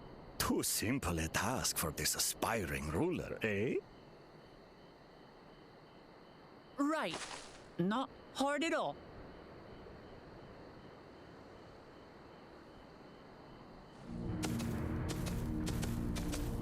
Oh, and they just get to walk up and do nothing because they watched us do it? Yeah, figured. Zorolja.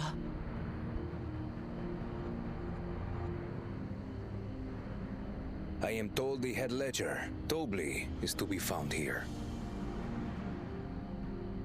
You have to guess which one of us is Tobley. That's part of the test.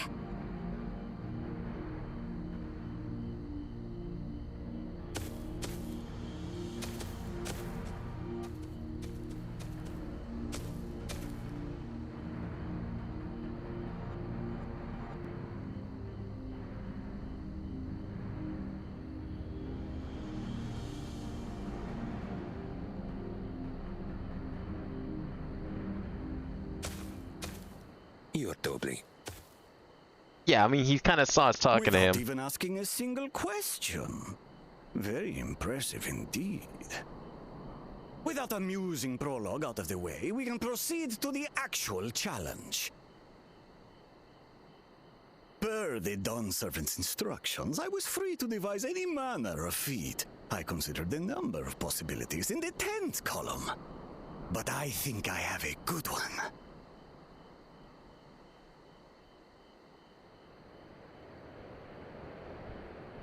You must go forth and capture for me an alpaca. That's it?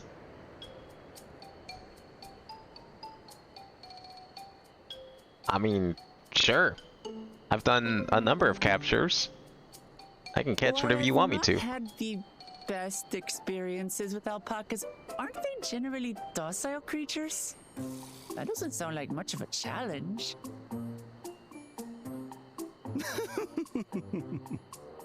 Bring out the example! Oh, they've got a special alpaca.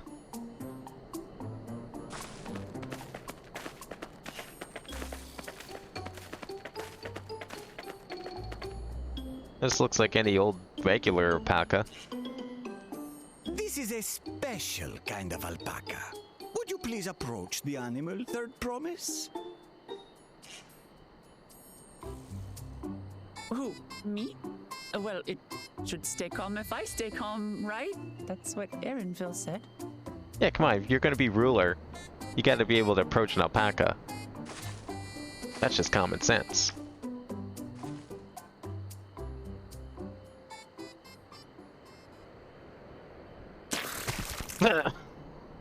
Ah! The little monster spat on me! Ah, oh, that stinks. I can't. Let me guess, we have to like get spat on and then smell it. They have a special scent to their spit.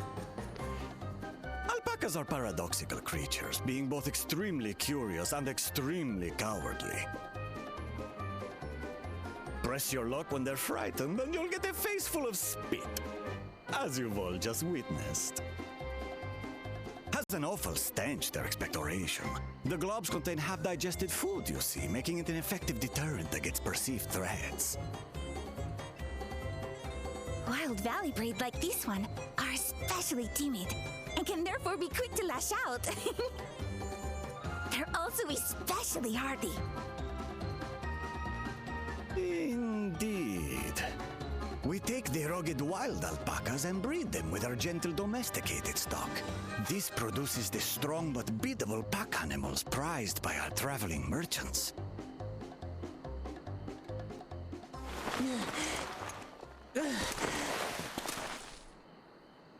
That's all well and good, but did I need to bathe an alpaca spit for you to make your point? Yes. So, the task is to Yes, catch you a did. wild alpaca. That is correct. But be warned that it is a feat easier said than done. I suggest you prepare well before you enter the valley where the creatures dwell. And by you, I mean the claimants only. Allies are not permitted to assist with the catching. Oh, okay. I guess I would make it too easy. The alpacas will help me judge which of you is worthy of receiving a keystone.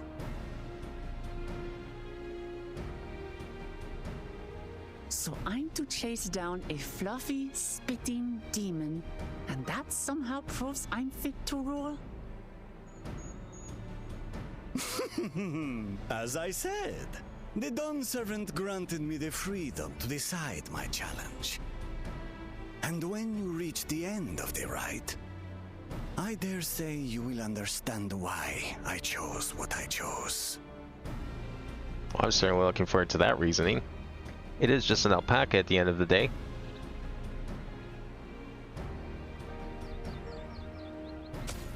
Very well. This won't take long. Ooh, that's some confidence there. Wait! Didn't I warn you this was easier said than done? There are preparations to be made, factors to consider. A beast is a beast. All yield to strength. Hey, you're not supposed to hurt it, though. He's gonna fail this hard. So far, this experience has done absolutely nothing to improve my opinion of alpacas.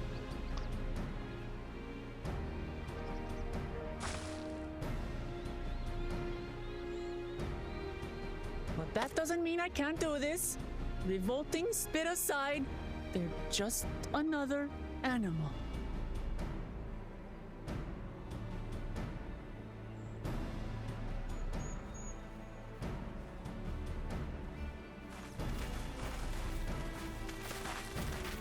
Are you all right, Orclamat?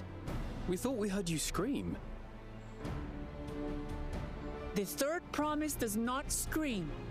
It was more of a startled yelp. Scream, in other words.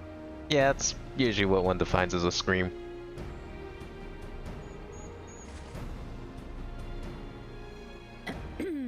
Did you find the Elector? Oh, we certainly did.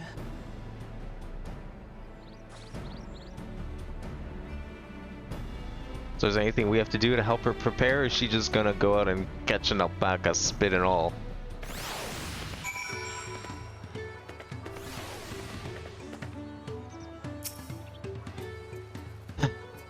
I had to go and wash that nasty stuff off my face. I think I got all of it. But would you mind taking a sniff for me just to make sure? The stench has ruined my sense of smell. What? What do you mean? Hey, I saw that look. Yeah, I'm not sniffing you. Fuck that. Get someone else to sniff you. Aaronville will do it.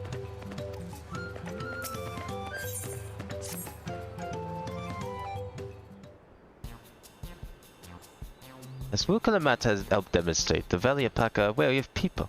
Getting close enough to catch one will not be an easy task. You might have warned me about that earlier. I have enough trouble with the tame alpacas. How do you expect me to wrangle a wild one? With the proper saddle, we infuse the leather with a relaxing scent that soothes the spitting beast. Wonderful. Give me one of those then. Have you perhaps forgotten we are a clan of merchants? If you want taming saddle, then you'll need to find a saddler and make them an offer. They don't come cheap, of course. Crafting a saddle will cost you the equivalent of 10 pel, the thousands column. You mean 10,000 pel? I don't have that kind of coin. Aren't you, like, kind of a princess? How are you not have 10,000 pel? I got, like, I mean, I don't know what the exchange rate is, but I imagine it's pretty similar. Converting to gil, that comes to around 1 million or so. Okay, that's quite a bit, actually. Never mind. I'm also broke, definitely. Mayhap if we all pitch in. No, this is my feat to accomplish. I would not feel right about having others pay the cost. I'll find the money, somehow.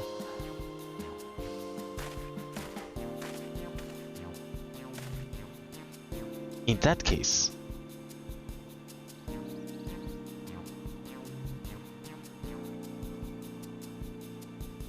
that basket of wool is worth the sum you paid me earlier, 1 pel in the hundreds column. Beginning with the wool, you can trade for even more valuable goods until you have something suitable to be bargained with for the saddle. Ah, the old paperclip into a house trick. That's a nice gesture. What do you think, I could turn 100 pel into 1 million? That's 10,000 times more. We need 10,000 pel, not 1 million. So we're looking at 100 times more. Oh, right. I panicked and got it confused with Alphino's million gil. That is some expensive wool if it's like... If we're talking like 100 times for the exchange rate, he said that was like 100, so that's like 10,000 in wool. Most wool I sell is like barely worth 100 gil. I'm not so sure about this trading idea. You were almost talked into buying a cloak you didn't need mere moments before after you arrived. But I hate it when you're right. Then let me help you with your deal making. Oh, hello again. Maplu. I work here as a ranch hand, but I've also learned about the peddler profession. If it's alright if I aid them now, yes. I guided the claimants towards the first step of the feat like you asked. As long as Wuklamat goes to the alone to capture her alpaca, she is free to accept assistance from whoever she likes. Let's see about getting you that saddle then, third promise. I don't know why you made your offer, but I could use an ally with a beak for bargains. Welcome aboard, Mablu. She's totally gonna ask for something insane in return. Should the rest of us stay behind perhaps? It may be easier to haggle over prices without so many voices chiming in. Yes, stay here and pitch in with the ranch work. With Mablu gone, I need extra hands to tend to the alpacas. Gladly. Although, I think you should go with Wuklamat. You've seen markets and bazaars the world over, and surely you have sage advice to share? I know how to sell things, I don't know much about buying them. In that case, you should also hold on to the alpaca wool. If it is misplaced or soiled in some way, you'll have nothing to bargain with. Wow, we're just not trusting her with anything. As if I'd do such a thing. But I'll leave the wool at the bin anyway. The better to keep my hands free.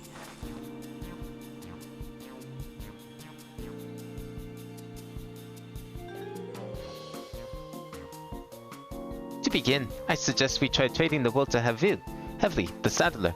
He won't agree to the deal, of course, but he'll give a nice idea of how much he'll accept for his wares. Ah, that's a good idea. Get an idea for a price range here. It's like checking the market boards before you put your item on sale. And then you go and put it on sale for 1 gil less than everyone else.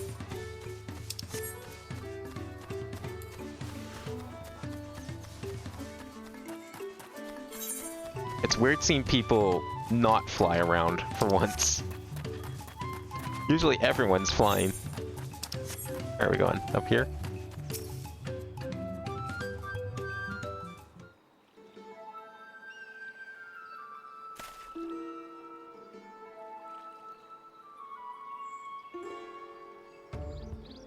Something I can do for you. We've come to bargain. I need one of your special taming saddles to catch a wild alpaca. A saddle, is it? And how will you be paying for it? With this basket of fine alpaca wool.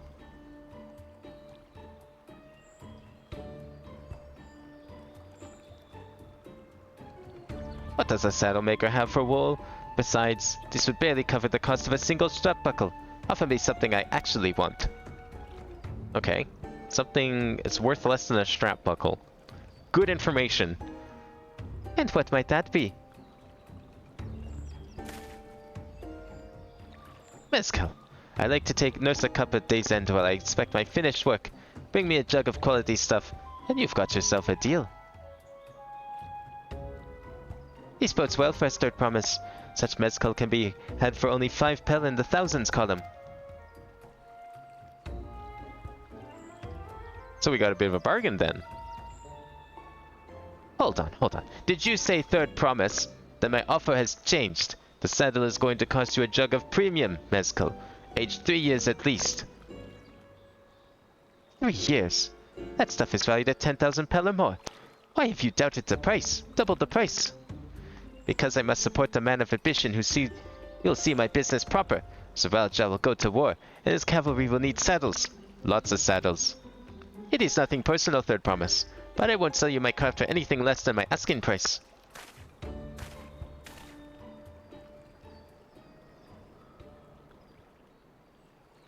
I blame her. She said Third Promise. Stop addressing her like that, or we're not going to get anywhere. We can't stay here. I can't say I can blame him. I'm known for championing peace, and peace is unlikely to bring him more customers. Those of our grandparents' generation remember the dark days when the clans were at war. Many of these Pelu pray for your victory, Wuklamat. The younger ones, though, to them strife and bloodshed is children's stories. They think themselves safe from these horrors and take to the peace we now enjoy for granted. Still others are unsatisfied with this quiet prosperity and crave the future, the second promise envisions. They become obsessed with innovations like the dirigibles that have made them swift and easy. Then you have those like Havli, convinced that the first promises planned for conquest will afford them opportunities for great profit. But what about you, Mablu? Aren't you one of the younger generation? At least a year or two younger than me, I'd say. Oh, I was raised on the old tales. I've memorized the accounts of what it was like when the Yokhoi ruled our village. That's why I offered to help. I want you to become Dawn Servant to keep our nation from going back to the way it was. Well then, I guess I'd better make sure I win the contest. But the type of mezcal the cider maker wants is so very expensive. Weren't we expecting you to need 10,000 pel from the outset? Nothing's changed. We just need to get on with it. I may not have the head for trade or the stomach for alpacas, but I won't give up with the piece of Tuliolal on the line. Then neither will we. We will make you Dawn Servant. Assuming that 10,000 pel jug right away will only bring us failure and frustration. So let's first try trading with the wool for anything with even a touch more value. The trick is to find someone who needs alpaca wool and is willing to trade at a loss to acquire it. Someone who supports your bid for the throne room, for instance. Oh, that guy from earlier that we talked to. Is he back in town yet?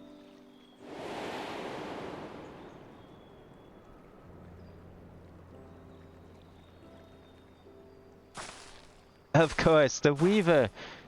Bolnock was his name, I believe. He went out of his way to say he agreed with my vision, and he was here to buy wool. I think I remember the direction he was going, but for now let's head back to that road where we first met him.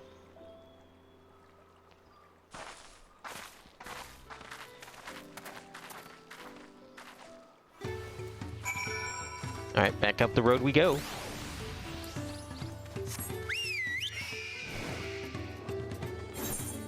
Boy, I wish I had at least, like, the riding guides, but you need fates to get those. It's probably only rank 1. I think they're a rank 1 prize. So we could... you know what? I'd be willing to keep an eye out for fates along the way. At least get the first 6. I'm assuming it's still 6, right? I don't have it yet, but I unlocked the gemstone trader. Is that not good enough? Maybe I have to do a fate to do it.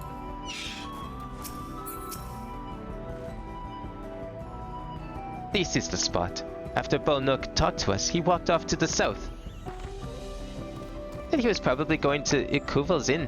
Most visitors to watching Pillow end up staying there. Let's go and check, shall we?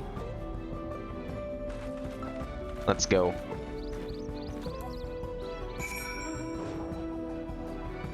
Way up here, somewhere.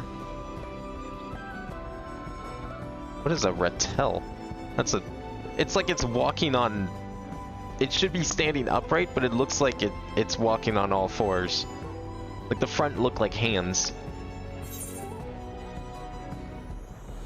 Yeah, see, there's like a fade over there. And with all the people around, I'm sure they'd be quick to do. I wouldn't mind trying to see if we can get rank 2 and then I can get the riding mount.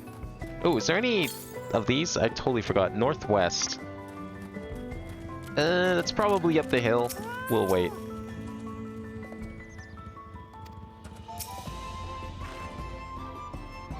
Can I have that basket a bin? Yeah, here you go. Good luck. Give it a try. Thanks. Now let's see if we can turn a profit.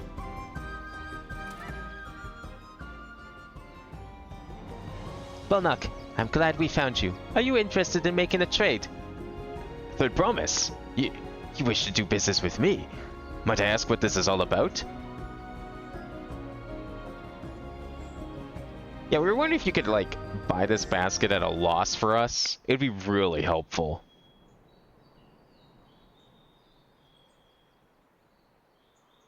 I see.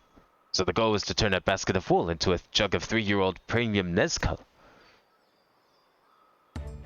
Then allow me to invest in your efforts. Peace in Tural is what allows me to cross freely into the lands of my suppliers. Naturally, I would prefer that one pledge to preserve the peace with the throne. Thus do I humbly offer you this wool poncho, a small token that I pray contributes to your victory.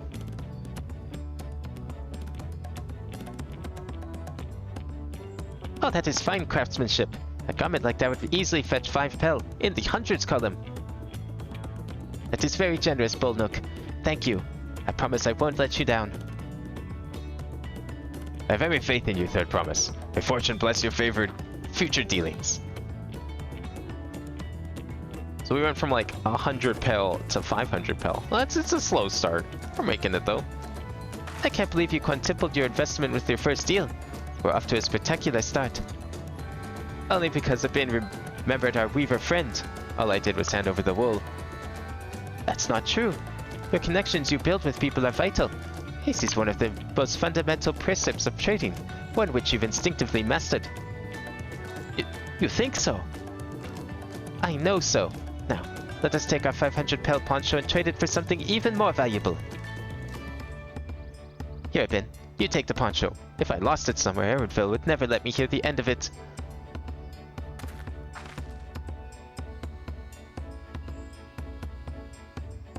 All set. Our next deal is waiting to be found.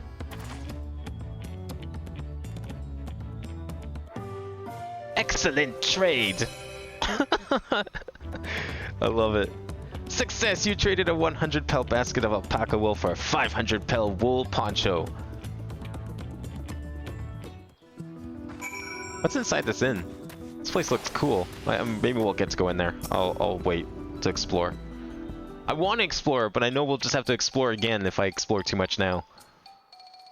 Leveraging connections is a sound strategy, but we should also consider supply and demand. An individual in urgent need of a good poncho will offer more than a merchant simply looking to stock his shelves. That makes sense, but how do we know if someone needs a poncho? They aren't wearing one? Oh, they want to fit in, maybe? That's the obvious answer, isn't it? You look for a person without a poncho and hope they're eager to buy ours. Yes, there you go. We find the demand for our supply. So where should we begin our search for prospective buyers? Well, what about the inn? Lots of visitors, right? Maybe they don't have them wherever they come from. There are any number of places. We could do worse than starting right here at the inn. They might be interested travelers.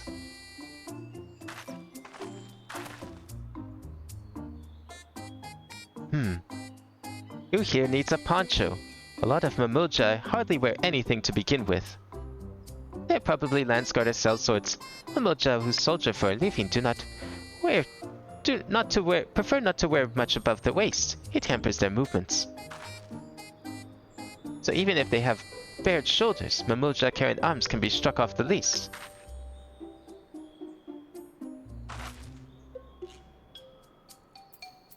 Those are all Mamoja. Do we have anyone else we can talk to? Find a potential customer.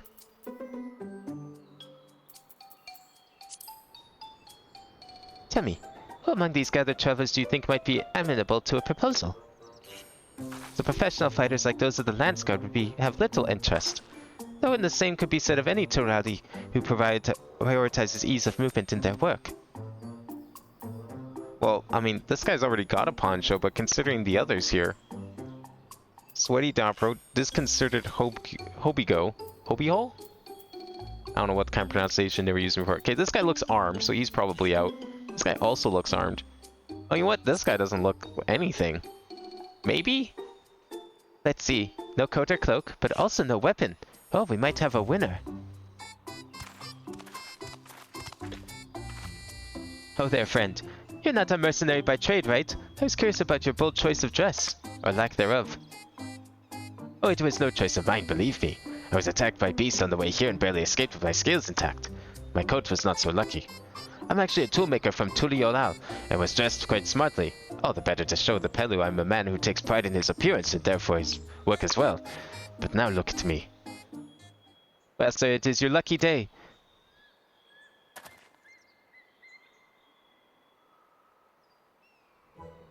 What a splendid poncho! This would be the perfect replacement for the coat I lost. We'd be willing to part with it if you'd like to make a trade. For one of your fine tools, perhaps. What about this hatchet? I crafted it myself and will vouch for its quality. Alright, how much is it, Mablu? The blade looks sharp, but the haft well made. I'd value it at 1 pel in the thousands column. Ooh, doubled? From 500 to 1,000. Oh, we've made a deal. Wonderful. A fine garment such as these should put me on even footing with any Pelu merchant. Like the eponymous owner of Miplu's 8th garden, for one. Her field hands used hatchets to harvest that mate, and I thought to impress her with the tool I sold you. No matter. I have other wares to sell. Glad I am to have met you.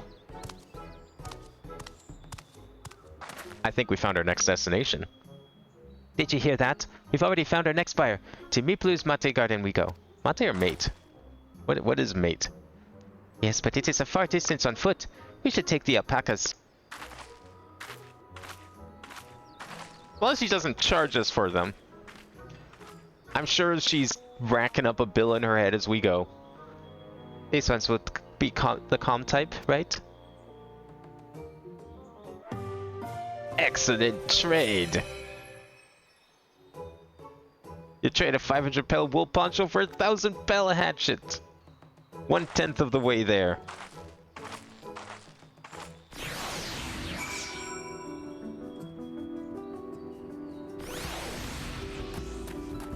Now where? Out here? Ooh! Is that the thing I'm looking for? Hell yeah, give me that. Now that can wait. Sorry, this is more important. How do we get up there? Can we just climb the rock? Ah, yeah. And doing what that ain't the right.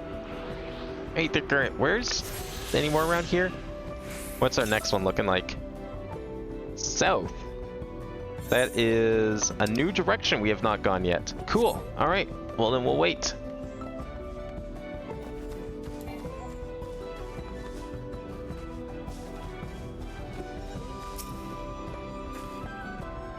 But then we are recognizing that toolmaker is a potential customer. If you have a mind to change professions, you'd make an excellent merchant. Little does she know.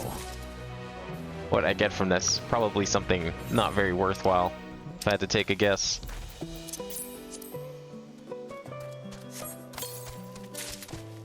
Gloves? Try them on.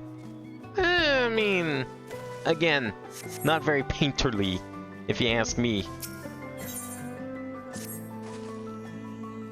Before we get moving, you should be the one to hold these.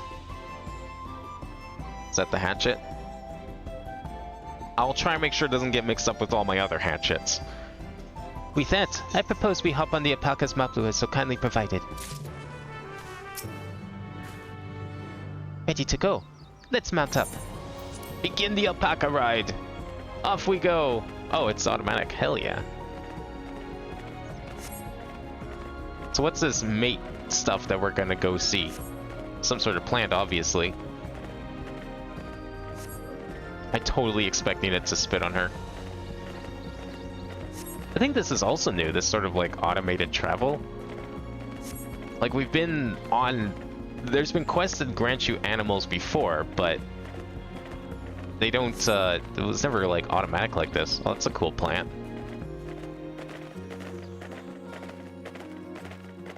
Oh yeah, this is definitely new. Warcore Zomor. Can't wait till we climb it.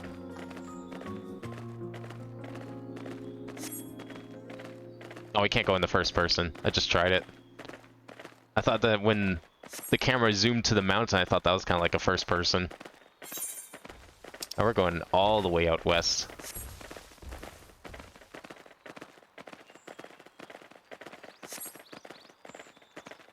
We can zoom the camera in at least.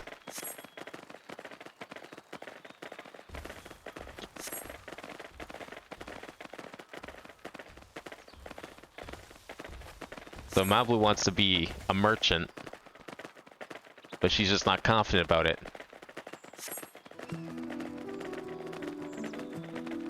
Noto Cactuar. Not the what? Well, not to what? There's probably a pun in there. I'm probably pronouncing that wrong.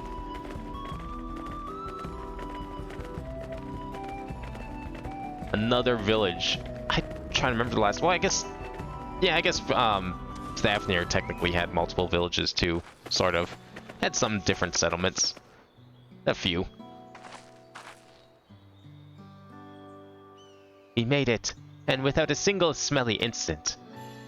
I sent the alpacas back to Ukuval's inn, so we'll walk along the main road when we return to the village. Speaking of roads to travel, you were adopted by the Dawn servant, weren't you, Third Promise? That I was. But perhaps you understand. I was an orphan too, you see. Tobli took me in. He took on all the ranch hands, actually. All of them. Yes, and everyone works as hard as their chores, grateful for the opportunity to repay the head ledger's generosity. Yet here I am. I'm the only one wanting to go off and be a merchant.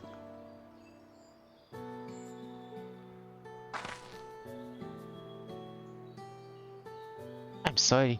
I don't know why I'm telling you this. We need to keep trading things for your saddle if we're to prepare for the Feat of Gold. As it's mate's harvesting season, they can't have too many quality hatchets. Add to that Wuklamat's way of people, and we should have no trouble making a favorable deal. That's Meeplu herself over there. Pass the hatchet to the Third Promise and let's get to bargaining.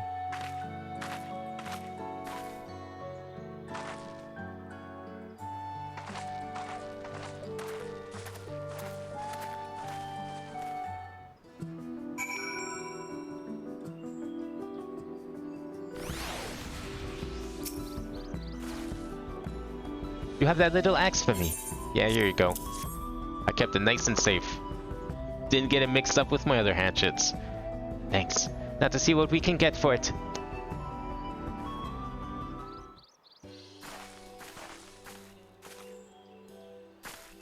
You're Miplu, owner of these fine fields. I have a mind to trade if you're interested. Well, well. Third Promise, I might be convinced to entertain a proposal. What do you have on offer? This hatchet, forged by a seasoned artisan. The razor edge of his exceptional tool will make light work of your crops. Now that's a pretty good sales pitch you got there. The quality is acceptable, I suppose. I offer you a large stack of mati leaves in exchange. A sack of mati leaves is valued at 1 pel in the thousands column. The same price as the hatchet. This deal would bring us no closer to the mezcal. If I may, Mistress Miplu, it's harvesting season, is it not? Does not the demand for hatchets afford a higher value? Indeed, it is indeed the season, which is why I procured an ample batch of tools well in advance. He already has them, of course. We've missed a window for demand. In that case, we'll have to fall back on connections. Think of it this way. A generous deal here will put you in the third promise's good graces. Surely that's worth of consideration. I do not wish to give offense, but I must tell you that I stand with the second promise. His innovations will improve every aspect of our lives, I believe, including farming, and I will no longer have need of hatchets. I assure you that I have nothing but respect for Wuklamat. That is why I'm preparing to purchase a spare hatchet at a fair price. I suppose it is fair given your reasons, but we ourselves would be no better off for the transaction. How about this then? If we were to help bring in your harvest, would you give us a better deal? As a matter of fact, I would. Until Quana's reforms come about, I can always use more hands in the fields. What kind of, like, farming implements do they even have technology-wise? I've never seen... Like, I guess the only farms I've really ever seen in Eorzea were the, manual kind. Never really seen a lot of tools or machines. Then you can go ahead and add our labor to the bargain. Hey, sometimes you gotta work for a good deal. Added value to the tip, the scales. How could I have forgotten one of the most valued basic rules of trading? You can rest here if you like, Mablu. Bin and I have mate together. I'm down for a little harvesting. Oh no, I'm helping too. Off to the fields then, and mind you pick the healthy leaves. I'll take 5 good bundles from each of you. Welcome to the mad fields, motherfucker. Alright, where we go? Off to the fields. Oh, way out here. What is this stuff? It's some sort of tree. Can I jump this fence? Huh! Hell yeah.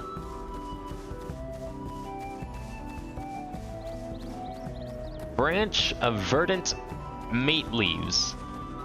Mat leaves, mate leaves, I'm not sure. Mate is how it's spelled, but who knows if that's right. What is this stuff? Can we see?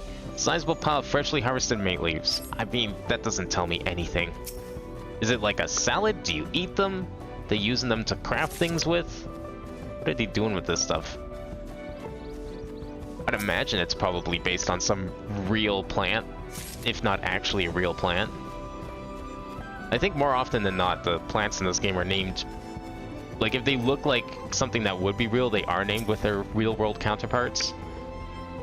Unless it's, like, very obvious what it is. Like Popatos.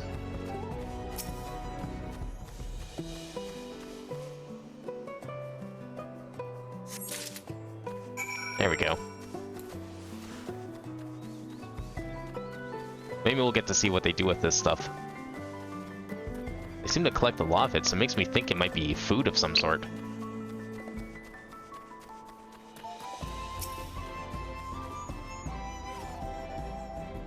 You've brought me some leaves then. Yeah, here you go. An acceptable harvest. We'll see how your companions fared before I make any decisions, though.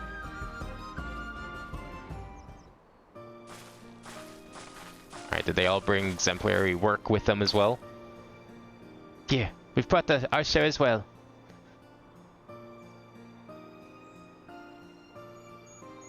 Thank you, third promise. This is more than enough to hold up your end of the bargain. Now it is time to honor mine. After adding the value of your labor to the price of the hatchet, I am prepared to offer you a full sack of our highest grade mate leaves. What do we get? Premium mate. I bought at the shop 1 sack of those leaves will cost no less than 5 pel in the thousands column. Yo, we're halfway there? Hell yeah. Alright, what are we gonna get with these leaves? Some expensive stuff then. Then we can bid farewell to this hatchet.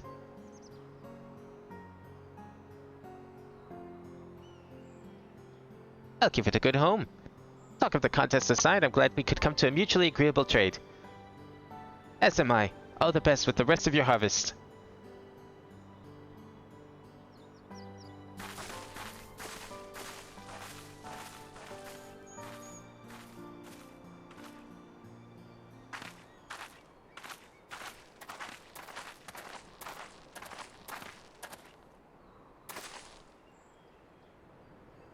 Mablu, what's wrong? As I was saying before, even after everything Tobly's done for me, I'm planning to abandon it all and become a merchant. But then I needed your help after getting a basic rule of trade. How can I expect Tobley to accept my decision then?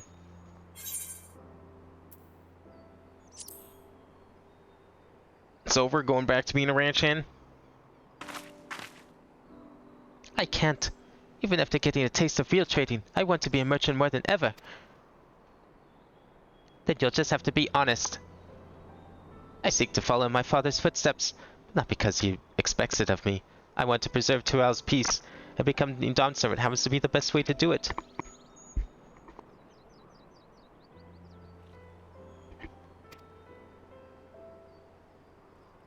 You should live a life of your own choosing, and I wouldn't be surprised if Tobley held the same opinion. So talk to him. You're right.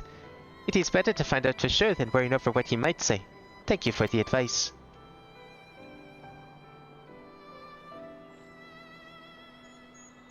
But first, we have a saddle to buy. I want the success under my belt so I can be sure of my decision. What's next then? We try to trade our tea leaves for something halfway to 10,000 pel. No, I think we're close enough now. I say we go straight for the premium mezcal. Bargain our way into double the value, eh? Think you can do it? Trust me, I will make this trade work. I admire your third promise. That's why you're holding your own against such strong competition for the throne is inspiring. Am I really holding my own against Kwana and Zoral Ja?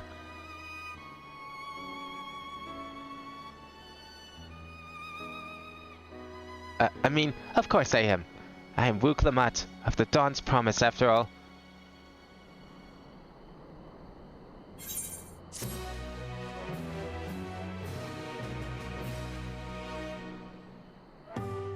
Excellent trade! So I guess it's a tea? Is that what she said it was? You trade 1,000 pel action for 5,000 pel sack of top grade mate leaves. I guess that makes sense actually. Tea leaves is a perfect explanation for that.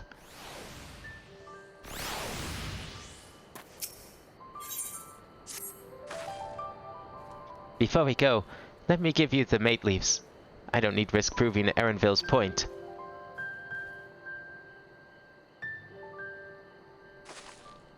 Ready then. Our next stop is the Mezcal Distillery. And where's that? This way? Way back over here. Oh, can we just teleport there? Hell yeah.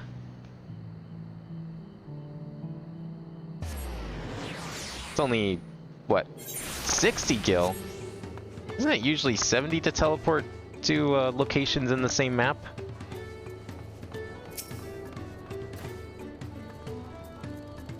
We'll want to speak with a man by the name of Gobley. Even among his fellow distillers, he's regarded as a master of his craft. He knows the value of his product, so if we were to convince him to trade for twice of what the leaves are worth, we're going to need targeted information. That means asking around and taking in the gossip.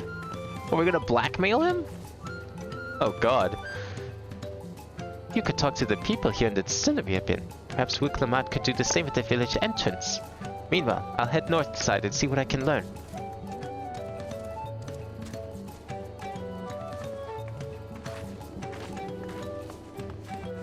Alright, what we got going on over here?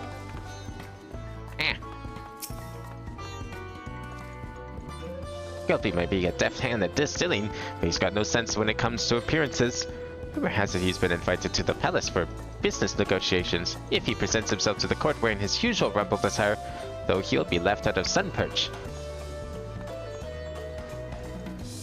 How are we gonna convince him to get clothes?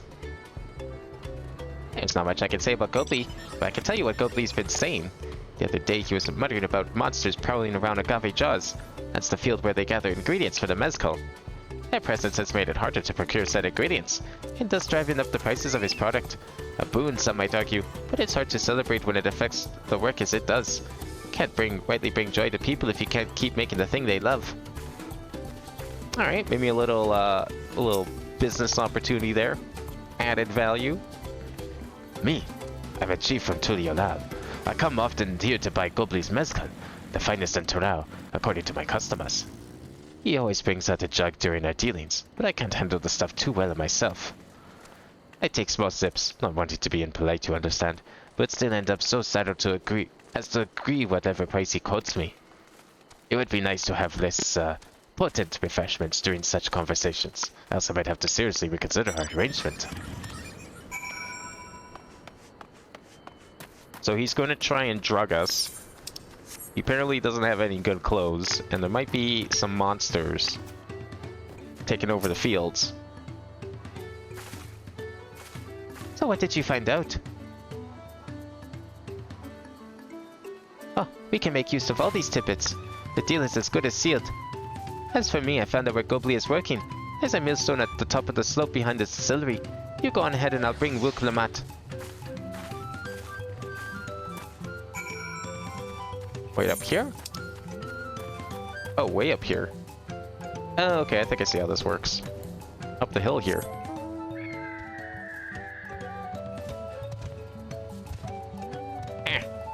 Jump! Oh, there it is. That's what this place is.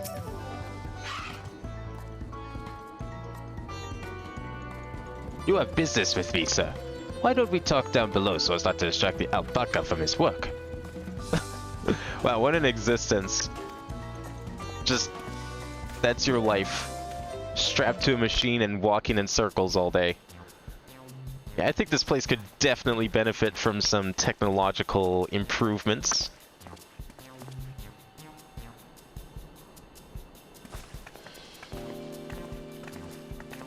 Maybe I should handle the negotiations for this one.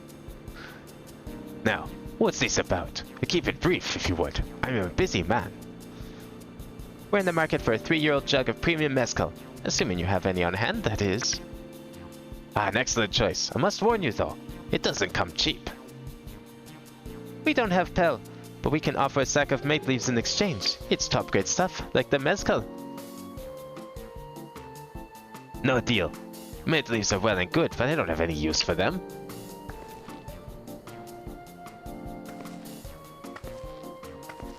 No deal. Just like that.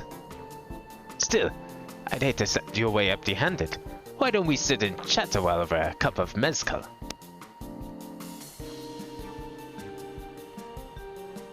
Now the real bargaining begins. Which of our cards do you want to play first? Oh, I get to pick.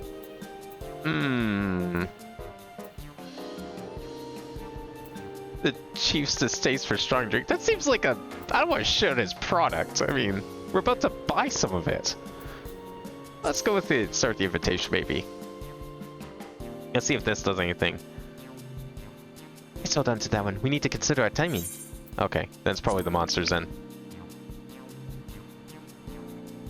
Maybe? You know, do a little I scratch your back, you scratch mine? Oh, okay. Really? We're starting with this? We're just gonna trash talk his product? That's what it seems like. I appreciate your hospitality, but I'm afraid I can't hold my drink. I've heard one of your regular customers, Hubigo Chief, is the same.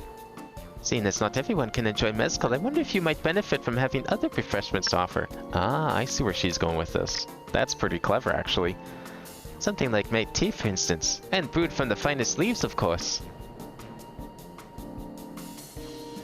Ah, you're right. You're absolutely right. I had noticed a growing reluctance on the part of my Hobiho friend, but I did not realize I myself was to blame. I must endeavor to be a better host. Still, even with that added value in mind, no sack of leaves is worth the mezcal you're after.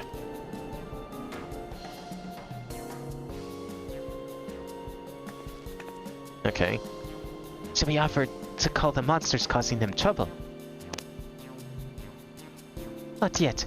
We'll keep that card up our sleeve until we need it. I guess it's the most direct of offers, after all. Probably the one he'd want the most. As I expect you're aware, the rite of succession is currently taking place. That's why the third promise has graced us with their presence.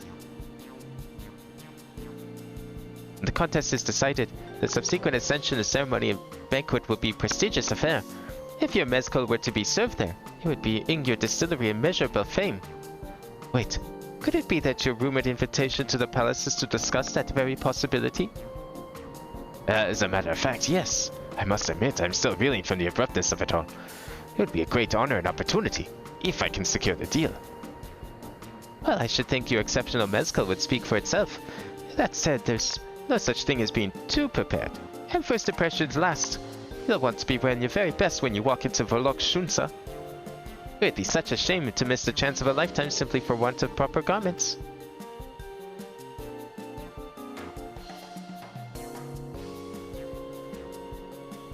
But we don't have any garments to offer. How's this going to help us? That it would. Are you saying you have garments to offer? Something ideal for court. We have no garments on hand, I'm afraid. But we can provide you with the next best thing. An introduction to a weaver. His name is Bull Nook, and his works are highly regarded in Tuli Yolal. A little embellishment here, but I see where she's going. As a supporter of Wuklamat and keen observer of palace politics, he will doubtless be happy to guide you in the selection of an outfit to fit this golden occasion. It is certainly a tempting proposal, and one of which I would like to take full advantage, but the scales still aren't quite balancing.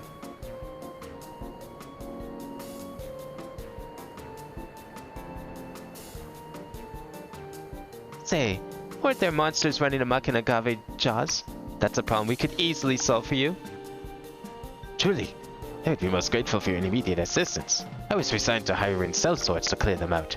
Factoring in that saved expense and an introduction to a trusted weaver, this is shaping up to be a sound bargain.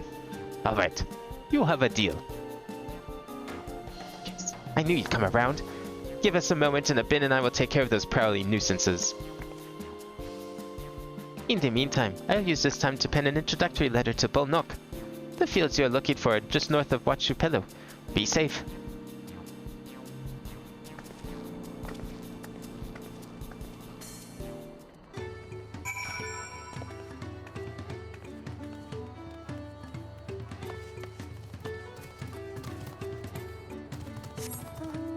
Alright, where are we going? Whoa, that's fast map. Oh, north, up there. Okay, how do we get there? Oh, there's a fate in the way. You know what? Let's go try that too. Get some of those gemstones. Or, well, less so to gemstones and more so... No, it's over! It's gonna be way over by the time we get there.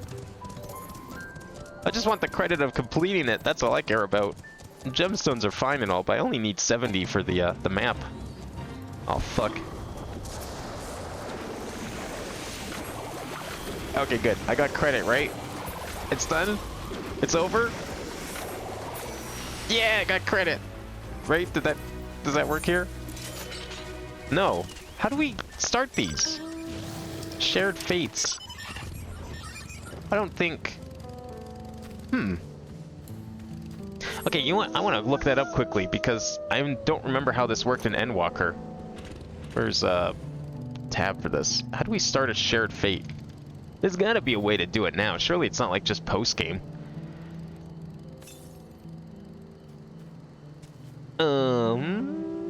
Players receive... Yeah, okay. We already talked to the gemstone trader here, so that should have unlocked it, right? That's all you have to do, I thought.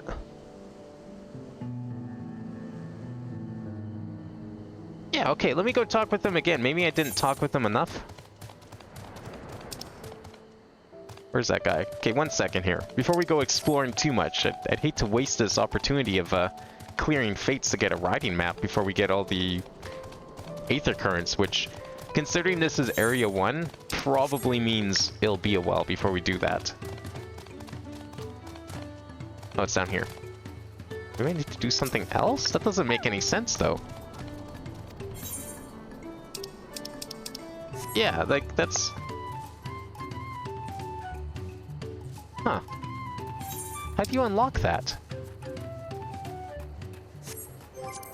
Unless it's something new. Maybe you do have to progress the MSQ far enough to do it. I guess you might not have the chance to do it right now. That's unfortunate. I mean, maybe there's a chance that... Well, no, okay, because, like, I have... Like, if we look at the Shadowbringers one, for example... Like, I have areas that I haven't even started yet. So there's got to be another trigger for them.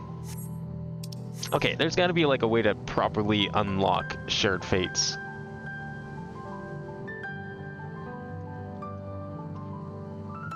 I don't remember how to do this.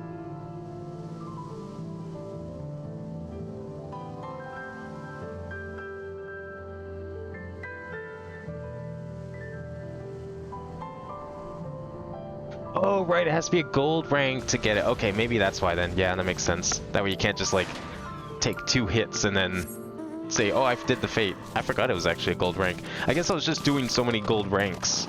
Leveling up Pictomancer didn't cross my mind. That makes a lot of sense. That should be Agave Jaw, so just over there. This'll go faster if we split up. Come and find me once you've finished clearing out your share of the pests.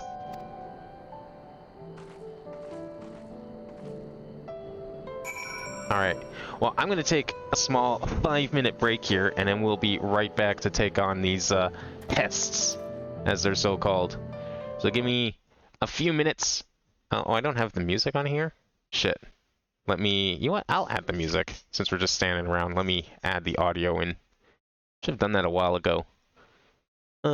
This one, right? Oh, well, we don't need the picture. We just need everything else. There we go. That works. Okay, I'll be back in a couple minutes, and then we will continue. Alright, there we go. Let us continue. Yeah, I don't have any... I mean, I'm saying these streams are going to be... I expect them to be pretty long. I don't know how long they'll actually be each, but we're at where are we at? 5 hours? Yeah, no. We're going to continue. I've been waiting literal years for this, and I'm very excited. There's a good chance that these streams will go on for quite a while. What's going on in here? Oh, they're just resting. Okay. This is where we need to go. What are we fighting? Oh, battle music. Yo, I like it.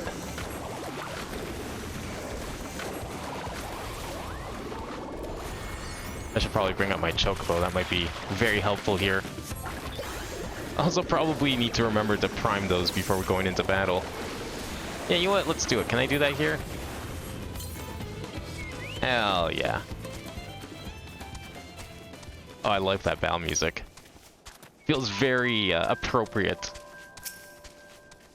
Endwalker's was fine, but I'm liking this a lot more. Sick 'em.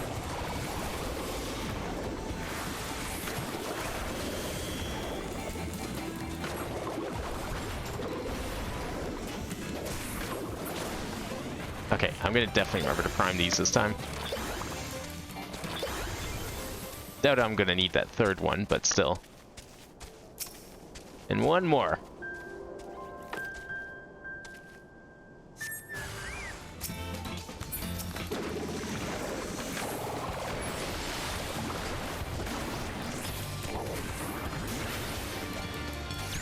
And dead.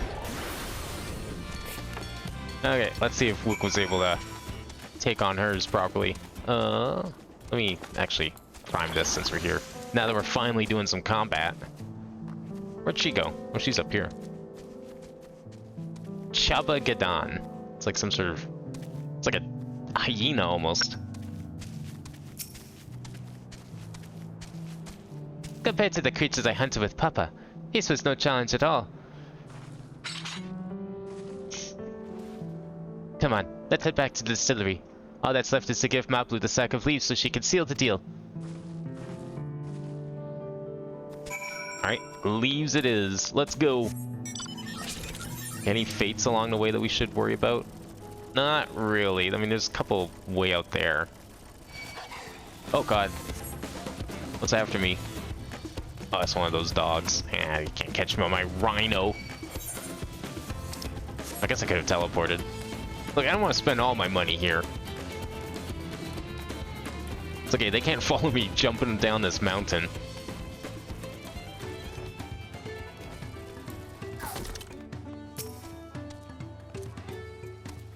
Those monsters were no trouble for you, it seems. Now, if I could just have the sack of leaves.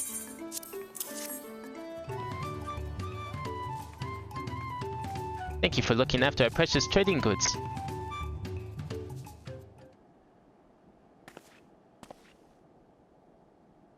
The monster problem has been resolved, Master Gobley.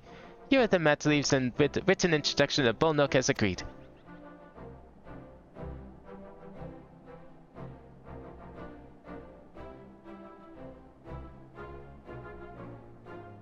Then the deal is done. Here, your jug of premium mezcal, aged 3 years. Please accept it with my compliments.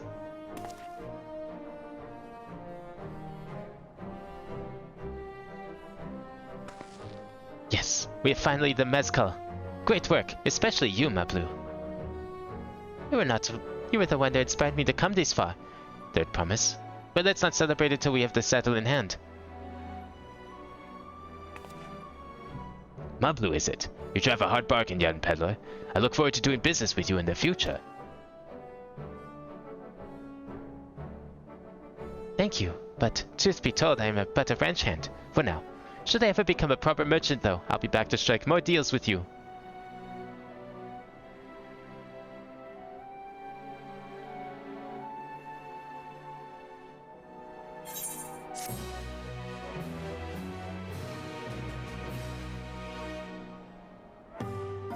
Excellent trade! We got the mezcal. Let's go get our saddle.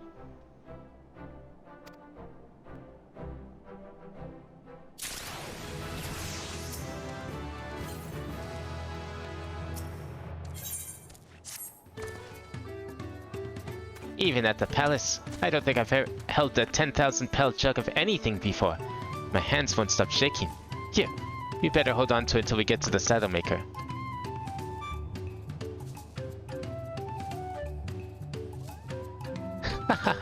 Can you imagine if we dropped it and had to start all over again? Luckily, Havli's place is not far. We just need to head across the plaza.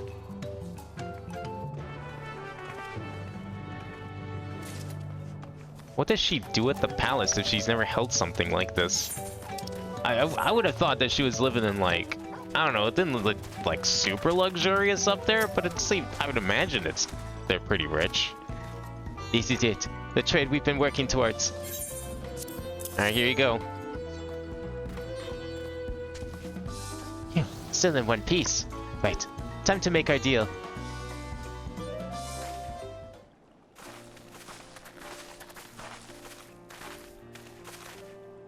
Get your tools ready, saddler. We've brought you your precious mezcal.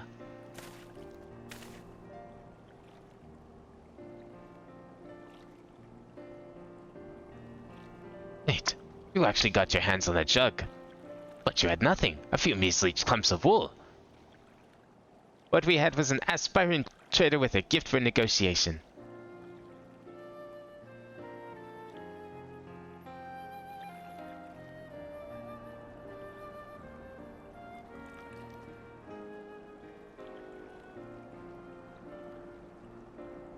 Although I'd sooner aid no claimant but Zoral Ja, I cannot go against the guiding principles of the Pelopello. The trade is a fair one. I will craft you your saddle, third promise. Great. Stay in wait if you like. I have all the requisite materials, so this won't take long.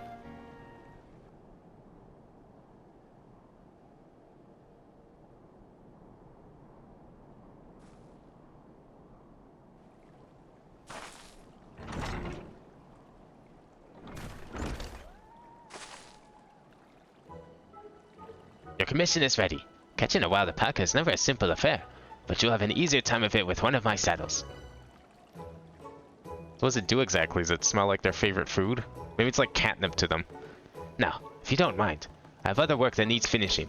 Ah, I can taste that smooth mezcal already. Yeah, work. Quote unquote. We did it! The saddle is ours!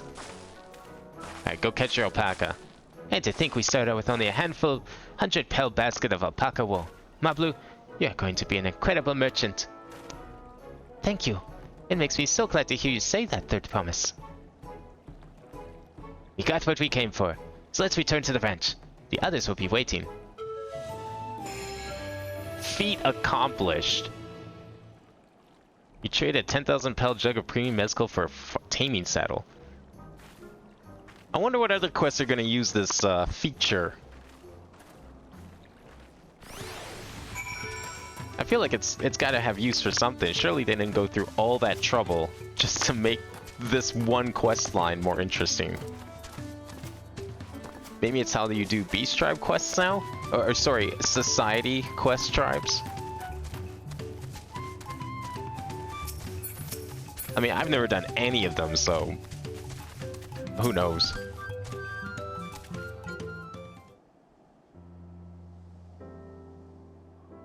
You've acquired the saddle then? Yes, and thanks in no small part to Mablu. Before you rushed off to catch an alpaca, though, let me teach you how to saddle one. I'll bring out one of our wild-born friends so you can practice.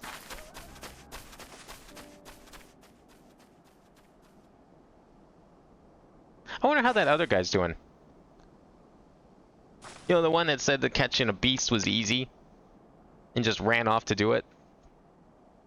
I know. This is something I need to learn.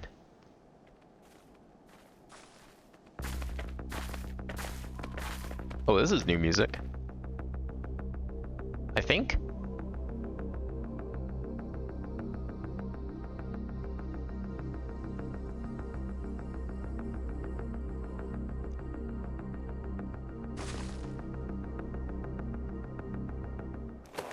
I don't like those eyes. Great sunken gods, I did it! Did it quite well, too. He oddly seemed bothered, much less inclined to spit, as if he was completely accepting of Wuklamat's touch. That is because of the singular scent with which the saddle has been coated. Alpacas find it very soothing.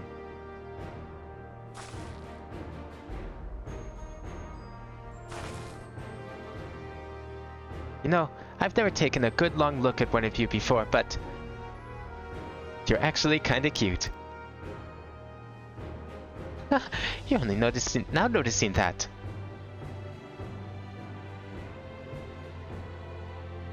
Svalja, he's back. What the fuck did you catch? They found a shiny. Having done exactly what he set out to do. The alpaca he's brought, is it just me or is it glowing? I've heard tales of such a beast. They say the golden alpaca lives in solitary existence deep in the valley, where it shuns the company of both man and its own kind.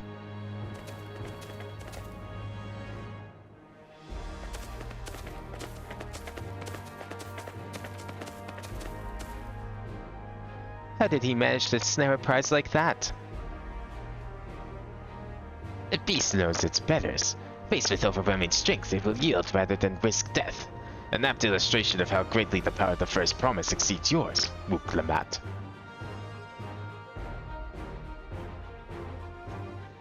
Strength alone won't win our father's throne.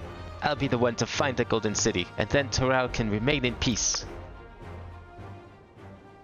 An everlasting desire for peace can only be forged in the fires of war. To unite as one, the people must be taught. They must suffer the horror and hopelessness firsthand. Exhaustion from prolonged conflict, the wages of war's merciless nature. These are what moved the clans to join the founding of Tuliolal all those years ago. Consider the younger generation of this village. Since birth have they basked in a broken harmony, and behold, they regard war not as tragedy but opportunity. Thus does the resilient son seek to provide education. He offers much needed lessons in the realities of conquest and a renewed appreciation for peacetime. It's true that war's misery breeds a longing for peace.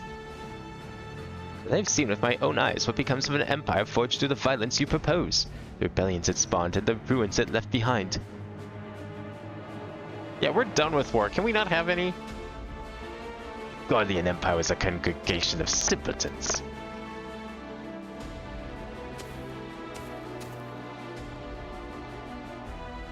The oppressed fought back against their oppressors, as well as they should. Men are not beasts. Only a fool would seek to rule over all with the threat of force alone. That is why Gulu Jaja did not elevate the Mamulja, why he treated all clans with equal respect. However, the first promise has his case fixed upon more distant horizons. He wouldn't unite not only Tuliolal, but the star in its entirety. What? Why? I mean, that's kind of what Garlean tried to do.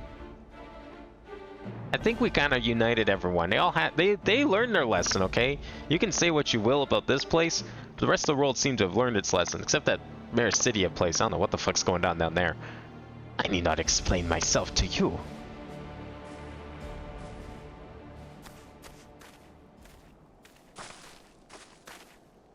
Oh, well done. Well done indeed. The first promise has completed the feat of the gold with an appropriately golden flourish. May I present to you a much-deserved keystone?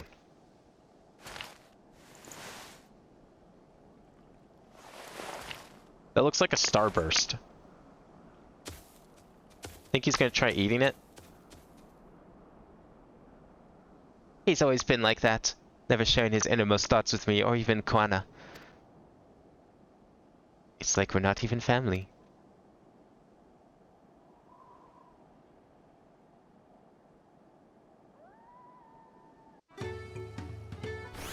We could still get one, right? It's not too late for us. I'll ponder Zoral and John his mysteries later. Right now I need to think about finishing the feat of gold. I have my saddle. I've practiced how to use it, so lead on to where the wild alpacas roam. The very valley of Orunkana is northwest of here. Come on, everyone. Even if we can't enter ourselves, we can still see Wuklamat off on her hunt.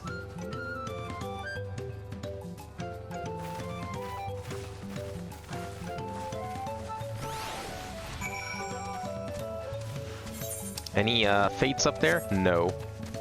Oh, we're gonna have to go around though. Okay, definitely riding this. Well, it's no alpaca, but it'll do. It's down here. I guess that's just out of bounds, yeah. Still. The fog kind of gives it a really cool view. I like it. Yo, is that new or has the fog always moved like that? I don't think the fog was animated before. I'm gonna like keep an eye out for fates that spawn. I might go out of my way for a couple. I'll go out of my way for a couple if it means possibly getting the riding map. Because I think it would benefit in the long run, since it'll probably be a while before we get northwest. Is it up there? Should we try and get it? You know what, if it's like right around here, since this is the top of the map, it can't be that far away, all things considered. I'll give it a try. Let's see if we can get it. Probably like just up this hill or something. South. Yeah, it's definitely, oh, it's right there. Okay. Yeah, it's not far out of the way. Easy to get to. Apparently there was this one Aether Current that they removed from Stormblood after they simplify it, because like once an expansion is no longer the latest expansion, the amount of currents you need is cut in half. There's apparently this one, it was in the locks, which is the final zone that you go to. Oh, you have to go way around here. Okay, this is actually starting to turn into that. Apparently it required like you to go way out of your way to get to. Like you would see it right in front of you, but you had to go like halfway around the entire map to get to it. I can see why that was one of the truncated ones, if the intent is to make things easier. Although I do like the ones that make you go out of the way and kind of explore a little bit, like this one. Even if it's not as drastic as that. Now this is a nice view. I like it.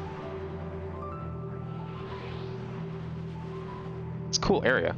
Definitely reminiscent of some of the mountains of South America. I think Argentina more so than Brazil, I want to say. Okay, need to be careful jumping off this mountain, but assuming we don't run into anything, we should be fine. There they are.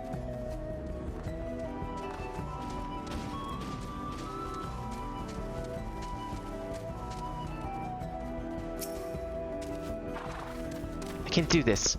I know I can. Cheer on Wuklamat as she marshals her courage to attempt the harrowing task of capturing a wild alpaca. Okay, I can do that. I'll cheer you on. Where is cheer? I don't have cheer. Okay, well there's cheer. They also added the feature to let you select the emotes from the quest. But honestly, on controller, that's probably a little too hard. Thanks. I'll need it. I'd rather just go to the menu. Truth be told, More used to it. still not sure about alpacas. I'd rather not go near one if I can help it.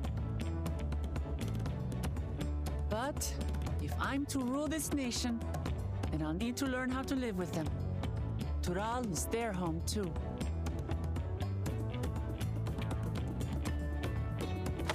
Right. I'm off. Good luck. Can we go watch? Oh, guess we're not allowed to. So, shall we head back to the ranch, or...? I mean, we can wait, can't we? I'm staying here. What kind of weather is this? As will I. Wooklamart is alone in this. The least we can do is stand watch and await her return. Plus, on the off chance something does go wrong. It may be a while yet. Help me pitch the tent. Well, how long do you think it'll take her to catch an alpaca? Come on, have some faith. She got the saddle, didn't she?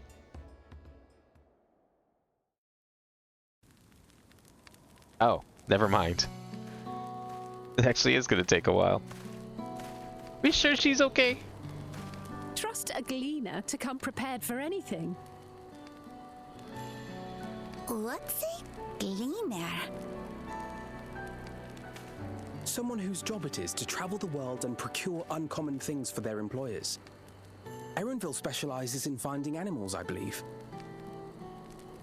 I guess it's a real good thing we weren't allowed to help then. But Wouldn't be no aren't challenge you at all. Shitona from Shak Tural? Why did you cross the salt?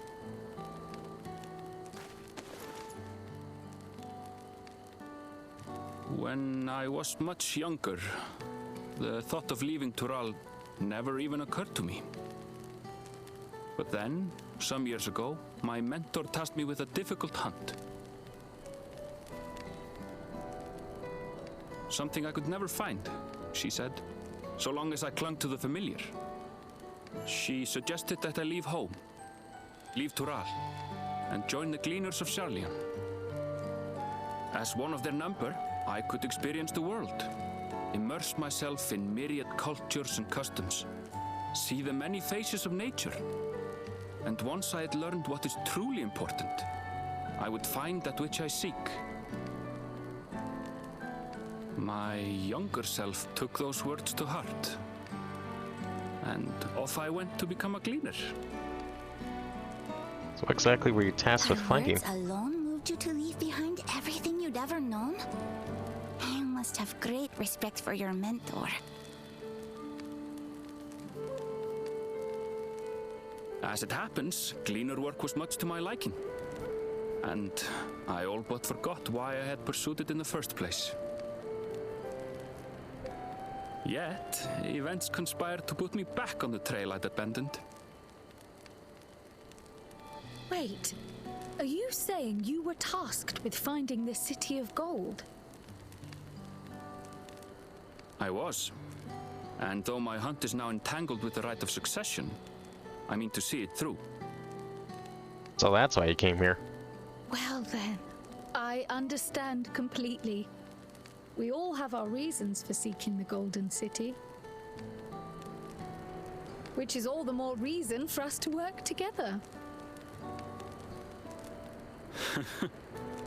Just so.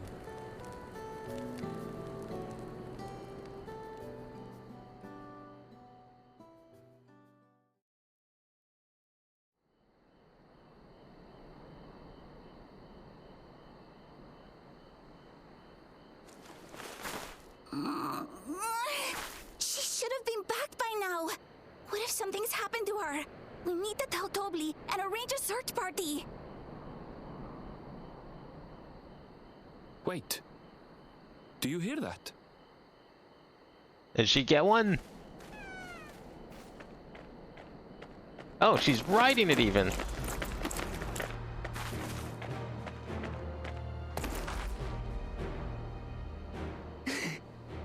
I did it.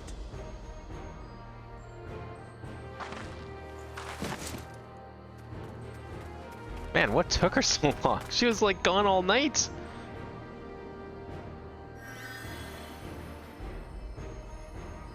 Oh yeah, I'm no longer a healer. I don't get to participate in these scenes.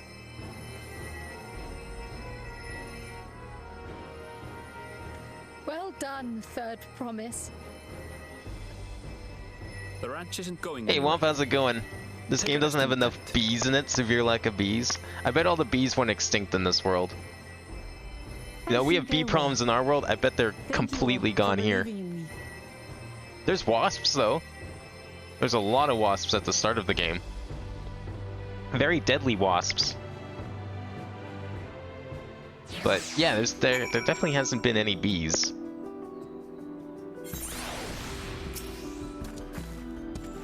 I'm so relieved the Third Promise came back to us safely. And the alpaca she tamed is a healthy-looking beast. Surely this will be enough to satisfy the feat of gold. Oh, what color do we want? Ice blue, raptor blue. Are any of these colors new? Probably not. Do I have any of these anywhere? I have 3 of those. I have 5 of those. I have 0 of those. Alright. Uklamat still seems a bit unsteady on her feet. Hardly surprising after she spent the night chasing alpacas. You know what will melt away fatigue like magic, though? Med tea. I'll run to the ranch and get a pot brewing. That way you can take your time and the tea will be ready for when you arrive.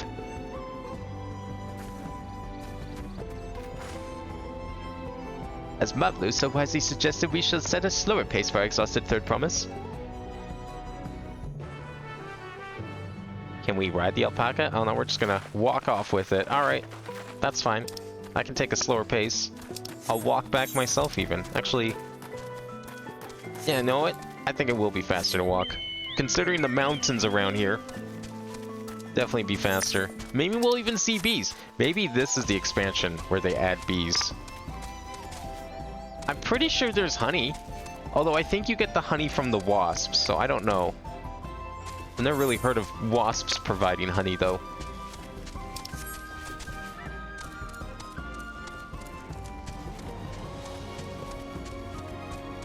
So apparently some of this grass is apparently supposed to make noise. I don't really hear anything yet, but that was apparently a feature that they deemed worthy enough to... The fuck kind of bear mount is that? They deemed the feature worthy enough to mention on the patch notes. So I don't know what kind of grass is. I do see that, like, the grass, like, moves when you touch it now, which is cool. It's not static anymore. But it doesn't sound like it makes noise. Came back ahead of the others, did you? I should hurry along with the tea then. Wuklamat can't be that far behind.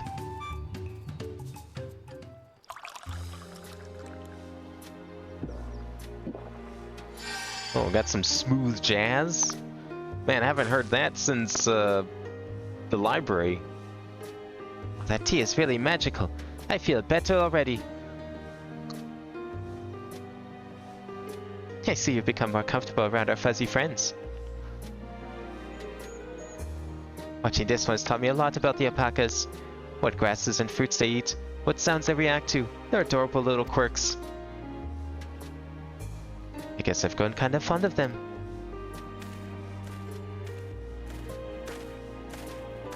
Welcome back, Third Promise. You accomplished the feat of gold, have you?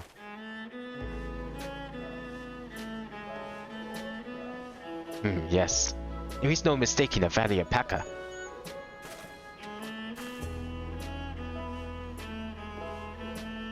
I commend you on your success. Well done. Yes, we did it!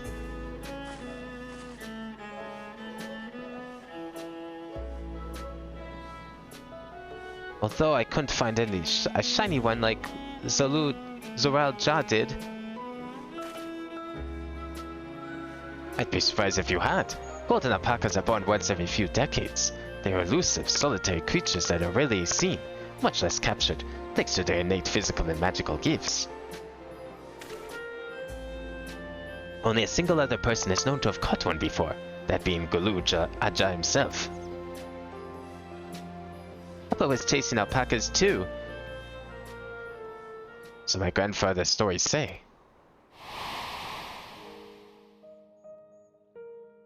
It was before the founding of Tuliolal, in a time when the mountain giants, the Yokui, held our people in thrall. Compelled by their overlords, our forebears would ride their alpaca mounts to the highlands to deliver gifts of food and other tributes. Those were wretched days to hear grandfather tell of it. Then along came the young Gulu Jaja, yet unburdened by the mantle of Dawn Servant.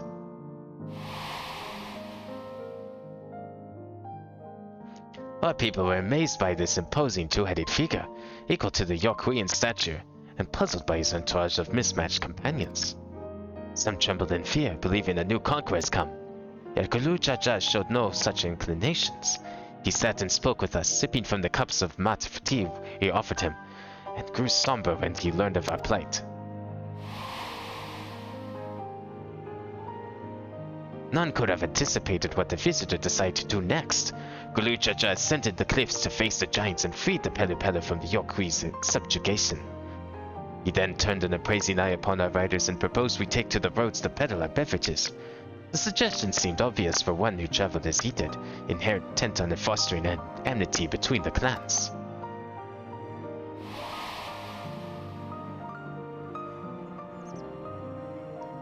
So it was that a few words of Gulu Jaja transformed us into a clan of itinerant merchants.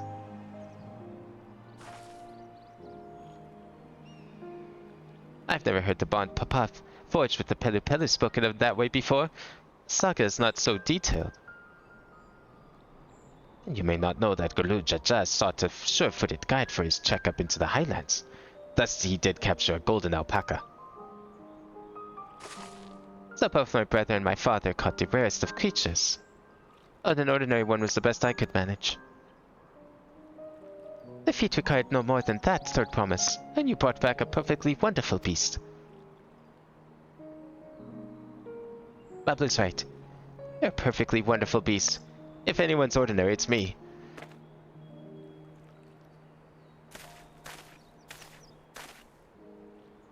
Not only did you accomplish the feat of gold, you also made many trades and brought joy to many people in true Pelu Pelu fashion.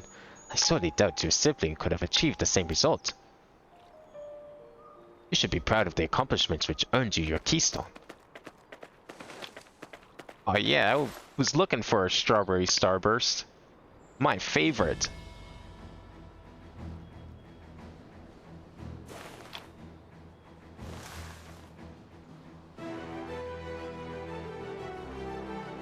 So this is what they look like. Come on, set it in the tablet.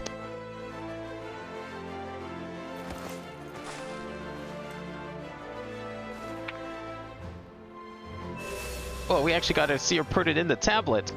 Amazing. A perfect fit. That leaves 6 more.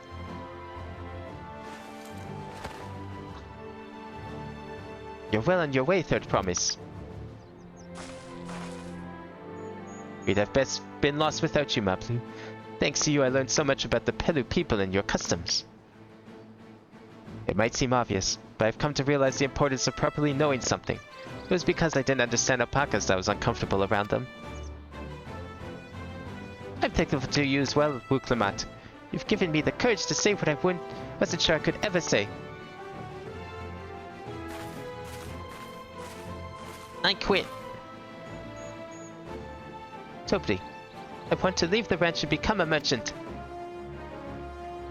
I appreciate everything you've done for me, and I've loved every moment caring for the alpacas. But this is something I need to do. I need to walk my own path and make my own trades.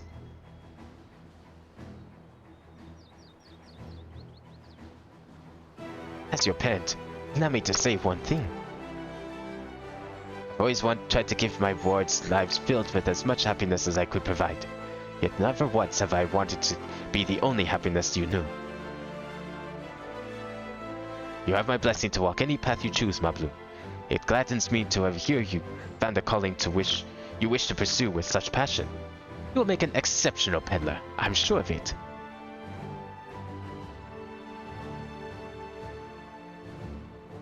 Thank you, Tobli. What did I tell you, my blue?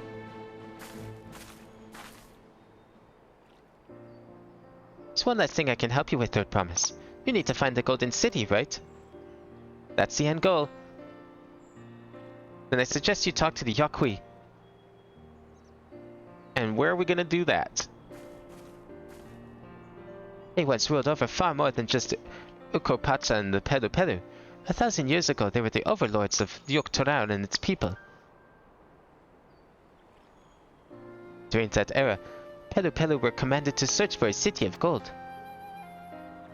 They scoured every corner of the continent, but never found any trace of that fabled place. But if they didn't find anything, what could the Yakui have to tell us? They may not have found it, but the fact that they thought to look for it at all makes me curious. Perhaps there's value in delving into how the legend originated.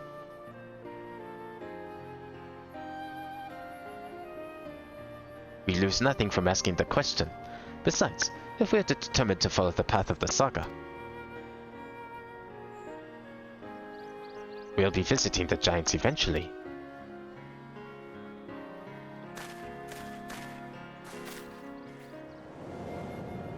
Way up there on the mountain? That's okay. We are climbing that thing then. Oh, Kyle, I have a question I've been meaning to ask. And since we finished with the feat, where did you acquire that earring? My earring? Do you recognize it? Yes. This is just like it first became fashionable in Yogg-Toral around 20 years ago. Since then, it's become common to wear one as a charm for safe travel. 20 years ago, right about the time my grandfather made his journey, yet the Dawn Servant implied that the earring was connected to the Golden City in some way. Surely there's more to its significance than simple fashion. If you want to know how it first came to be crafted, I could try to find out. Seeing as it's a regular seller for many merchants, I'm curious to learn about it myself. I would appreciate that very much. Thank you. Jumping feet first into the peddler business, eh, Maplu?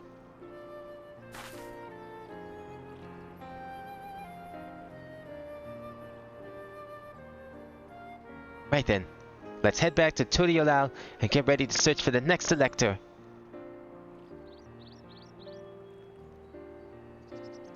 Farewell for now, and thanks for all your help. I will become Dawn Servant, so make sure you set aside your best mezcal for the occasion.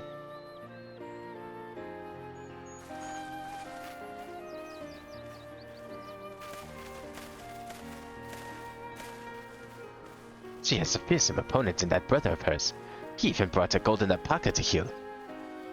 But you've heard Zoral Shah's supporters talk. They might see opportunity in his expansionist ambitions, but they find the man himself intimidating, terrifying even. Whereas I've grown to love Wuklamat, everyone she meets will come to love her too, and that's why she'll win the throne.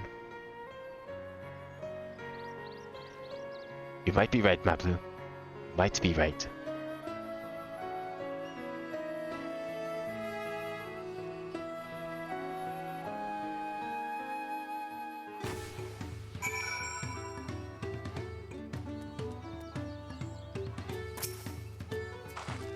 It feels good to have the feet of gold safely under our belt, even if my victory pales beside Zoral Jah and his shiny golden alpaca.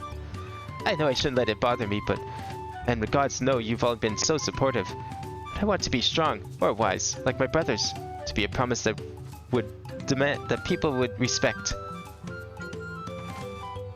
Which is not likely if I stand here carrying on about things. Let's move on.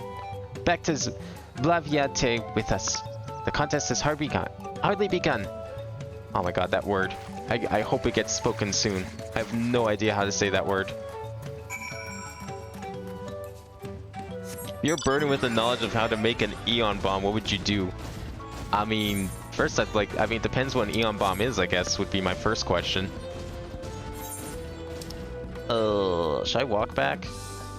I guess we could probably just teleport back. You know what, it's okay, we didn't really get to explore this part. We're here to explore after all, I want to explore. If we have, like, been here before a little bit.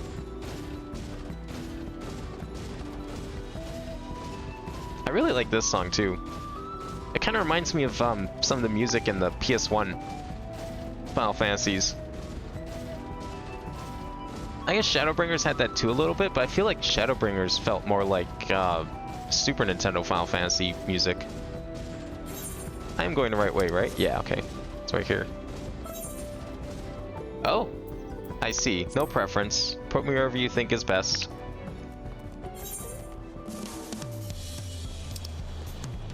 You know what? I think it was worth doing that. I think we're slightly closer than we would have been if we... Well, if I teleported, it might have been slightly faster. I guess you gotta factor in the travel time to the border. Eon Bomb scrambles reality like if every attribute of every object possible is randomized. I see. What would I do? I probably wouldn't make one. That sounds like a terrible thing to know. I guess I'd make it my duty to make sure it doesn't fall into the wrong hands, but I definitely wouldn't want to make one. That just seems like a bad time. And just like that, we found an elector and won our first keystone. I knew I was right to trust your instincts. Come on, let's keep things moving and march on towards Kozumak-uka. Chances are good we'll find an elector there as well. Before we do anything, however, we should see that your patient Hanu friend has to say. Alright, time to go to the other way. I've been quite content waiting here, dining on the third promise's coin, but it seems you're ready to ask your questions now. So, what is it you'd like to know? Yeah, it's fine. He's just been sitting here dining on food for like the past 2 days. The route to Okhanu. We go south through the Arch of the Dawn, then follow the road which runs alongside the Kozuma-ukas. Is that right? It is. Be warned, however. My brethren tell me that the recent storm has rendered the path even muddier than usual. The footing is quite poor in some parts. Far worse than the destruction visited upon our homes, though. Houses were torn apart and several people injured if not killed. Even our beloved festival is in danger of being called off this year. If you do still plan on going, I must urge you to proceed with caution. We'll be sure to watch our footing. Thank you. Now I'm worried for the Hanu. Sounds like they were hit hard by that storm. Anyway, if we're bound for Kozuma-uka, we should head over to the Arch. That's the other way, correct? Or, no, that's the way we came in. Over here again? Oh, right, there's 2 ways out of here. One north, one south, right. I forgot.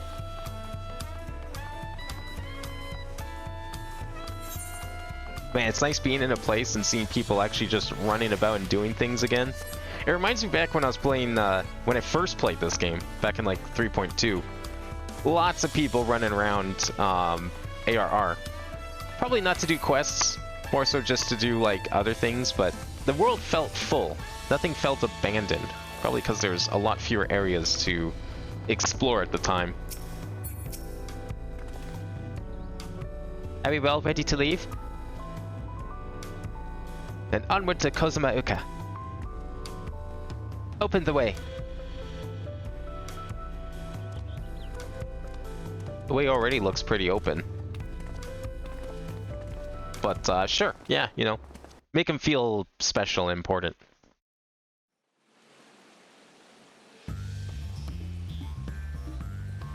Kozuma-uka, the land of rainbow terraces. Is this like a swamp? It commands This the is a jungle? gaze of all who visit without fail. The many-colored marvel. An endless torrent of water cascades over sheer cliffs to shape the wetlands below. To its relentless flow, all life must yield. Together with Wuklamat, we proceeded along the Marcy Trail, a road upon which the Dawn Servant and his comrades once traveled. Why is it like skipping? That's kind of weird. Kozuma-uka.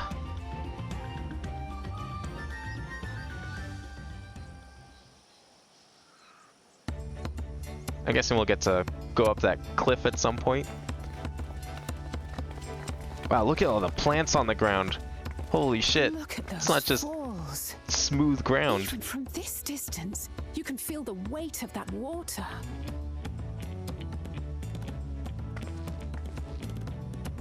The Isle of Ham was impressive, but as you can see, Tuliyola does not want for natural wonders.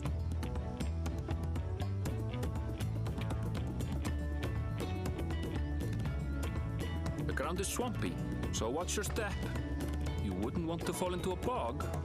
Or maybe you would. I don't know. Maybe she likes swimming. Won't. I told you I've been here before. Come on. Okanu isn't much farther. And the flash air can be bait of plutonium. People with metal lungs can breathe it. Okay. I mean, again, I don't see why I would want to make one of those bombs. Just sounds like a bad time. You're not really selling me on the idea of doing anything with that knowledge. It's not stopping the third promise, is there? A good thing she has Erenville to keep her from getting lost. For all his grumblings, he's certainly there for her. Everyone should be so lucky to have such a loyal childhood friend. Right, let's get moving. If we continue along this road, we should find ourselves in the village before long. What the hell is this thing? It's like a green yeti. What is that called? Uolon. Wolon? Yolon? It's like a green yeti. Okay, let me zoom the camera out so we can actually see things. There we go.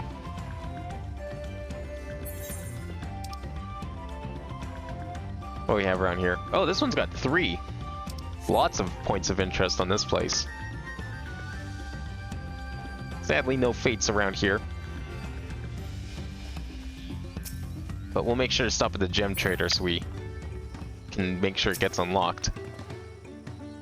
Ah, everyone has arrived. And none the worse for wear, except for a certain third promise who slipped into the mud despite my explicit warnings. Hey, I asked you not to say anything. Anyway, this is the Hanuhana village I was telling you about, Okanu.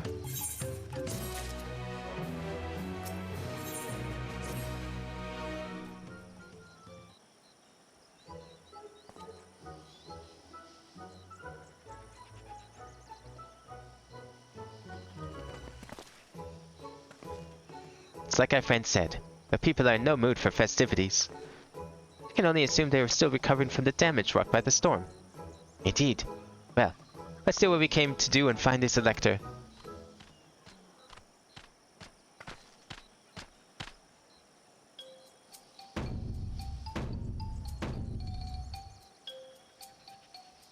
Oh, Kali. Oh ho, what now?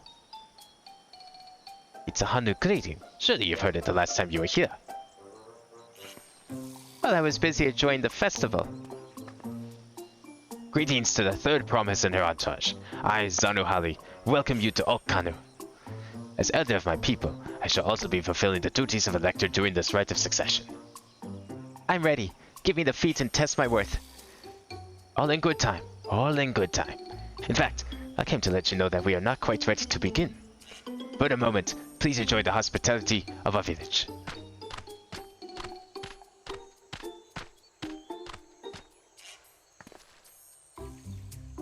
Right then, I head out to do some investigating of Huachupelo, so let's look around here as well. Might I suggest a diversion of forces? For instance, Erenville, Alice and Quell could concentrate on the southern half of the settlement. Meanwhile, Wuklamat, Abin and myself will handle the northern half. Sounds good to me. How about this? If you don't write down the instructions, more cursed knowledge will be sent into your mind. Okay, that's fine. Again, I'm not seeing what the big deal is. I feel like we've done this before. It's like, if I have the knowledge, what's it matter? Alright, we got gemstones now. You're not selling... Whoa, I don't want any of your shit. Nah, you're not selling anything useful right now. Where are we going?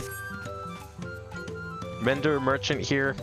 Anything useful? Oh, wait, actually, you know what? Do you have any... I've been looking for some grade 8 dark matter. Thank you. I'll take all of it. Oh, hey, look at that. Honeybees. There's your bees. They use them as bait. I didn't know Fish like to eat bees. Oh, there you go. There's your honeybees. I can buy them in bulk. How many bees you want? Because I can get you all the bees. I have 192 of these. You know what? We'll, might as well stock up on a few of those too. Hey, you know what? Let's buy another set of those. Perfect. Just so I don't have to refill it for a while. That should last me a while. Vantage point? The hell's this for? Okay. I'll take a look at that in a second. You heard about the storm? I've never seen the likes of it before. With the supplies and the help the Dawn servants sent, we're making progress, repairing and rebuilding our homes. But while roofs and walls can be patched, there's so much else that was lost for good. Let's see what's here. Waiting, surveying. What are we looking at? It's a nice place. It's kind of cool. It reminds me of the starting area. One of the starting areas in FF11, actually. I forget what it's called, the foresty one.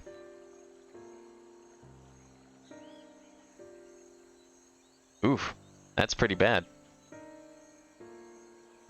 The gaping hole in the wall and missing portion of the roof are clearly the work of the storm's powerful winds. Repairs appear to be ongoing.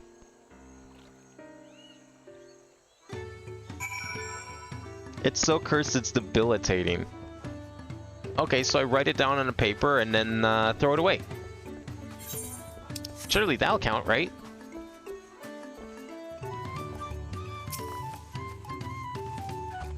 Anything, Wook? A lot of houses are still damaged, and the Hanu I've spoken to are not their usual cheery selves. The storm broke more than wood and reeds. There must be something I can do to help them. I'm going to look around a bit more. What if this is part of the trial? What if they just said they weren't ready? But instead what they meant was to see if, like, the candidates could figure out and volunteer themselves to help. Can we go down here? Oh, fuck yeah, we can. Oh, it's not deep enough to swim. Just wade through. Nothing down here. How do I get back up? Maybe over here?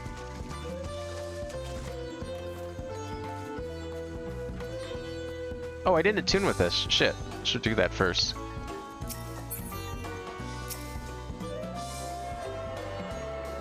Can I jump off over this?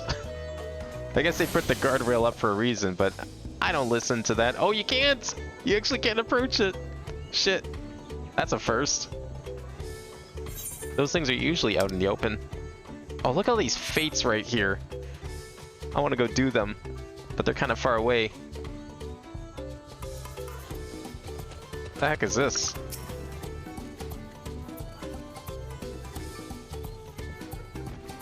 Woven from reeds, this boat-like vessel is reminiscent of a bird. The beak and feathered tail in particular stand out. That's kind of cool. A few more things than just talking to people. Oh, how about up here? Maybe this is where we can go? Nope, not really anything up here at the moment. I bet this place is ripe for, like, platforming. To find some sort of, well, actually, I guess it won't matter if it was platforming, because you'd probably just be able to fly to it at some point, so I doubt there's anything like that here. Because it wouldn't serve a purpose. Because you wouldn't have to do it, you could just skip it, and that wouldn't be any good.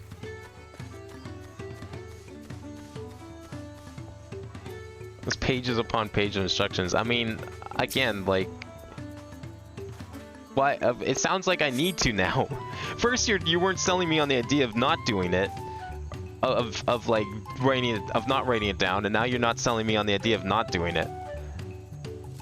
The giant shrunken bundles suggest the reeds were harvested some time ago. I mean, is that a good thing? Should they be dry? I've never really, I don't have a lot of experience making thatched roofs. It's like bird. Oh, they kind of look like birds of paradise, although those don't grow on trees in real life. There it is. It was right in front of me this whole time. This boat must be woven from the same reeds I've seen gathered into bundles here and there. The plants hold both practical and cultural significance to the Hanu then. Hello, can you all hear me? I'm told they're ready to receive us now. Come to the large building in the south of the village. On my way. We ought to hurry over too. Is that this way?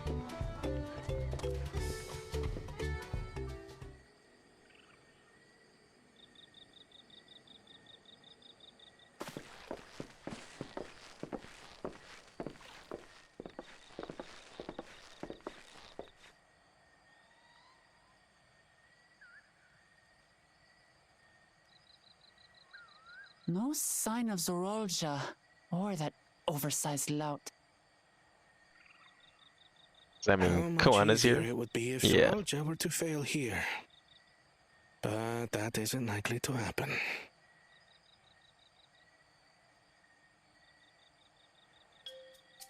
Honored guests, I am Zanuhali, Elder of the Hanu. I am also an elector, charged with judging which among you is worthy of ascending the throne. Without further ado, They're gonna make us build a let us house. talk of the feat. It's probably gonna build a house. Not so fast.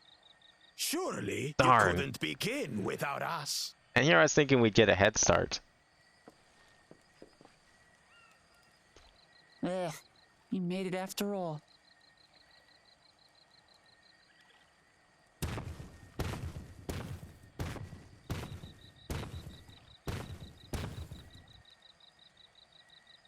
Well, no, I wouldn't let it. I wouldn't let the information go, Womp. I would just, like I said earlier, like, No what if I need to just write it fuss. down There is no and time limit for this challenge. toss it or something? Just Now, like if you would allow me rip to the pages up or something, or toss it in the trash, burn it.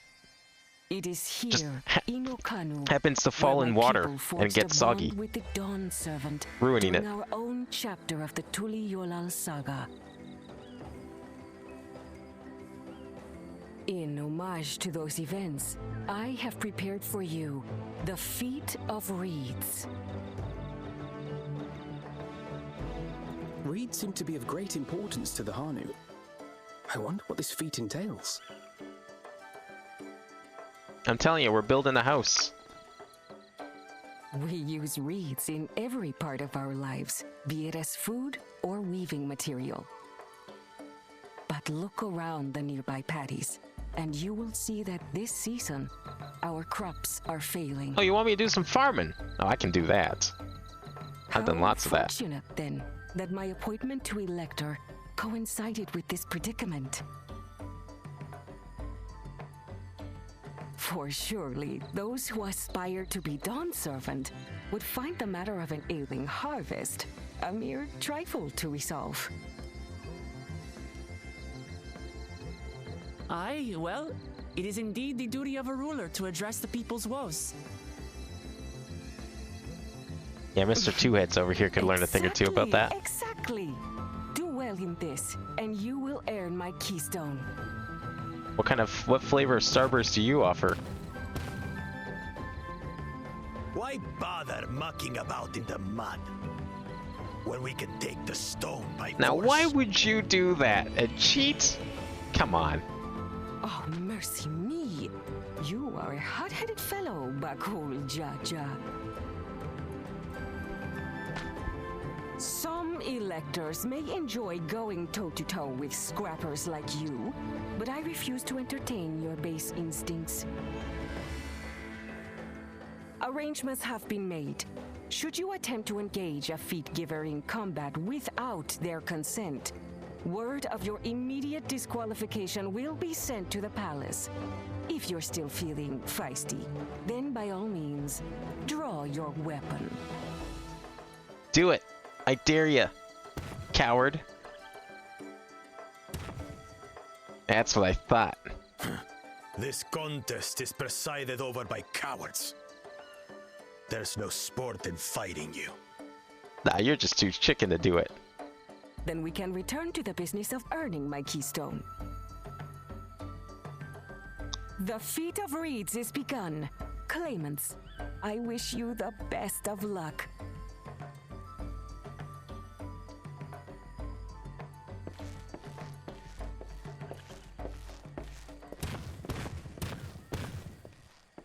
The clever kitty crossed the seas to study foreign novelties. He might know tricks we don't. Tricks we can use. What of little Miss Mittens? You know the answer to that. Compared to the first and second promise, she's a distant third. Not even in the running. I think she is in the running, or she wouldn't be standing here. Eye on this, brother. Being Bakul Jaja so long with me has rubbed off on you.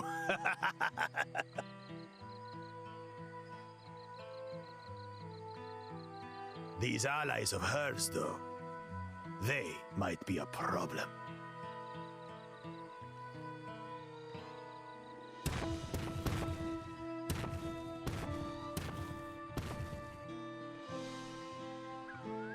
Damn it, I'm just as qualified to be here as they are.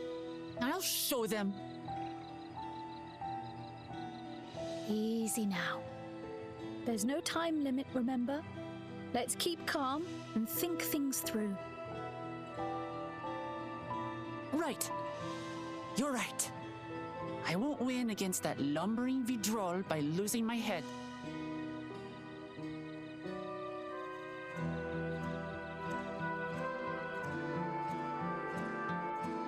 Alright, how are we gonna solve the farm issue? I guess we should probably talk to the people first, that's probably important. Where are we going? Oh, right here. I don't know the first thing about farming, but if there's a way to save the harvest and help the Hanu, then we're going to find it. I'll make Bakul Jaja eat his words. Understanding the nature of the problem will be the key to solving it. We need to examine the reeds themselves and then deduce the cause of their poor condition. Erenville, will you take us to the fields where the reeds are grown? Of course. Follow me. Let's see these fields. I mean, how bad could it possibly be? Oh, right there. I tear it a little bit and some of the words start leaking off page. Well, what if I just, like, burn the whole thing? Or what if I, like, you know, just, if the page gets soggy?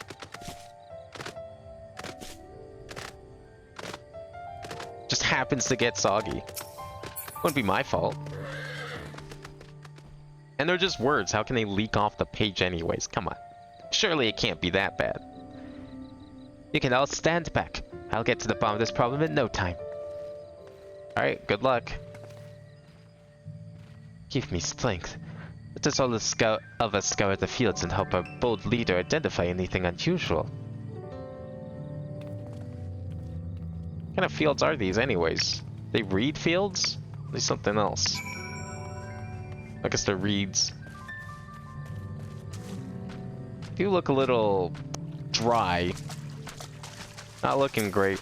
Withered reed, or wilted reeds. Same thing. As Zanahula Ali described, the reeds appear wilted and unhealthy. Well, they have plenty of water, so that's not the problem. Maybe it's too hot? What's the water like? Maybe the water's bad. Water contains no obvious contaminants and looks fresh and clear as a cursory glance. Okay, water's fine. How about this mud? Maybe the mud's like too acidic or something. I don't know. What do reeds need? Soil in the panties is as one would expect, rich in color and suitably moist. Not dry nor flaky. Well, I would imagine it's not dry considering it's flooded. I would sure hope it's not dry. That would be quite miraculous. Be more impressed than worried. Frog? Ah. Small frog catches your eye. Strangely lackadaisical. Doesn't even bother to hop when it eventually scurries away. Interesting. Yo, frog hunting? Are we going to meet a certain frog lover here? I mean, this is the FF9 expansion.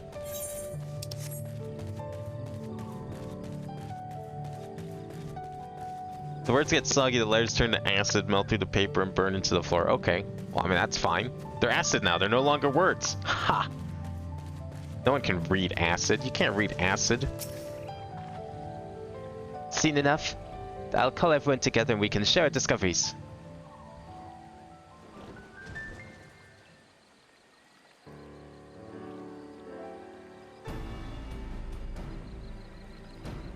Well, what do we think? Any obvious problems? That frog looked a little sus. I think I saw him vent. I agree. The waters look to be of good quality, as does the mud in which the reeds have been planted. Frogs and insects aren't usually torpid. This suggests the problem is affecting not only the reeds, but also the creatures which live among them. Could something invisible to the naked eye be polluting the water? We would need an alchemist to know for certain. You've got one right here. Master Alchemist at your service. I don't have much to add about the fields, but something else occurs to me. When you were describing how the creatures seem lifeless, I couldn't help but be reminded of all the listless villagers. They've suffered a terrible tragedy, I know, but there is another reason for their flagging spirits, I believe. Go on.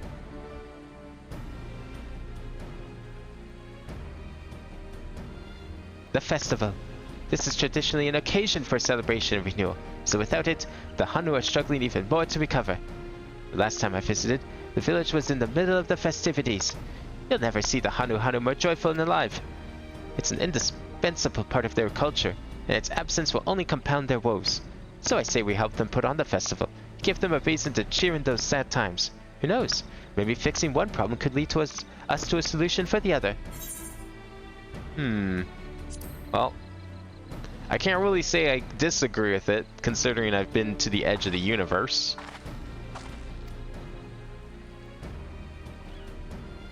I fail to see the relation between festivals and fields. Let's not be too hasty in dismissing the idea. Things which seem unrelated can later prove to be connected in surprising ways. True. And being bereft of ideas as we are, any proposal is worth entertaining. I suppose. Besides, this is Wu Klamat's journey. It's only right that we follow her lead.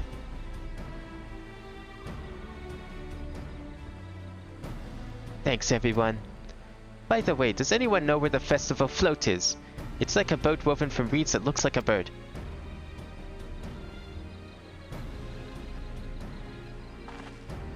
In that big building to the north. Let's go and see it.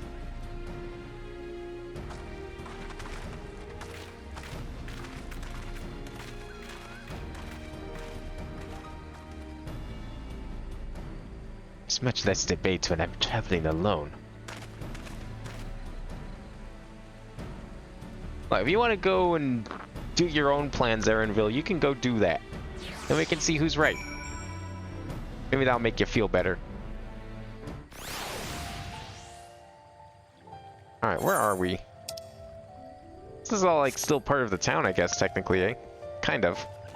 It's cool looking. I like it. We haven't had a swamp area like this before. It kind of reminds me of the swamps in FF9 you could go to. There's like these swamps you could go and you could take Quinoa with you to catch frogs to power her up. I am kind of going the right way. Now we're going the right way. It's good enough.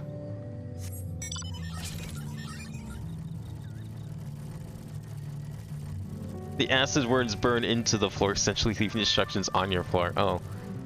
But if they're on the floor, they're still written down, right? So that's fine. No one's gonna, like, look at a floor and be like, oh, these are instructions. They're just gonna be wondering why there's words burnt into the floor and think whoever did it was dumb.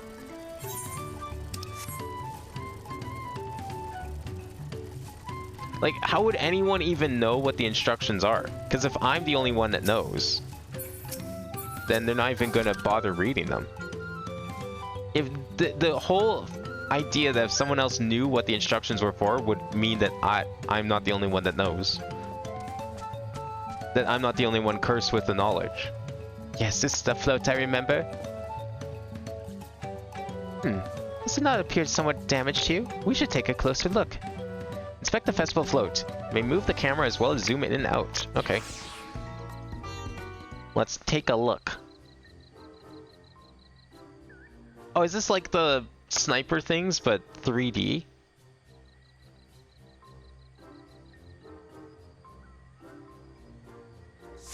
Oh, wow. Oh, cool. Okay. We can just... Oh, it's like a full screen version. I get it. Missing eye? Oh yeah, look at that. I thought we were gonna get to like rotate around the thing. That would've been cool.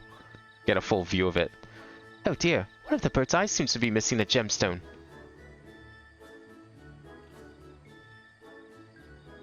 Missing a lantern or whatever? Oh, that's definitely broken. How would they lift this great big vessel without all the carrying poles intact? I mean, it doesn't look that broken, but yeah.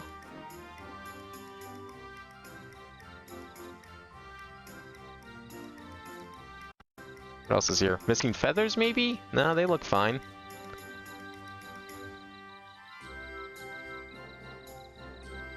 I'm not seeing anything else.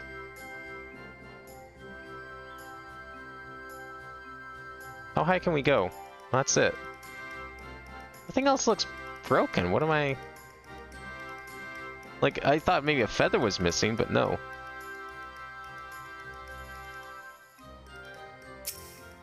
Oh, there we go. Those feathers are kind of messed up. These tail feathers have seen better days. I swear the colors were a lot brighter the last time I saw them.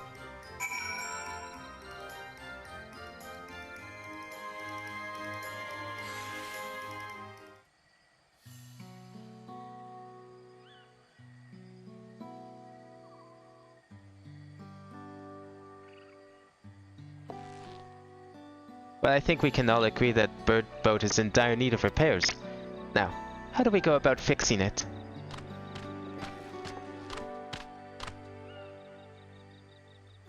What is going on here? We're admiring your festival float. It is a shame that it's in such a poor state, due to the recent storm, I gather. Yes, we had to leave it exposed while we ushered our people to safety. When a float in this condition, there can be no lifting of wings, no ihi hana. Ihihana! That's what the festival is called. I want to help you hold it. Have you not seen our village? Homes are ruined, we're struggling to make repairs, and you want us to hold a harvest festival. I know how it sounds, but giving into misery never improved anyone's situation. A celebration of life and growth may help give you the strength to work through this tragedy. Well, the festival is mine this year, and there's nothing I would like more than to lift everyone's spirits. We don't even have enough materials to repair the float. We need Aboshia for the missing eye, Yuipo for the wood for the poles, and feathers from the winds chosen to adorn the tail. Two of those I know. Aboxia is a type of precious stone used in arcane equipment, and Yuipo wood is essential for crafting ceremonial instruments. These chosen feathers, however. Winds chosen is a victor of competition in which the contestants see who can blow a feather the furthest using wind magics. And that's something a problem right now. We Hano are gifted with employing such airy sorceries, but expend a great deal of mana when doing so. We are soon exhausted by the effort, and having no reeds to eat will only make it harder. I think I understand. Your vibrant reeds grow quickly and vigorously, so much so that they stifle the development of nearby plants. They must be a potent source of the energies you naturally lack. They are indeed. Owing to the poor harvest this year, we've been left ineverated. And if we cannot gather the correct materials as directed by custom, we cannot repair the festival float. Oddly enough, we may have just stumbled upon our solution. The winds chosen would, by necessity, have a natural gift for manipulating magical energies, which means any feathers taken from the victor should be in high ethereal conductivity. The float's construction also requires a stone used in arcane equipment, as well as timber favored for ceremonial tools. Men for such specific materials must have an underlying reason.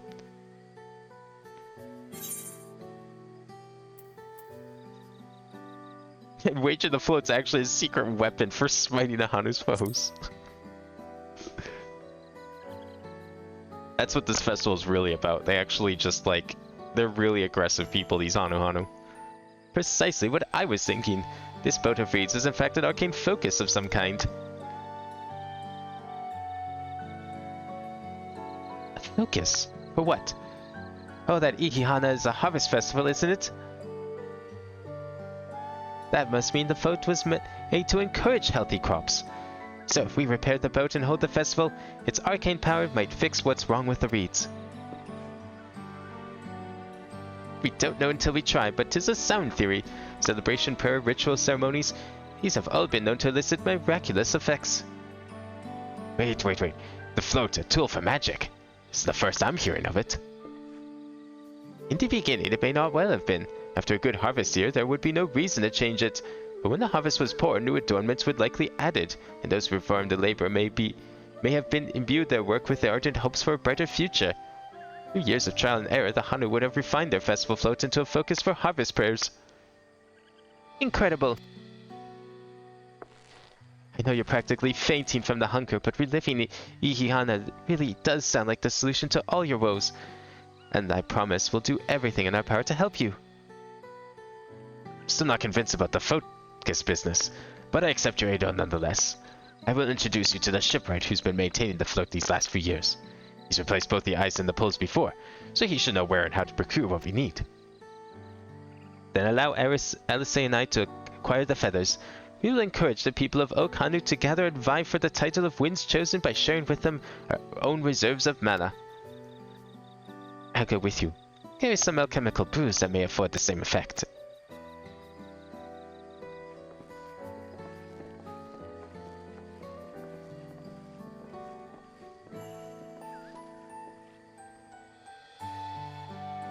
The three of us will visit the shipwright then.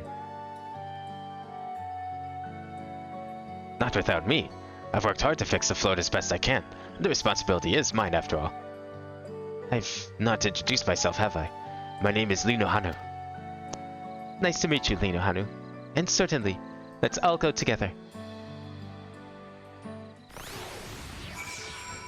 In my opinion, any supernatural phenomena I would treat as Secret Service worthy. People want to know what knowledge was burned into the house. Well, yeah, but like, okay, why does every word have to be burned into it, though? What if I just burn, like, one of the pages? What if I just, like, let one of the pages fall? Does it have to be every single word or none of them? Is there no in between? Thanks to Wook Lamont, we found ourselves a promising way forward. Experience and knowledge are valuable assets, but there's something to be said for following one's instincts. What is this? Inventory. Feet gear. What's this look like? Anything cool? Wait, are these pants or feet? Oh no, they're boots, okay. Try on. Why do they have, like, holes in them? I hate them. These look terrible. Why would I want to wear these? No thanks. But not for me. The shipwright's name is Wukavu.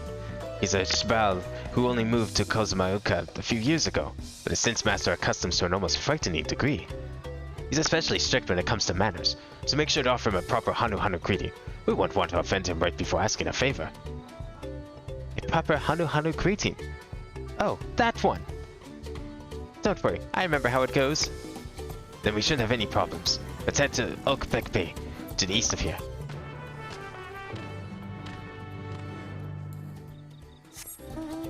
I'm guessing we're gonna go for a bit of a hike.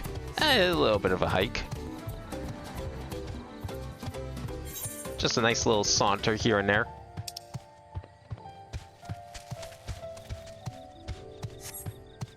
Get to enjoy the nice evening breeze. And the nice nighttime music too.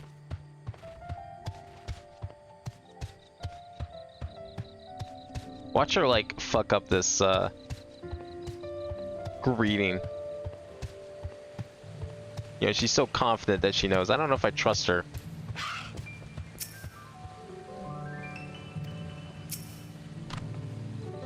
This is Oakbeckby, the village of all. Those who drift into Kozumaoka from Tudiorao and elsewhere are welcome to live here alongside the Hanu. As for Wukavu, he lives and works in the House of Waters High, at the top of that large tree nearby. Follow me, but I should warn you, the climb up the stairs can be challenging. Wait, where are these stairs? Wook saw the stairs. I don't see no stairs. Does anyone else see stairs? Was it those stairs there? Oh. Yeah, I mean, guess that's quite a few stairs. They're just stairs, though. I've climbed worse.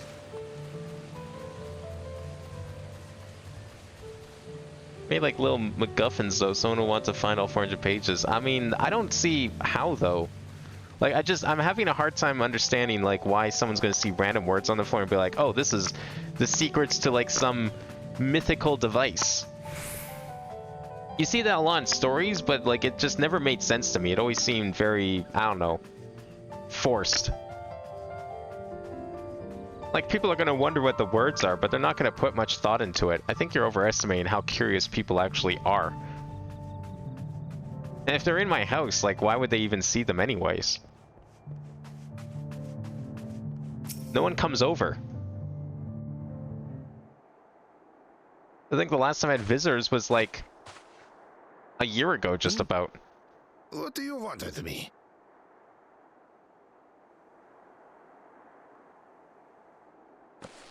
Right. The greeting. Yeah, do you remember it? You said you did. We're waiting. Kali. I mean, that looks pretty good. Maybe?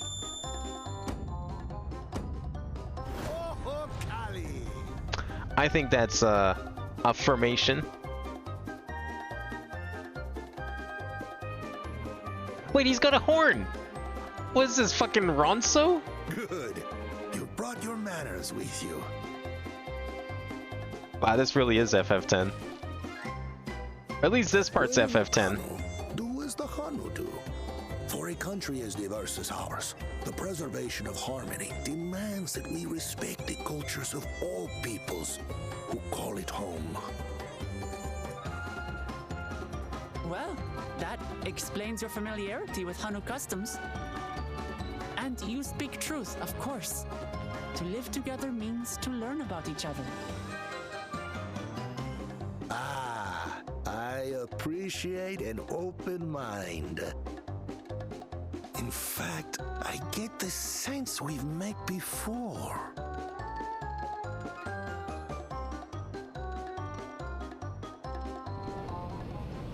You're Wu Clement. Oh, what an unexpected honor for old Wu. Here I am prattling on about manners, and I've gone and insulted the third promise herself. There is no excuse for this betrayal of etiquette.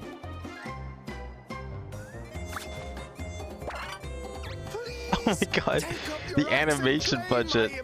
I love it. Will not. Keep your head. I hate formalities anyway, so forget about it, alright?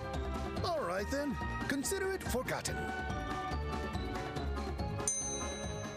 How prompt.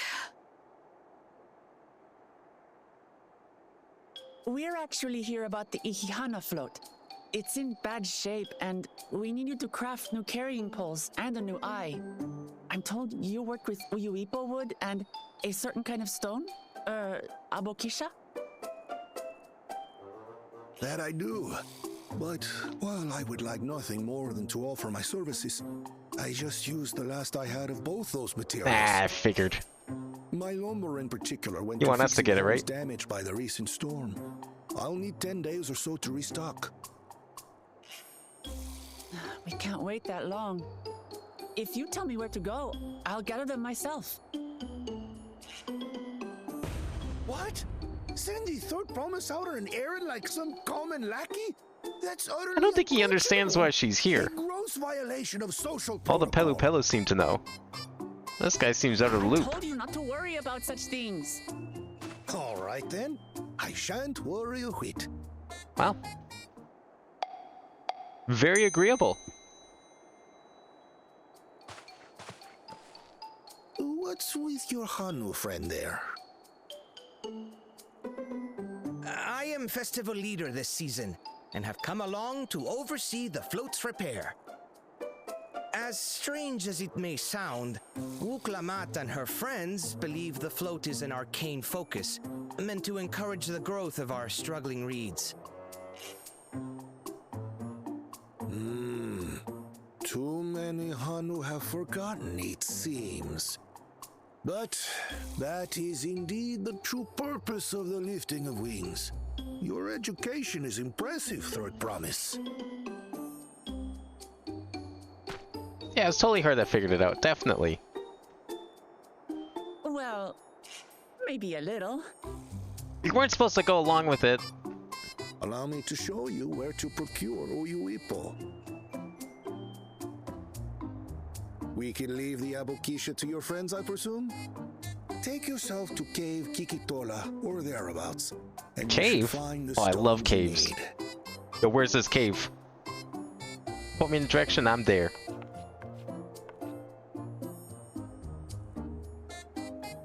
I've been there once or twice. I can guide you.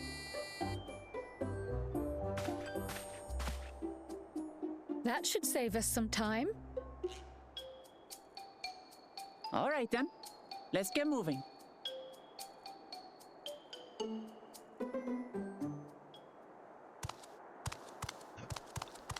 He was spying on us.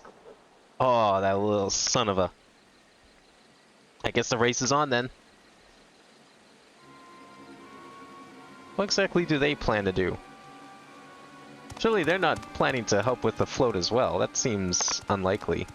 Chosen one of your rivals is making progress. He's got his own little spy network.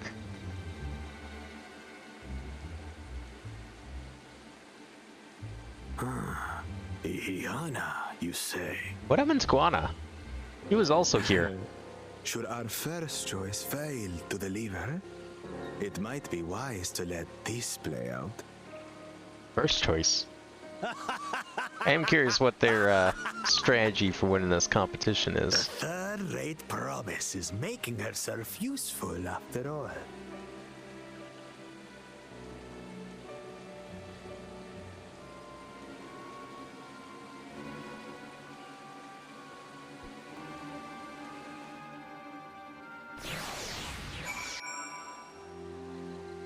People in real life do stupid things. The point is now the information is out there.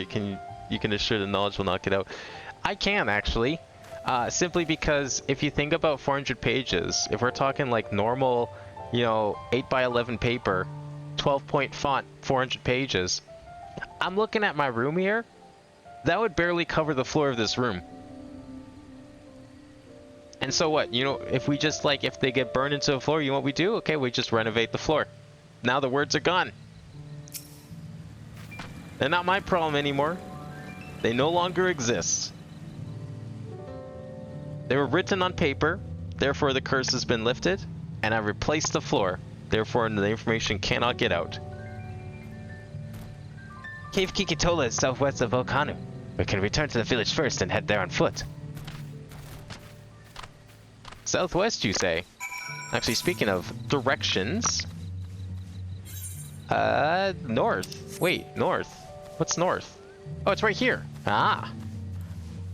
I need to remember to keep an eye out for these things. Too many times have I forgotten, and then wondered why I didn't get flight until the very end.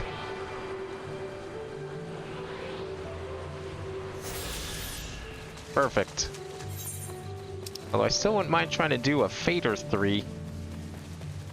Wonder if anyone's down here. Oh, there's people down there already. I'm sure there's probably some people that are fairly far in the story. I doubt anyone's beaten the game yet, considering how long these things usually are. But considering I did give everyone like a day and a half of a head start. What with me trying to level up Pictomancer, but it would be worth it. Pictomancer's fun and I'm looking forward to it.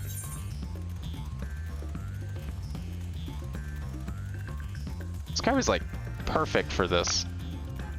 I don't know, it just seems fitting in this location, even though we haven't actually seen any crabs yet.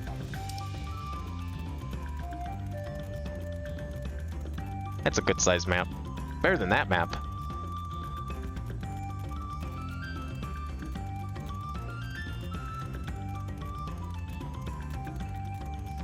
Alright, I wonder where this cave actually is. So we got Tulial that way. I don't see any other arrows out of here. This might be like a dead-end location. Oh, is that another location to... Wait, at a Urkopacha? Isn't that where we were earlier? Or was that like a different part of that area? I'm not sure.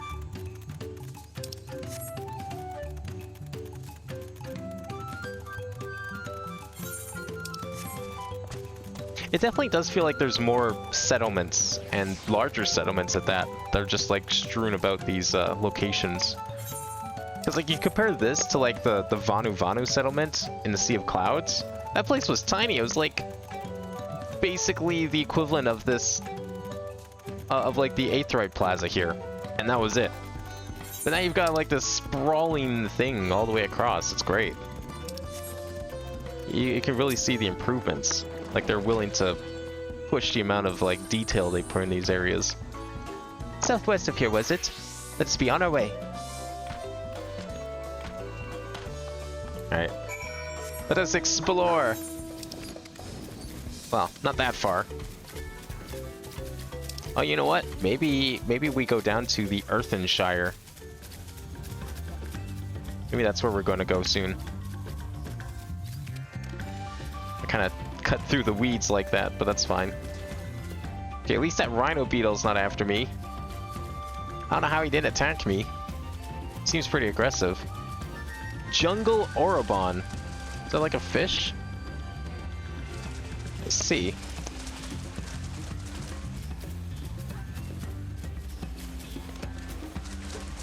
Lots of fish here.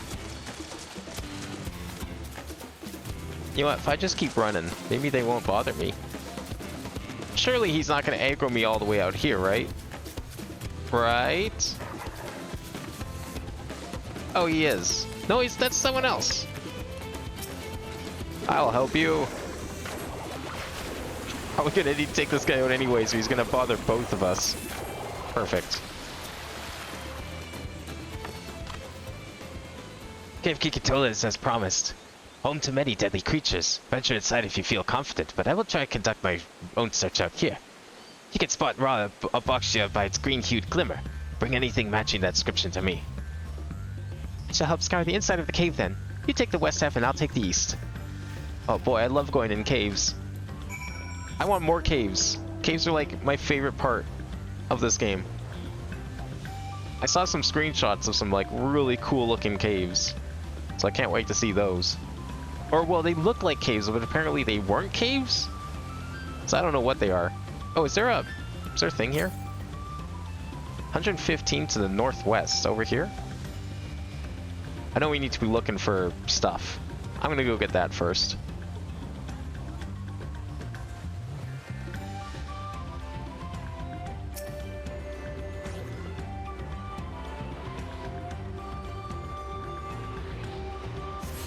There we go. Okay, let's go get our stones. Eye-catching glimmer. Now, I happened to notice on the way over there, someone was fighting something in a purple aura. So I'm expecting combat. Upon closer inspection, you find that the glimmer you spotted was just light reflecting off the water. Oh. Oh no! I've been had. It was a trap all along. I can't believe this.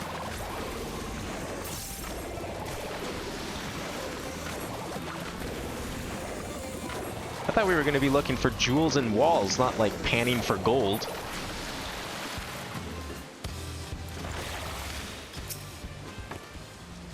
How about this one? You find a chunk of stone glowing a distinct shade of green. Seems like the exact kind of mineral Linu Hana was looking for. Oh, that's all we needed. It was just the one. Okay. Anything else cool in this cave? Probably not at the moment.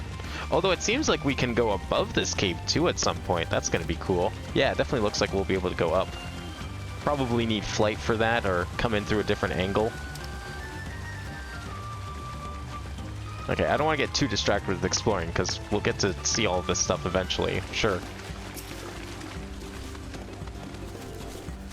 Although if that fate is still going on the way back, I'm going to stop there. I picked out over the ground near the entrance but found nothing. You have better luck inside the cave. I got you this. Is this what you're looking for? Yes, this is a boxer.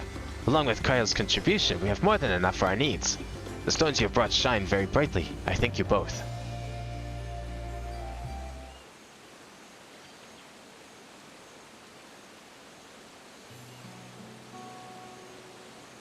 You would have been happy to know we were putting things right. Truth be told, a good friend of mine was meant to be festival leader for this year's Ihihana. But when that big storm hit, he did not survive. It fell to me to carry on in his stead. That was why you agreed to Wuklamat's request, despite your initial reluctance. Yes, it hurts me to hear, but she was right. Though I must mourn, I cannot let my grief consume me. Her words made me realize that the path to my recovery, our recovery, is already laid out before me, and I will walk it, for myself and for my friend.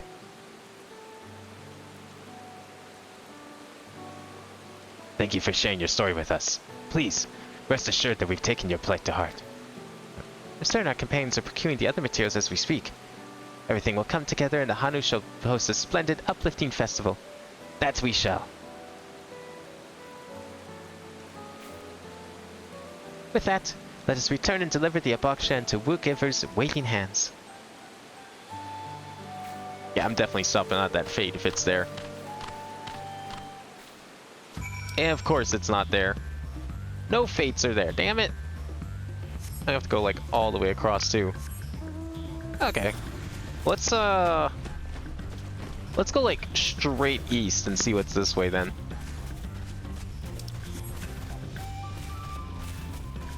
I got some more waterfalls over here. This is kind of like the jungle I was kind of hoping to see more of in Costa del Sol. There's like that nice looking jungle area, but it didn't feel very jungly because it was so small. But it does remind me a lot of like Brave Flocks, the dungeon. Although on like a full level scale, or at least this part. I mean, there's probably some cool stuff up there too. Looks a little different, like more temperate than rainforesty like this place. You gonna target me? No, you're not. Cool.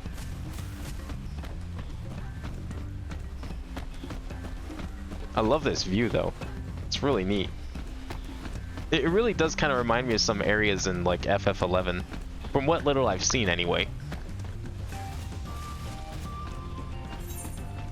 Oh, where are we going now? Whoa, whoa. It's like a maze. I don't want to go to a maze. We'll wait on the mazes. We gotta go up north anyways. Oh, can I not? Oh, you can't dive in this water. So I guess that's why you can't use mounts in it. Wonder where we can dive. I mean, some expansions seem to have a lot of swimming, some don't. Shadowbringers had a little bit, but not a ton. I'm trying to remember what Endwalker had for swimming. I mean, Stormblood obviously had the whole Ruby Sea thing, and there's that whole, the river. But beyond that, I don't really know what else there was. Yeah, Endwalker had the small pool in Thavnir. I know Garlean didn't get anything. The moon obviously didn't have anything. Neither did the Edge of the Universe. Elpis... Did Elpis have a diving area? No, I don't think it did. You know, diving doesn't... I feel like it's not... There's not really a whole lot of diving. Maybe that's why we haven't gotten better spearfishing gear. Because there's only like 2 areas to go diving in. I mean, hell, I don't even know if Thavnir even has any spearfishing nodes. Maybe it does. Seems unlikely, though. I wonder if I'd go faster if I sprinted than riding this. It's hard to tell.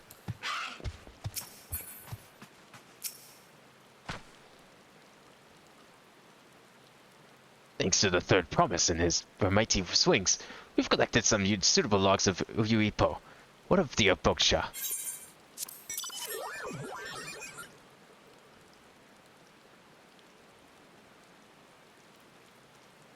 Yes, these are excellent samples. A goodly quantity, too. At this stage, you've likely surmised that the lifting of wings encourages the crops to grow.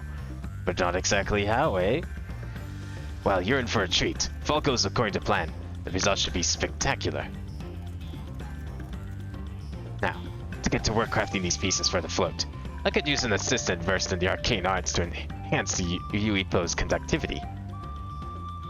I'd be delighted to help. Everyone else should head back to Okanu. We'll join you at the float once the work here is complete.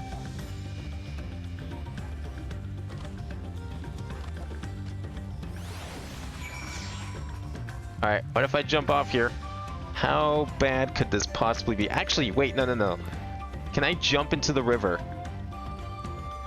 Oh, I might have just wasted my sprint. I'm not ready yet. I was trying to see if I could get a better vantage point. What am I standing on? Okay, there we go. Huh! Oh, maybe. Oh, but it's not deep enough to swim, so it doesn't matter. Damn it. I didn't realize it was shallow water. I have to walk back up here anyways. But I did hit the water. That I knew for certain. Actually, we can probably teleport back here. I mean, I'm willing to spend the 60. I've got tons. We can teleport all day.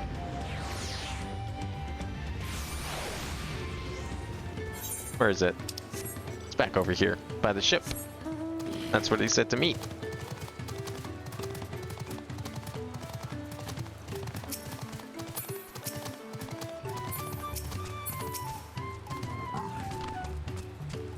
Gathering the Uipo was a trial in and of itself. At first, Wukevu criticized everything I did. Then he suddenly yelled, "I've spoken ill of the third promise and must punish myself." Proceeded to slam his head against an Uipo tree. What the fuck? I told him not to worry about it again, and it was like snuffing out a candle. He's an odd one, that's for sure. At least we've seen to the poles in the new eye.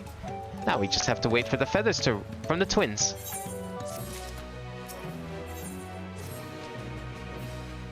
We should get some rest before the excitement begins.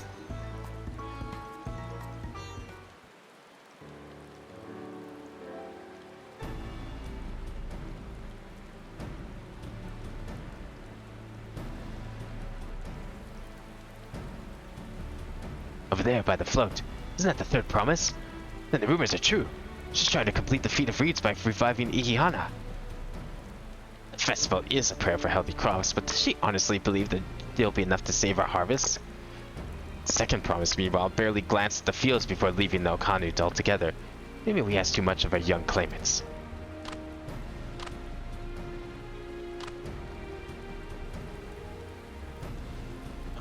I would be too quick to count Koana out. A friend of mine overheard him muttering by the reeds, something about what needs to be done. Is that so? Perhaps we'll get to see another of his innovations firsthand. Now he's gonna use the power of science. Yeah, magic's cooler than science. Fuck your science. That sounds a lot like our Koana. One look at the reeds was all he needed to think of a solution. Be that as it may, our own solution is nearly ready.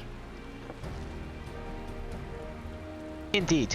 As soon as the others get back, our long-awaited festival can begin.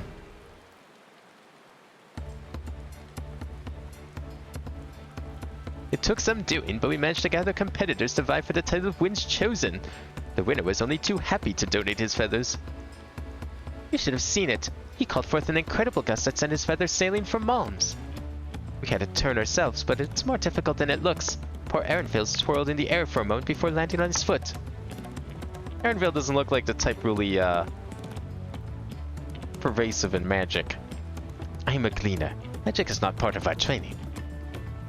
As for us, we've bought the wood and gemstone replacements crafted by Wukevu. All that's left is to attach them. Has it been decided who will ride the float? I was the guest of honor last time I was here. I remember being surprised that he could even lift the thing with this hulking weight on top of it. The rider must be a personage of great esteem, which is why an invitation is usually extended to the Dawn Servant. This time, however, I have another person in mind. Oh, who is it?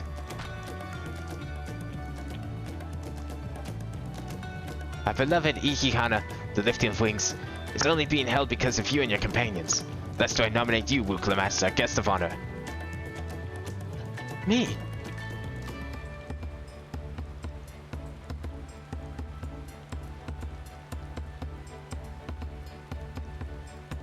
This boat won't make me seasick, will it?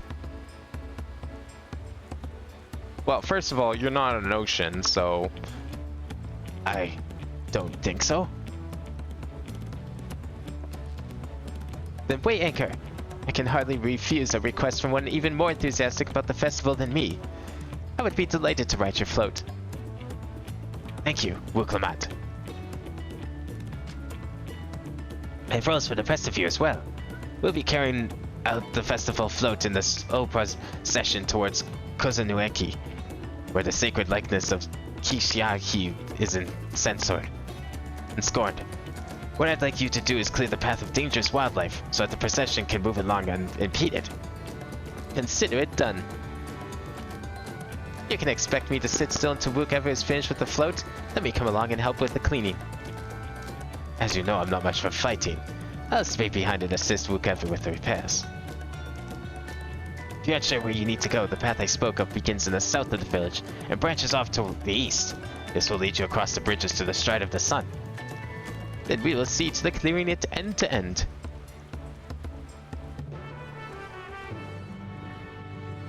Yeah, I can go clear a few monsters. So south and to the east. Okay, that's this way then.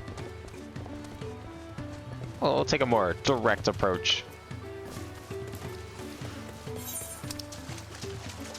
Guess over here. So if it's to the east, oh, it's probably going to go across all these bridges. I guess that makes sense. Where's everyone? Up here?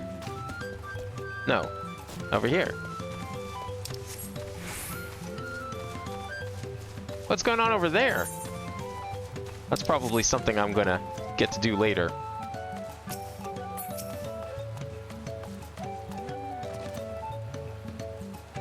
As Lino Hanu said, Kozanuiki should be down this way, and off to the east where the path branches. There's something about bridges in the Stride of the Sun.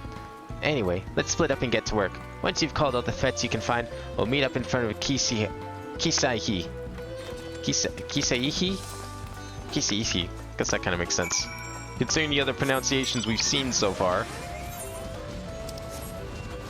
It's like every expansion, the names get harder and harder. First we started with French. That's easy. Or no, English, and then French, and then we went to Japanese, and then we went to... Well, actually, kind of went back to English because Shadowbringers. But then we had like... Oh, right here, I guess. Then we had, I don't know, I guess kind of like Greek a little bit because Charlian.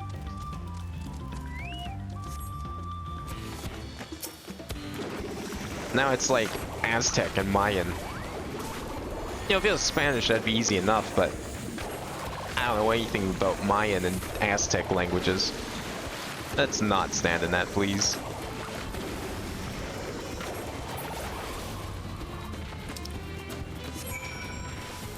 We'll just run. It's not that far. Oh, there's a couple of fates around here. Oh, they're pretty far away. They look near, but knowing these maps, they're probably not going to be near at all. Yo, Kryl, how's it going? Oh, you seem to take that guy on pretty well. Yeah, no, you can handle yourself pretty well. Now she's finally got a weapon.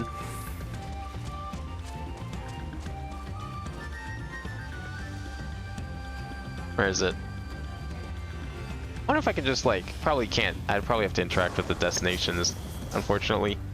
I'm gonna have to do it myself. We're all gonna take turns here. There they are. Two of them? Oh, that's hers. Never mind. That's not mine. Sorry. My bad. Oh, I'm getting all of them. Wait, do I need all three? I guess we get three.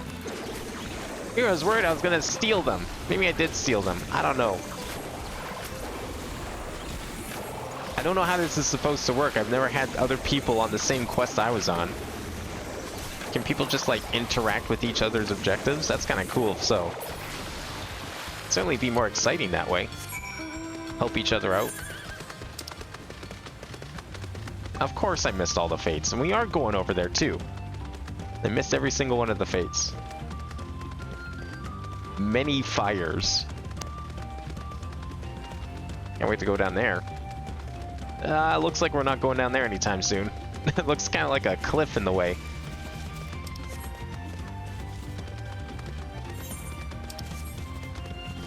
Up around here. More plants. Where's that objective? We're gonna be fighting some of those plants. Oh, there it is. Probably where everyone else is fighting.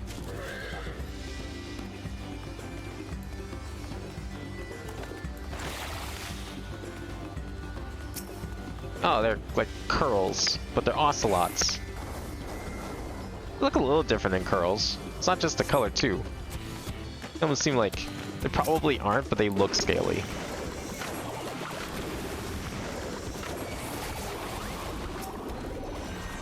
Come on, gather them up, and then we'll just holy them to death.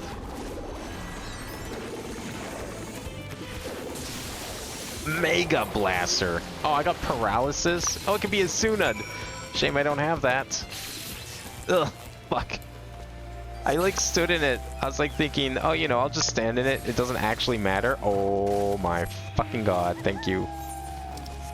It won't be matter. It'll be fine. It's like, what, 3,000 damage?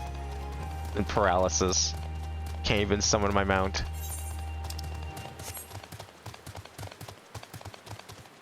This is a big fancy building. I guess it's the perfect kind of place for a ceremony or a festival to be held.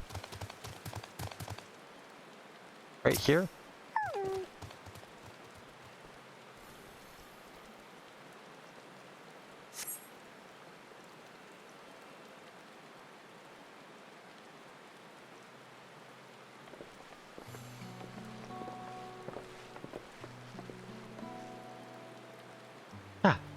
You are a step ahead of us. This must be the likeness of Kisaihi, the Hanu deity of the harvest.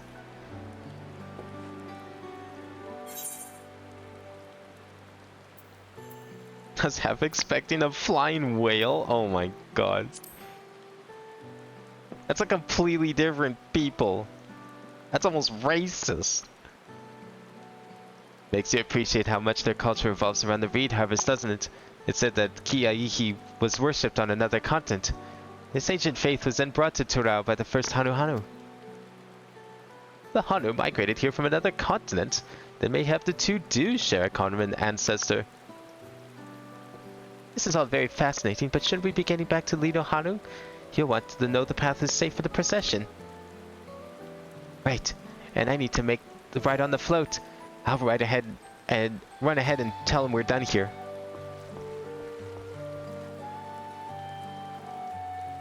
My god, I might need to take a break soon. I can't even read anymore.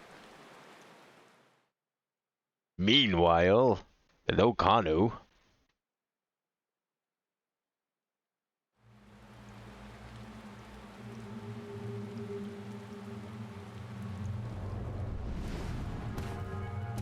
Oh no! Aaronville, do something! Not sure we heard you right, old man. Why don't you say that again? As many times as you'd like. The third promise tasked me with repairing this float, and I'll not relinquish it to an uncultured brute like you. Much less one that can't even manage a simple greeting. We wanted to handle this in a civilized way, but we're more than willing to kill you. Wouldn't that, like, be breaking some rules? And kind of illegal? We have a two-headed problem. Yes, please hurry. Now, see, I do like that they all have cell phones. Back already? You know, that's like a trope that you see in a lot of shows and stuff, and stories. It's like, yeah, they say like guns would solve a lot of conflicts in media. Well, I think cell phones would solve even more. Trying to be brave, little bird.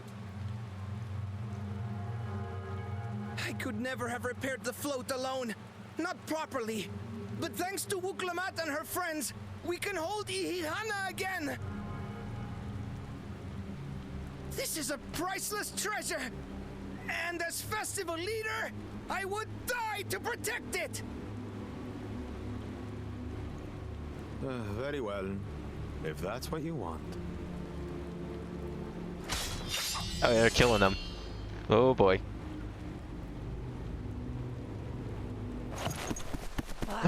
Just in time.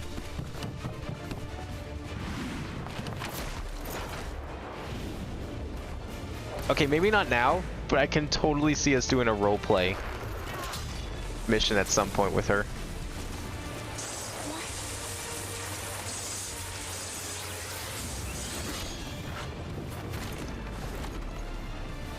I put everything into that blow. Yeah, it wasn't good enough. Good. The better for you to understand the gulf between us. But you need more lessons. We'll carve them into your mangy hide until you cry and beg forgiveness.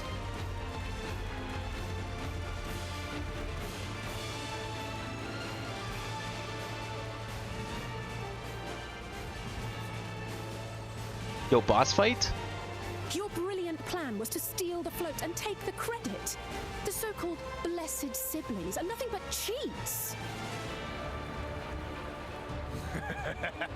Your scorn is sweet music. Come, weaklings. We'll crush you each in turn, or all together, if you like.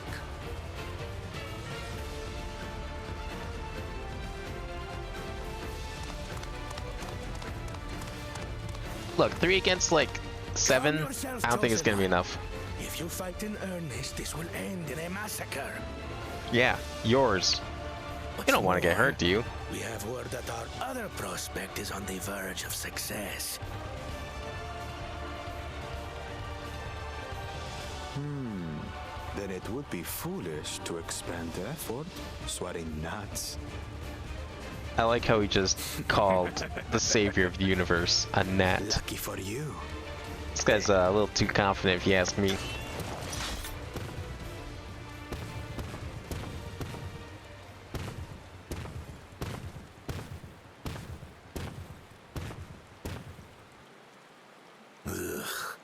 Oh, I see. One's like a sword and one's a staff. That's kind of cool.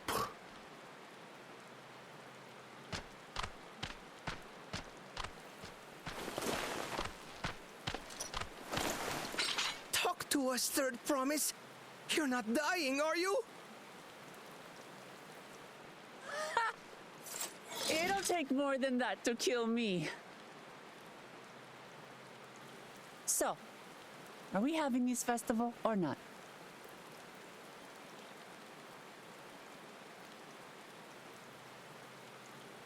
Yes! Yes, we are!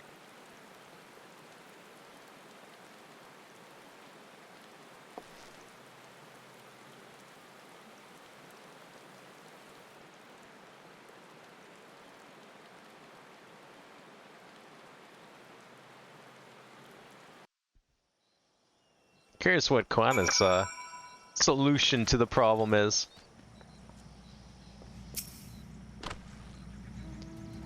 Thank you for coming to our rescue. I tried to protect the float, but against that two-head, I may as well not have been there at all. Nonsense. You stood your ground and brought us time we needed to make it back. You were incredibly brave. Okay, which of these dies we have? Pumpkin orange? Yeah, I didn't think I had any of that. Ochu green. Yeah, well, let's take the orange. I can't recall if I have any orange dyes. With that exciting interlude over, you'll be pleased to know that my repairs are finished as well. Before we commence the festival, however, it would be a courtesy to inform the villagers that Ihihana will be held after all. Go forth, but do not forget your greetings. At this stage, I should hope the reminder is unnecessary. Oh, Callie. I remember. See? When do I get to learn that greeting? That's happening, right? Like, the chat wouldn't say use your keyboard or software to enter. Okay. Chat is now about to get spammed with Callie, I bet. I'm sure I'm not the only one doing this.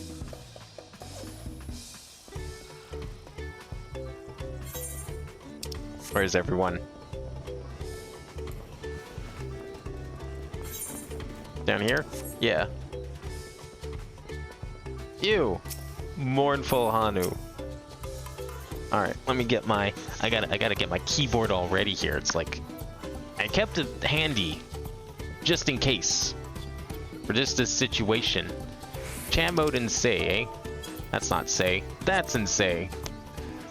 How we spell this?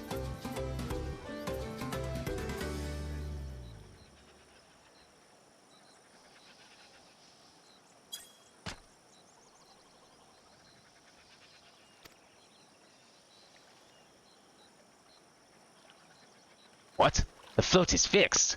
Our fallen friends will be glad to know that the Ihihana will soon be underway. They will have wanted us to honor them with celebration, not let their loss deter us from it. I must go and enjoy the festival for those who no longer can.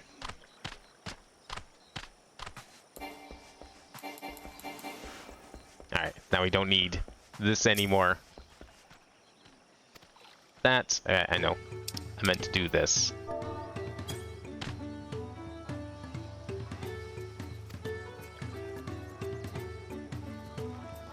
The festival is about to begin. What do you expect me to say? Besides, of course I'll be there. Clean up after the storm's aftermath may have been hard on us all, but the lifting of wings is tradition, and a joyous one of that. I won't sit here brooding my days away. Give me a moment to get ready. Wasn't he saying earlier? Wasn't that the guy we talked to earlier?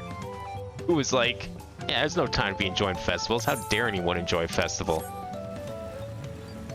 It's an insult, I tell you. Where's this third guy? Oh, right here.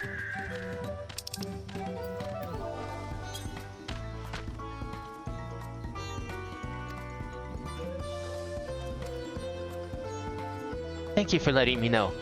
I would very much like to attend the festival, but the repairs should be finished as soon as possible.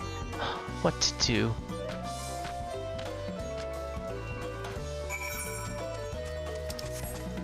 Well, I mean, some people seem to want to go. I get it. You know, not everyone can go. Oh boy. What kind of fishing can we do here, I wonder? I don't have any of the bait. Maybe it's some of those bees. Maybe they're good here. I think I went the wrong way.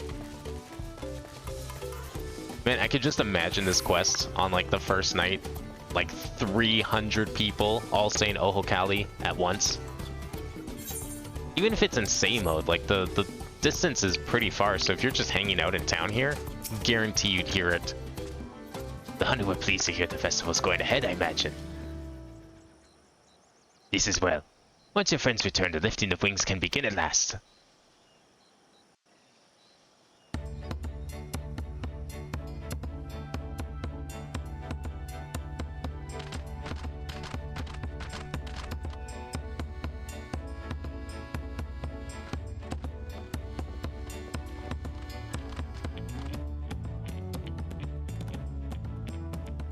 So few have come. Patience. Once Ihihana gets underway, no Hanu will be able to resist joining in. If you say so. Just so. Ukewu knows well the heart of the Hanu. Have faith, Third Promise, and climb aboard the float. It is time for the lifting of wings. You know, I still can't tell if that's a horn coming out of his hand, Off we go. or if that's just like really, really well gelled hair. I'm sure it's a horn. It does look very horn-esque. Ihihana is a prayer for bountiful harvest, but this is not its only meaning. I bet he's got a bunch of friends up north that are blue. Exchange of pledges between rider and bearers, a commitment to a long and fruitful friendship. Listen well, friends! The personage we bear today is Wuklamat, the savior of our beloved festival! Let your shoulders burn, or your feathers fall out, but do not even think of dropping her!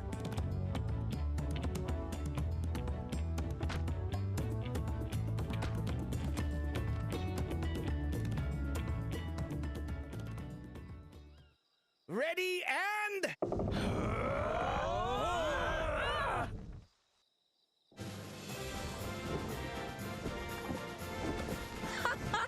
I could get used to this. Oh my god, that walk is amazing. It reminds me of that video of that guy walking down the street to take on me. Will empty belly stop you from joining in the fun? Come and help us carry the float! I mean, I would imagine empty bellies might do a part of it, considering, you know, if they're hungry, they're probably not going to want to do a bunch of heavy lifting. Just a thought. Well, well, well.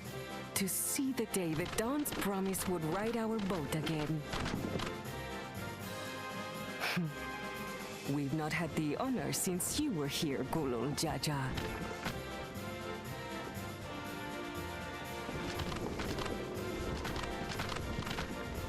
Right, we've enough bearers now.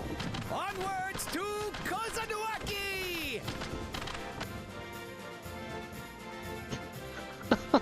I love it.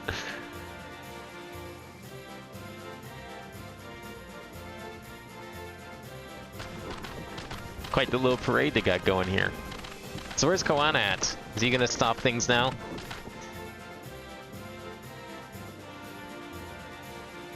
Oh, we're just going straight to the shrine, I guess.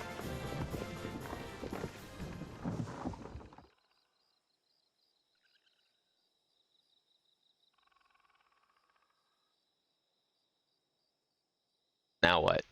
Watch well, for you are about to bear witness to the true glory of Ihihana.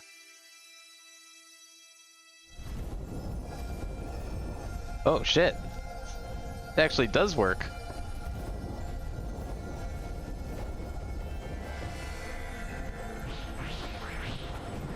Lend me your power. The float draws. Are they gonna like upon life spirit force, bomb the crops? concentrating and amplifying the energy.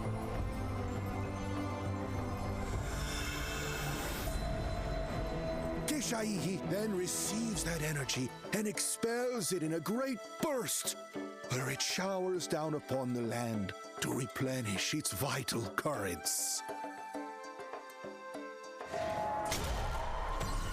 Oh my god.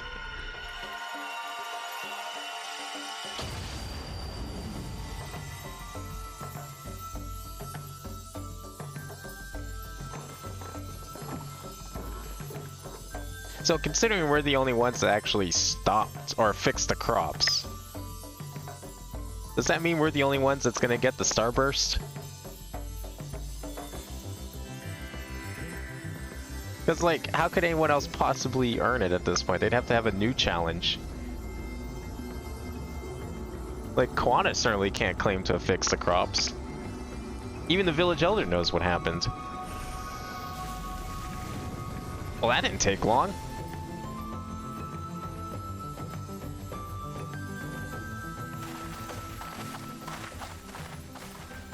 It worked. Like a literal charm. The float really was helping the reeds. That was amazing! To think that such a thing was even possible!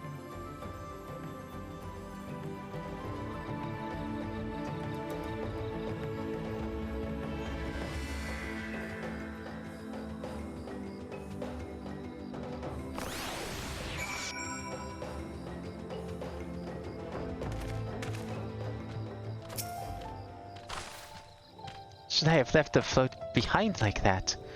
I was so excited to see the reeds. Nothing to worry yourself over. My brethren have been swept up by the festival fever. Last I saw, they were taking turns at the carrying poles on the way back to the village. Please, feel free to look over the fields and enjoy the sight of what you've accomplished.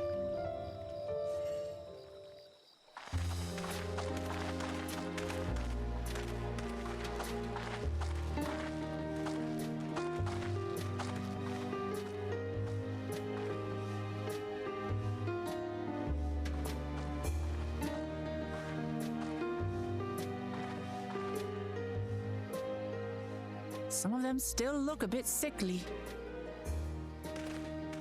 I imagine even the harvest magic has its limits. If the Hanu continue their festival tradition year after year, though, the entire field should eventually recover. Where does that leave us with the feet, then?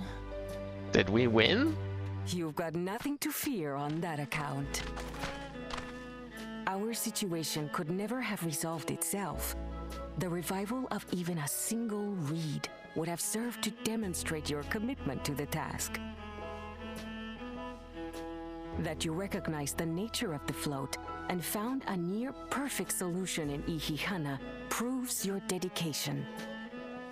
What's more, I don't think I've seen the festival produce such impressive results since I was a mere chirper. We have been lax in maintaining the float, diluting its magic and reducing Ihihana to hollow theater.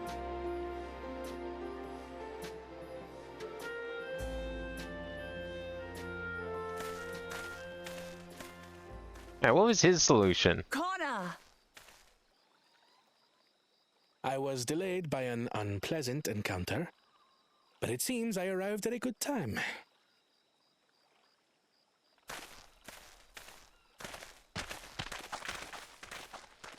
Well, it's good. Here's still some reeds left for him to fix. Potion.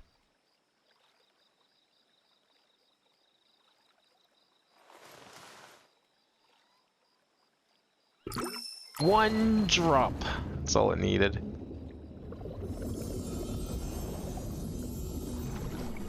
It's like the festival concentrated into a bottle. That's pretty neat.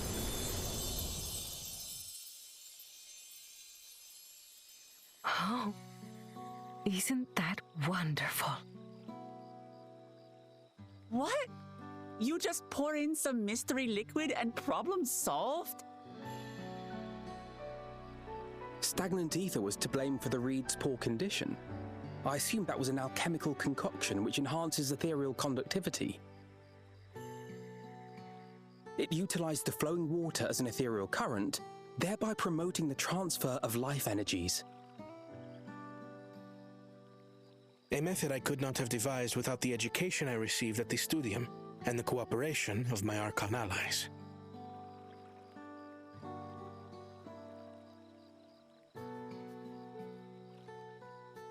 Archon allies? Yeah, what kind of friends you got up there? You see, Lamachi, this is why we need to embrace foreign knowledge and technology. Employed appropriately, they make light work of what would otherwise be arduous labor. There's no need to lug around heavy floats. I don't know, they seem to be having a lot of fun doing it though. Well, you always were the clever one, brother. Notice how he doesn't have a tattoo? Your approach was no less effective, Wuklamat. It achieved the same result. I guess he never graduated school there. It did. And you enjoyed the festival, yes? I did. It was so much fun. Having visited your village before, I thought I knew everything about it. As it turns out, I knew very little. About the reeds, about Ihihana.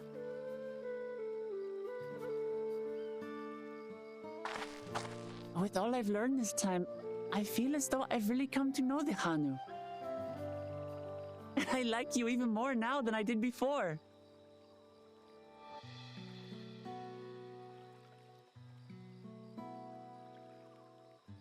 The feeling is mutual. And it's not just you who had a lot to learn either. I'll never look at our float the same way again. The two of you have exceeded expectations. Come forth and claim your stones.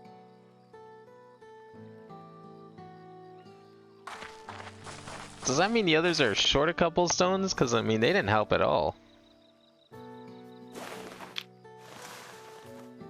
It's not like they all went to get, is it also pink? They all the same color? Oh, it's orange. An orange starburst. Those ones are pretty good. 5 more to go. and on to the next. Yeah, because I kind of feel like the others, like, he wasn't there for the Not alpaca even catching. A moment of celebration. That's Kona for you. And he's gonna go do that next. A third promise? You must join us for Ikikana next season. As Dawn Servant, of course. Also, that two-headed guy definitely didn't help with the crops, so he's also out of stone. Maybe they'll think of a different challenge for him. Thank you for having us. I look forward to seeing you all again.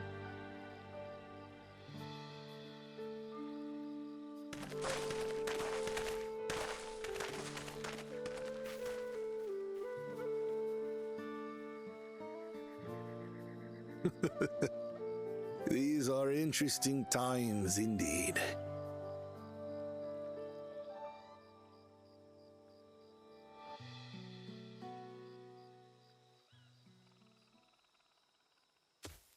Yeah, where are they scheming now? The concoction was brewed by Kona himself. It's a test vial, but it should contain the same reagents. Wait, what? Is he able to, like, reverse engineer it? Good work. Oh, he stole it. We'll use whatever we must to win. For win we must. And it's gonna cheat and scheme their way through this whole thing.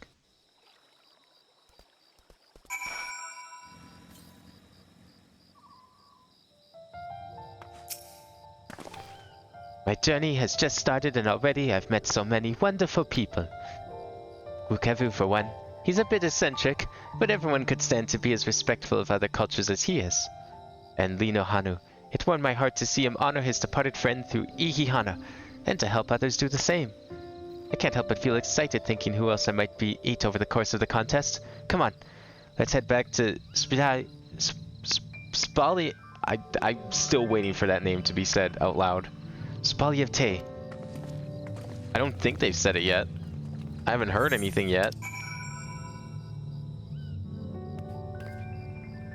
No, because Spalyevte is the name of the restaurant that you go to, where the tacos were, right? Yeah. All she said in voice was like she knows a place with good food. She never said the name.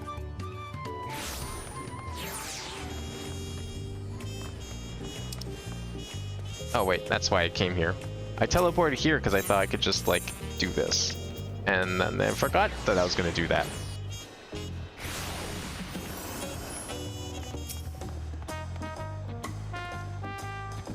Look at us! The contest has barely begun. We've already have two keystones. Surely even my talented brothers aren't doing this well. We can only hope. Alright, what's next? Where else are we looking for keystones? What is this? Mezcal marinated swamp monk. You know, I don't know if I want to eat meat that has swamp in the name. Necessarily. I feel like that just... I don't know. All the little, like, juices and stuff, whatever creature is from... that absorbed from the swamp water. I'm good. We've now won keystones from both the Feet of Reeds and the Feet of Gold. Surely that means our approach to the contest was the right one. So it would seem. By continuing to retrace Gulu Jud's journey as presented in the saga, we should find the remaining electors in turn. Then let's visit the giants next. Like Cryo said, the fact that they were searching for the Golden City might mean they know something useful. The home of the Yorkui is on the upper reaches of Ukopacha. Unless you're keen on scaling the cliffs, we'll have to take the long way around, through Kozamauka. This route will take us close to the Moblin village, which is another important location in the saga. Since we'll need all the keystones eventually, it makes sense to pay them a visit while we're passing through. I like that, multitasking. So we call on the Moblins first then. Let's head there right now. I'm afraid right now is going to be a problem. Oh? Oh. Yeah. No, that's a problem. The flight of the wingless, the great stairs leading to the Moblin settlement, collapsed during the storm. What are we going to do then?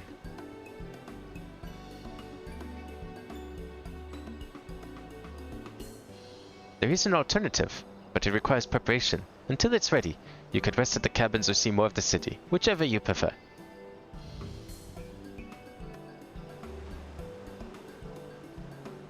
Just to be sure, you'll accept any method of travel as long as it gets us to our destination?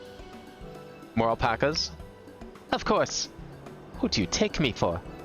Then as your guide, I will see to the arrangements. Well, it seems we have some free time on our hands. Let us make the most of it.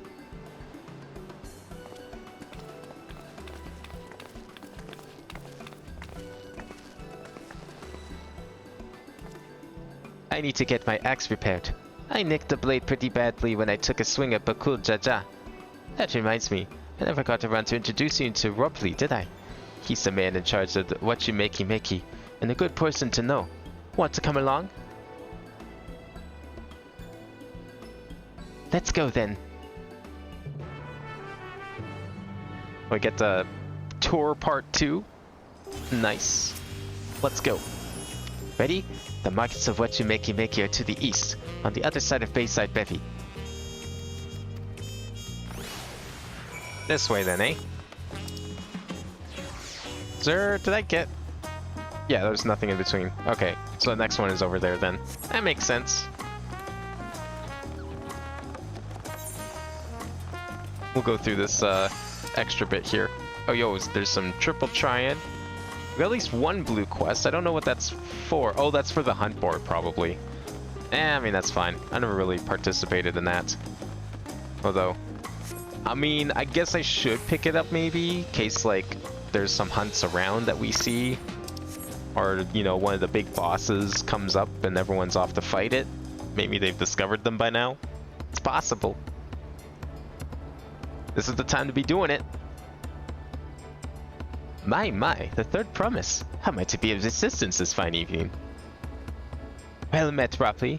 I need to buff a nasty nick out of my axe blade. Yes, it's been chipped quite terribly. Trying to cleave rocks again, were we? Something like that. Think you can fix it? You stand among Terrell's most prestigious gathering of artisans and ask this question? 'Tis child's play. We'll have it repaired for you in 2 shakes of an alpaca's tail. Good to hear. I leave it in your capable hands. Who's your companion, if I may ask? This is Abin, a great adventurer, and I recruited from across the salt. I brought him here to meet you, actually. Thought he might have reason to visit Wachimeki sooner or later. And allow me to introduce myself. I am Ropley, humble representative of this grand center of trade. A pleasure to meet you, Abin.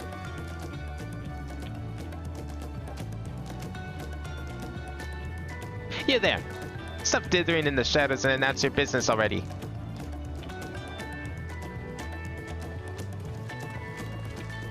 The hell's this? I've seen that man somewhere before.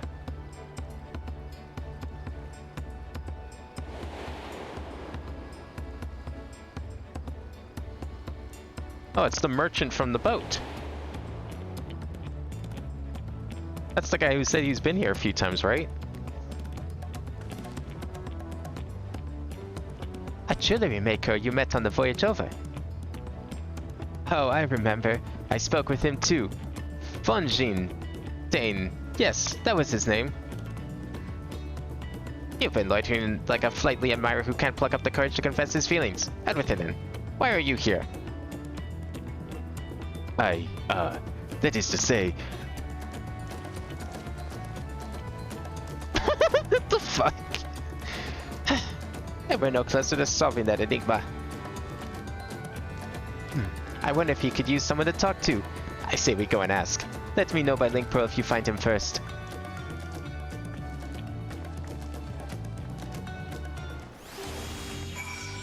Where's the, oh, it's down here. I want to make sure I pick up the Aethernet since we're over here. Anything useful here? Doesn't look like it. I think this is supposed to be the, crafting quest lines for this expansion. Oh, we got a summoning bell here too.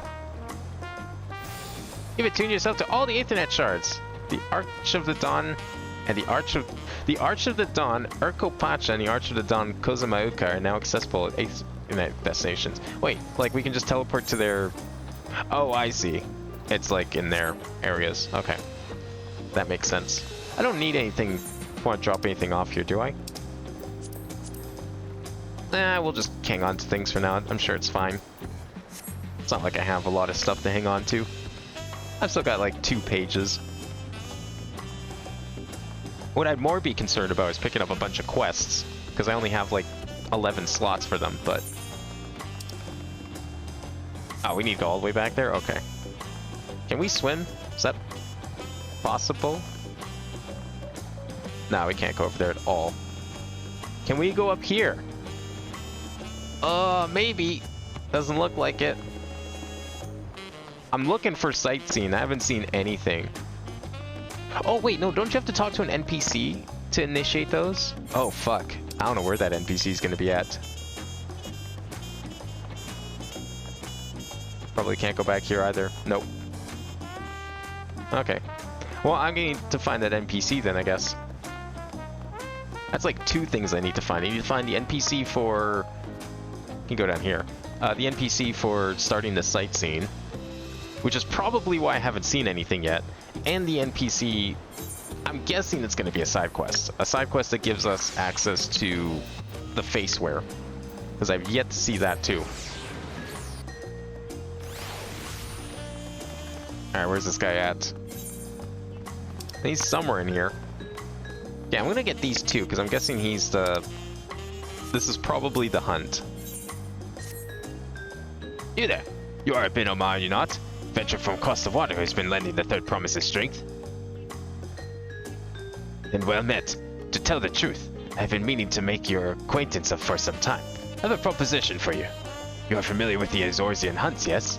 We have something very similar to here in Turiolao, and here in much of your philanthropic spirit, not to mention your capacity for violence. We should very much like to recruit you to our cause. If you are interested, speak with my associate, Bologua. The Serval is master of the hunt and administers the bill of the square overlooking the port. Tell him the Wing of Protection recommends you. Okay. We'll get the sword, like, right away. I would hate to miss out on all the cool boss fights later.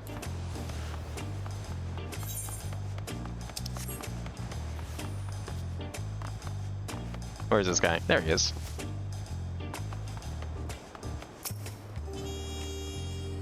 What do we have here? Your posture could use some work, but you've got good eyes.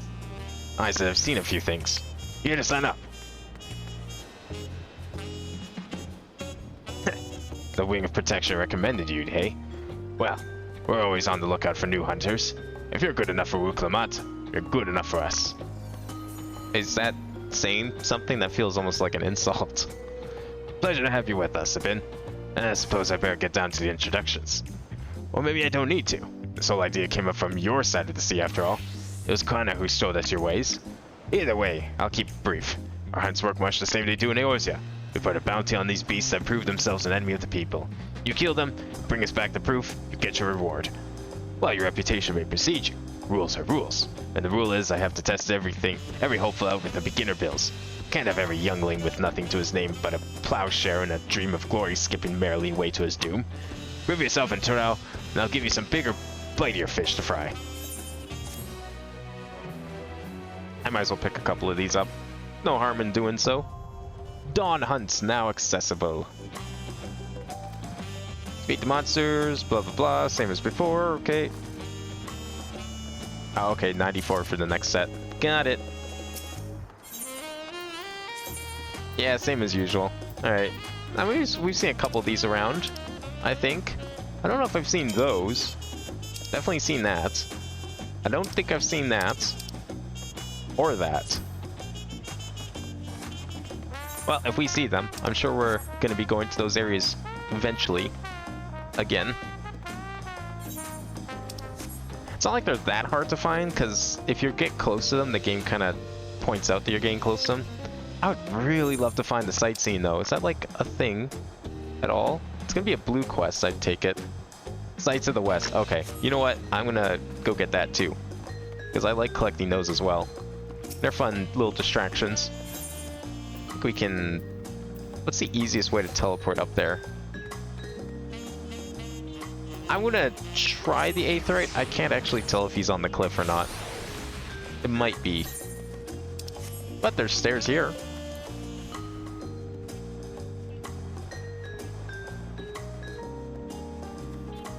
Or is it above me? Or is it in this building? I can't go in the building. Okay.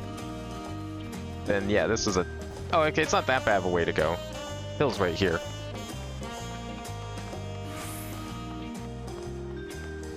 Somewhere.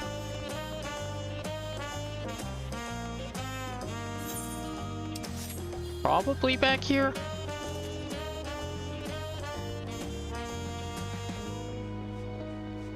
There you are. I think I walked past him earlier. I just, like, completely ignored him. Or her. Fellow Eorzean, am I right? Do you fancy yourself much of a sightseer? Oh, they got tourists here? Dear old Millith gave you her journal. My, what a small world. It just so happens I'm her cousin. Elsa Ironheart at your service. Well, if you've met Cousin Millith, I'm sure you can guess why I crossed the salt, as they say.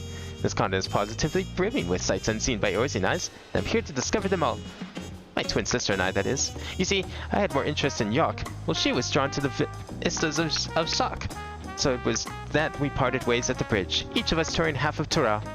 So give me your sightseeing log then. Can we meet your sister here? Or did she go back to Eorzea already? Let's see. Oh, how beautiful. I should like to see these places myself someday. Sorry, I was going to just scribble down.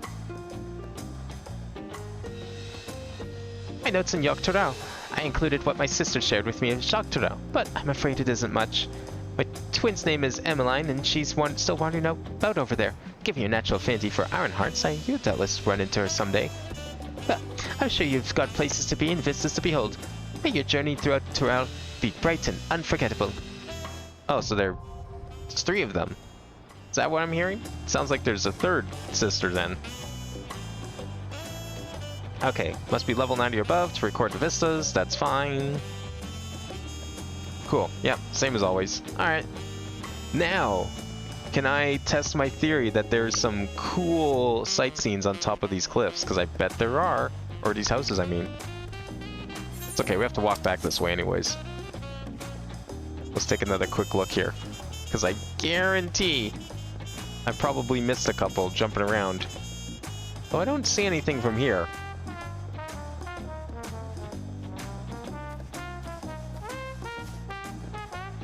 Maybe over here? Actually, we should probably head back down here so we can go do the quest. Go find that guy. The guy's too afraid to talk to a shopkeeper. I mean, I get it. I also used to hate going into shops and talking to people. Still kind of do. Shit's scary. I don't see anything. I'm surprised none of these buildings have one just hiding up here. There's probably some good ones. One of these days, I'd love to just, like, go and see if I can find a bunch of these. I like looking for them. They're pretty fun. Oh, there's one. That's an easy one.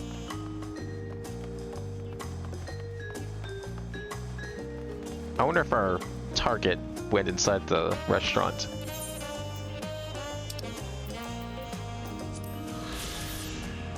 Bayside Bevy. Playing host to a never-ending stream of customers, the largest marketplace in Tuliolal is replete with goods from every corner of Tural. Its proximity to the harbor ensures that cargo unloaded from the boats and barges can be transported directly to the shelves of local merchants. I like that the very first one was number 1. I think that's the first time I've done that. Gone them in order. Watch him be down here. He's gotta be. No, he's not. Maybe the beach? I haven't really been out here yet.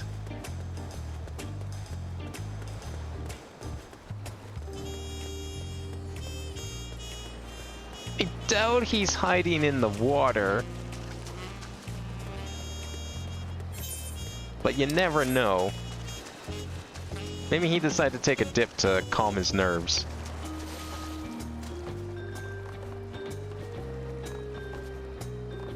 I don't see him out here. I'm gonna say he's probably not here. Bunch of kids. Whoa, they actually moved! Holy shit! That's crazy. They've never moved before. Yeah, I don't see anyone here. I don't even see, like, players where this might be. There's another quest over here. Which quest is that? Oh, that's the... I'm back at the hunt board. I see. Well, shit. Okay, let's go back up. He's clearly not by the beach. That's the market board. There is a market board here. That's convenient. Oh. Okay, this is like the other edge.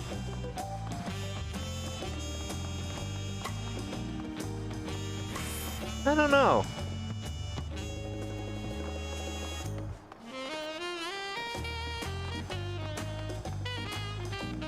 I mean, I guess he could be like right along here. He's probably hiding or something. Like, this area's not that big that we have to look in, so he can't be that far away.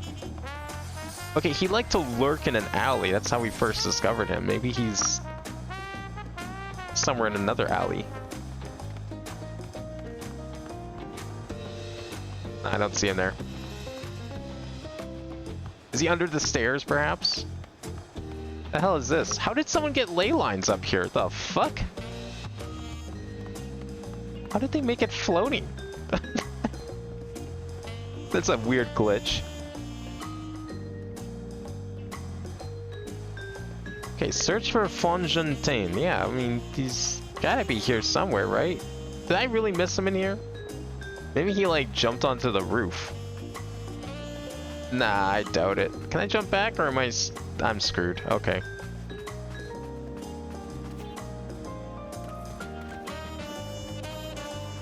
Wait, is it here? I see a lot of people in cutscene over here. There's a lot of people in cutscene everywhere. There must be a lot of quests that take place here, so if that's the case. Is he hiding in one of these bushes? He's gotta, like, legit be hiding. Oh, there he is. I didn't look far enough over to the beach. You were conversing with Master Ropley, but wait. We've met before, haven't we? On the ship.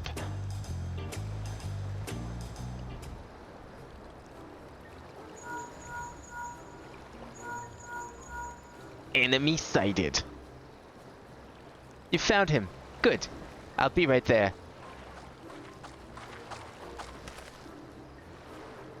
Why did you run off like that? Did you have business with Ropley or not? Please, you need to concern yourselves with my affairs. I'm undeserving of such attention. Huh? What are you going on about?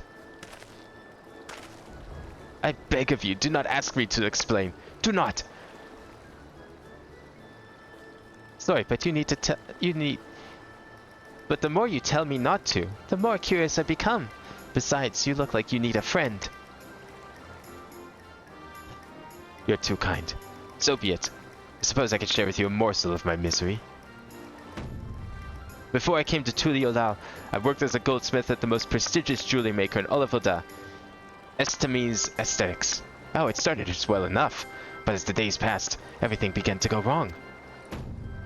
Compared to the masterpieces of my talented colleagues, my products were lacking, mediocre. I lost all my confidence. Crippling debt had possessed me, and any veneer of bravado I tried to put forth soon cracked beneath its weight. Thus did I take a ship, hoping to find a fresh beginning on new shores. Yet as you witnessed, I lacked the courage to even approach a potential employer. You stand before a man wallowing in the wreckage of his ill-spent existence. So that's what happened. Alright then. You offered a morsel and served us the full course. You must have really wanted someone to hear your story. If you like, I could try to give you a few words of advice. Then, you have experience with my predicament. Oh, feeling terribly inadequate compared to your undeniably superior peers.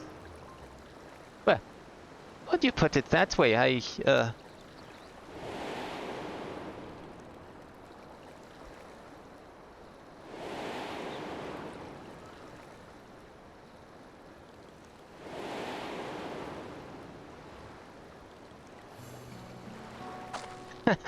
Not me. I'm Wuklamat, third promise of Tudiolal, daughter of the Dawn servant. Oh, of course. You're a member of the royal family. Please forgive my presumptuousness. But what of you?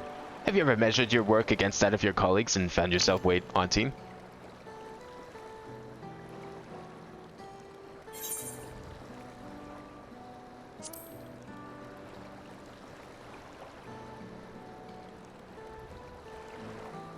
How can I not?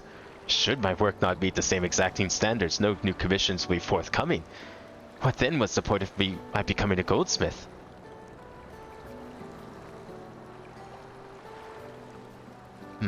Looking back, 'twas my father who inspired me to take up the trade. His exquisite creations brought radiant smiles to the faces of his clients, and I admired him deeply for it. But in the course of striving to be as great a goldsmith as him, I lost sight of my original motivation. All I ever wanted was to spread joy through my craft as he did. Perhaps I'll give this one last try. Thank you both for reminding me what is truly important.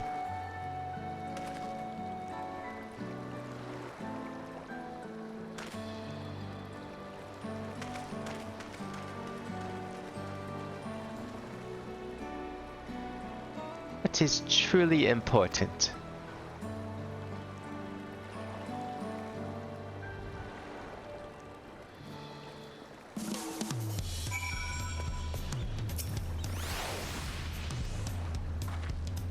Oh, sorry, Abin. I didn't mean to ignore you. But yes, I'm glad to see Fontaine is giving himself another chance. I can't help but wonder if Fontaine will follow through. Let's see if he's actually gone to talk with Ropley. What kind of food is this for? Should I eat this? Determination and vitality. What is determination again? I forget. Is that something useful to me? Amount of damage dealt by both physical and magical attacks, as well as the amount of HP restored by healing spells. Oh, that sounds very important. Yeah, what the hell. We got a couple of them. I could use the XP bonus. I'm pretty sure the XP bonus applies to quest XP that you get.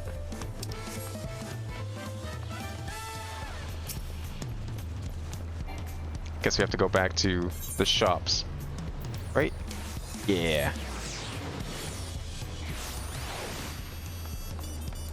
Up here? Alright, let's see if he had the courage to try and find a new work. So it's kind of you to come, but you needn't worry. I found my courage.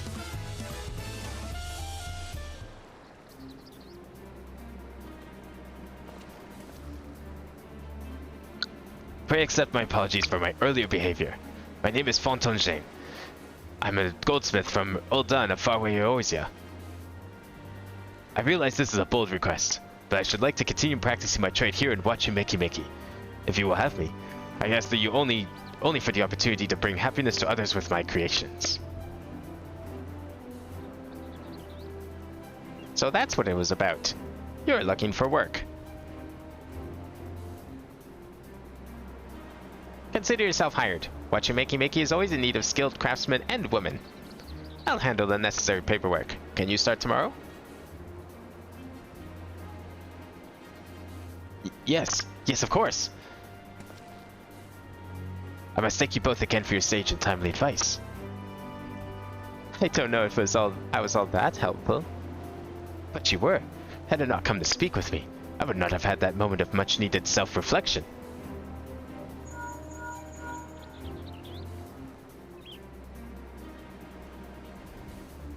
The arrangements have been made. Come and meet me at the entrance of High Tide Harbor.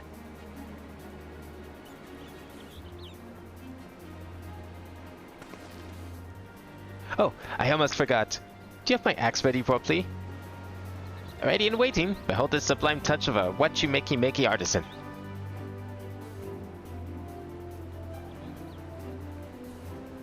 Oh, it's as sharp and deadly as the first day I held it. Thank you.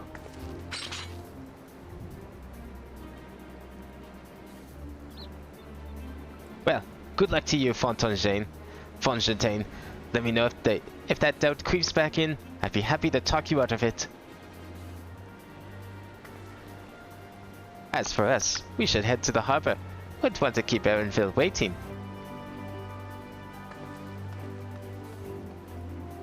Are we going to be taking a boat? Is that why he's there? Where is it? Oh, okay. It's like halfway between. We'll just walk. I wonder if he'll become like the goldsmith quest giver then. I mean, I didn't really take a good look at that place. I just assumed all those people standing around were the quest givers. I didn't see if anyone was missing.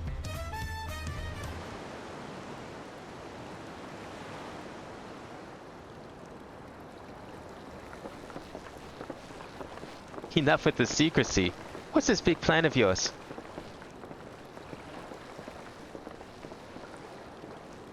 Look there. That is my big plan.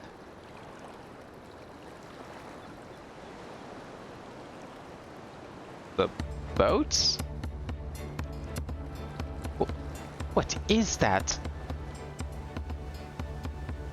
It's a Panuti. It's a Panuti. She'll be pulling our boat upriver. How do we know she won't thrash about and sink us instead? They're gentle and timid creatures, for the most part. She's unlikely to cause a fuss unless you give her reason to.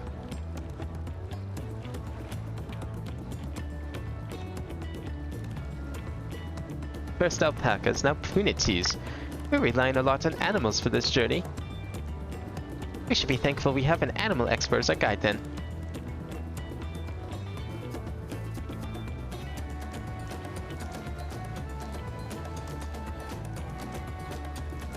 But did it have to be my old nemesis? Another boat. While I look for it, I took you for someone who was up for the challenge. Was I wrong? Ugh. Long ago, when fighting still ravaged between the clans, the inhabitants of Kozamauka rode these riverboats to move swiftly through the hostile territory. But the vessels see little use of Toral now, with Toral now at peace, so I was able to borrow one of the few which remain. I did consider it dirigible, but the pilots warned me that the updrafts near the falls would make landing difficult. Now wait, if we're supposed to be on a mountain though, where's this boat gonna take us? Because surely the river's not gonna go like uphill or something. Not a way that a boat could go up it. You said you borrowed one, yet there appear to be several on the water. Kona!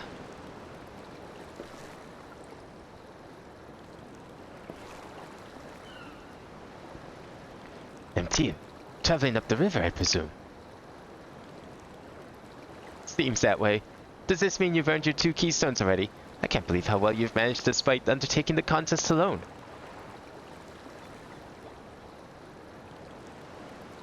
I was never alone. I had my own entourage with me since the beginning. It was them? Oh, that was the mysterious letter. Oh my god. Tancred, Arianshe, what are you doing here? Escorting a promise, the same as you. I've heard much of the incomparable Archons during my time at the studio. As soon as the contest was confirmed, I thought who better to recruit to my cause. I contacted the Scholarch, who arranged an introduction to these 2 gentlemen. The second promise had specific requirements. Those who would be his assistants must boast both proven survival skills and mastery of the arcane arts.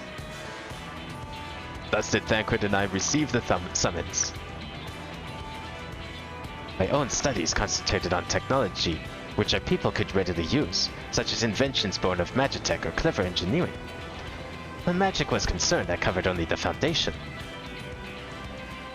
Knowing you two, I expected you had other reasons for accepting the job. A few. The nation of Tulial spans an entire continent.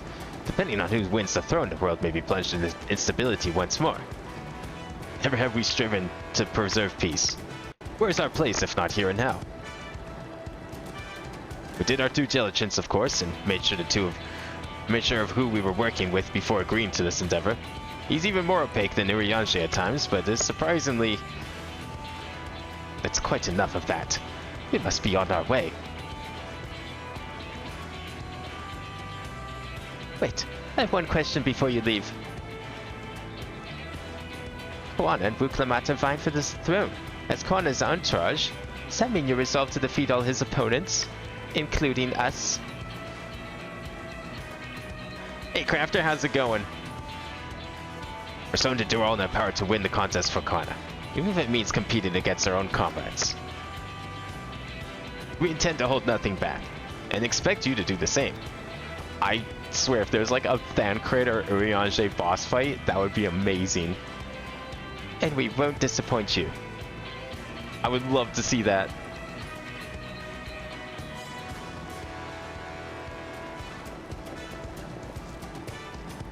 I thought you were taking a boat. Even if you had been forced to travel on water, then the others would be doing the same. I would rather walk than risk confrontation on a leaky barge with no possibility of retreat.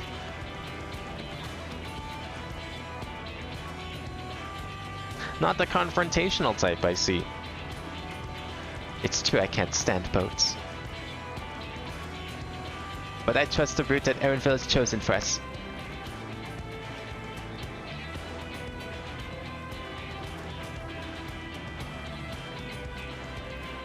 The handling of the Penuity to me. Should the other wildlife attack us, however, I may have difficulty keeping her under control. Do your best to draw them away, as far from the front of the boat as possible.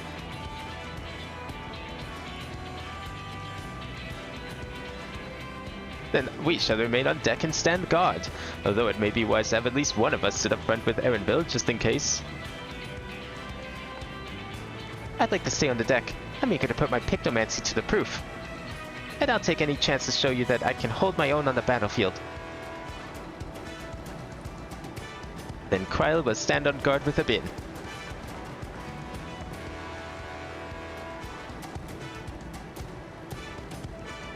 You're doing horrible, your stomach is killing you? Oof. Did you like eat something crappy at some point? Or is it just like one of those days? I've had it where days where my stomach just like feels like shit. And it's definitely not because of something I ate. I'll keep Erenville company then. With my blade, I can respond more quickly to threats in Alphino. Thank you. If a fight breaks out, I'll stay out of your way. Then I shall endeavor to provide aid where it is needed. I can do that as well. That should cover most eventualities. Secure your gear. Board the boat when you're ready.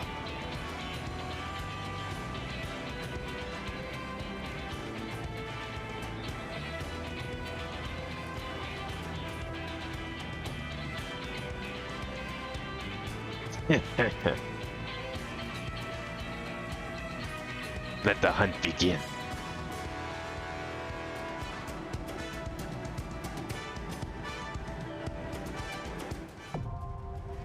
Ihu Katumu. Now available. Time for a dungeon. Alright, let's go. Now, I would like to do this with other players as is tradition, but with the way the queue times are, there's a chance that we might just do this on our own. I'm also not item level 630. Oh, that's cool. What am I at, actually, out of curiosity? 562. Huh. You know why that might be? Because of a lack of these. I see. Alright then. Do I have... We're gonna have to actually kind of teleport out of here temporarily. Do I have any tomestones to go buy the rest of the gear? Because I'm gonna need it. I was worried that the first dungeon might be a little high, but I thought I might be okay. I thought surely it wouldn't be like max high level from Endwalker. But yeah, unfortunately that's an issue. How many do I need here? We may have to call it quits for the time being while I get these parts, which is fine because I was thinking of taking a break anyway. So we need 280. That's 560. Another 280, so that's 1120. That's a decent chunk. I mean, doing dungeons would get you them. The problem is like the queues have been so long that's gonna take a bit. So, okay, that's fine. Let me teleport back here. And I might just, we'll stop and do that. And then when I'm done, I'll come back. If it's not too late, I might just continue stream. Oh, I didn't realize this was the right place. If it's not too late by the time I finish, I'll probably continue stream. But I was thinking of like stopping for a bit to eat anyways, because I'm kind of hungry. But I guess I've got a project to work on. So, I guess for now, that will be it. Unfortunately, have to go and get some better gear so we can enter the dungeon. So in the meantime, we'll take a little break here. I don't know when exactly I'll return. It might be later today. It might be in the morning, depending how long it takes me to get these parts. But I'll let you all know. If I don't see you tonight, have a good night. If otherwise, I will see you next stream regardless, where we will continue Dawntrail and do our first dungeon. That'll be actually a fun way to start, honestly. We get to start with a dungeon. Where even is the dungeon? Dungeon is over here. I'll go and wait here, because it's not like I need to be anywhere else to go do other dungeons. But we made a lot of progress there. We finished the Pictomancer quests. We got through, like, I don't know. Is it 2/7? I feel like what's probably going to happen, we're going to do all 7 of these challenges by level 93. It's going to be like Endwalker, where the main part, like the part that everyone expects, ends at the X3 level. So just like how 83 is when you fought Heidelin, or no, it was Zodiark. Well, it was Heidelin and then Zodiark. It was like 83, 84, something like there. You fought those two, you're like, okay, what the hell could be left? And then the real plot dropped. So that's probably what's gonna happen here. We're gonna like just do all these challenges and stuff, and then be done by like level 93 or 4, and then we're going to get to see the other half of the story at some point. That's going to be the really exciting part, because I have a feeling this is not the entire plot. Finding the Golden City, I feel like, is just going to be the first step. So look forward to that. But yeah, this is going to be how streams will be for the next little while. I just plan to stream this as much as possible. Anything else is going to go on break. So whenever that next stream happens, either later tonight or tomorrow, I'll see you all then. In the meantime, though, thank you all for hanging out and watching today. And I will see you next stream.